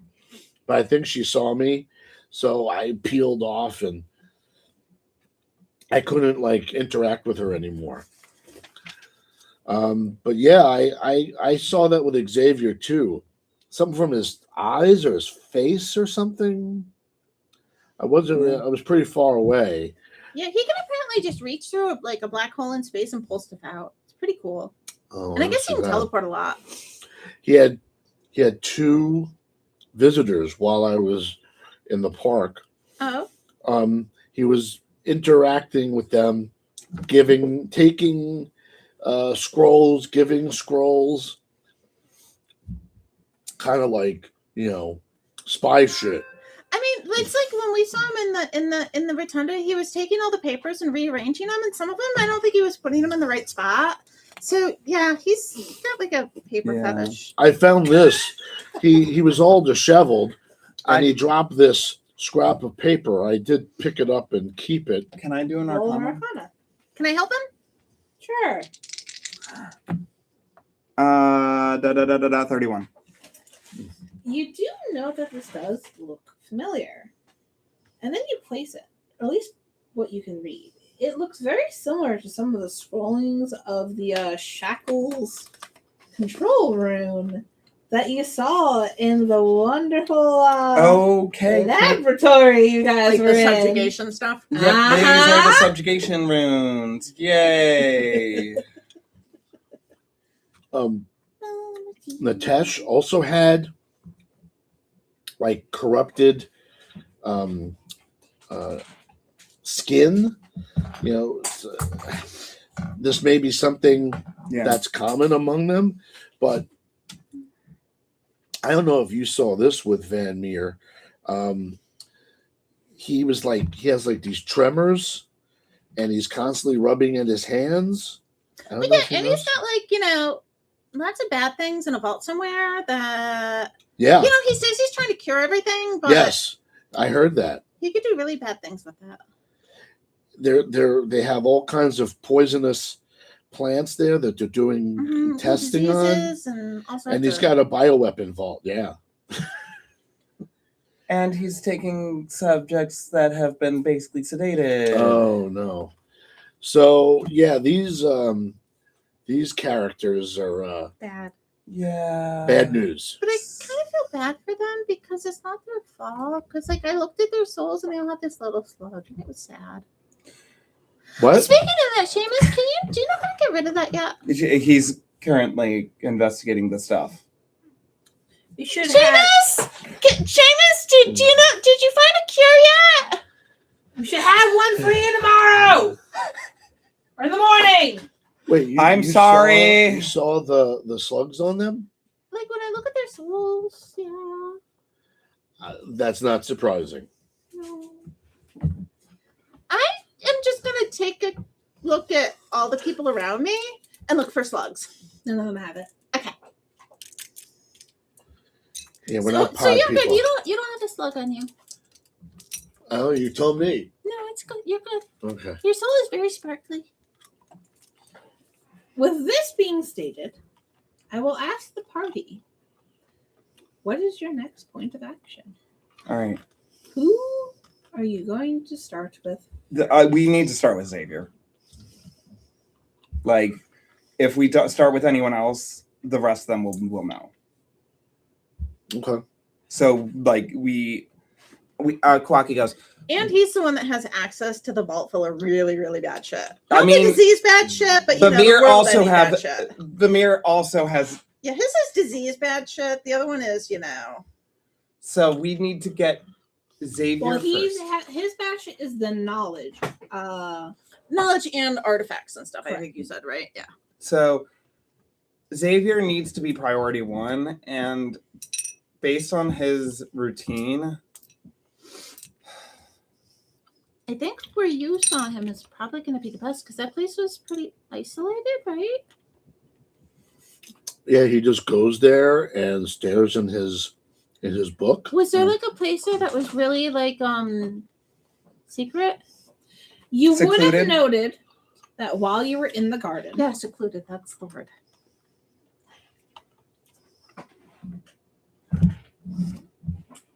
it's a circle. this is a circle.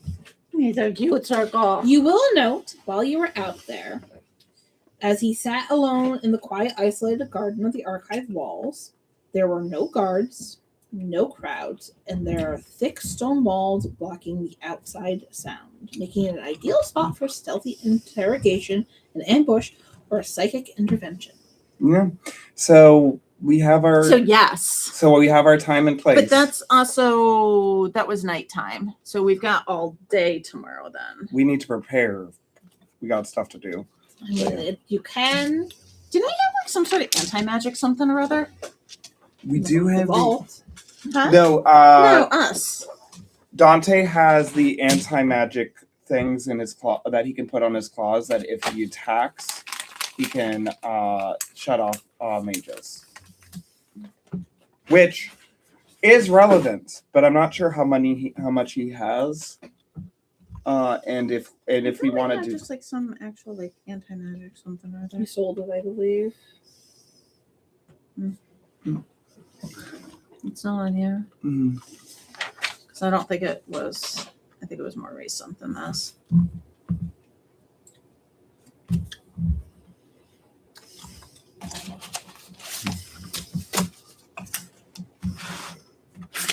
We did have this shield of spell turning that we wanted to see if we could find a way to put up maybe onto your gauntlets. oh right, that's what it was. Or something. Turn into an animated object. Yeah. But yeah, But yeah, no, we did have something anti-magic, but I guess we don't have it anymore. it would be it wouldn't be on this. It would be the anti-magic core. I think it would be. And that's where it would be. It would be right there. No, Because but that's wouldn't where it it's be alphabetical. No, because these are anti-magic. That oh, A. A. Sorry. And 7 anti-magic elemental cores. Yeah. Okay, we do still have them. So bombs, etc., All right. or an adornment, which would be an essence of magic. If targeted by a spell and you succeed the save, take no damage and heal instead.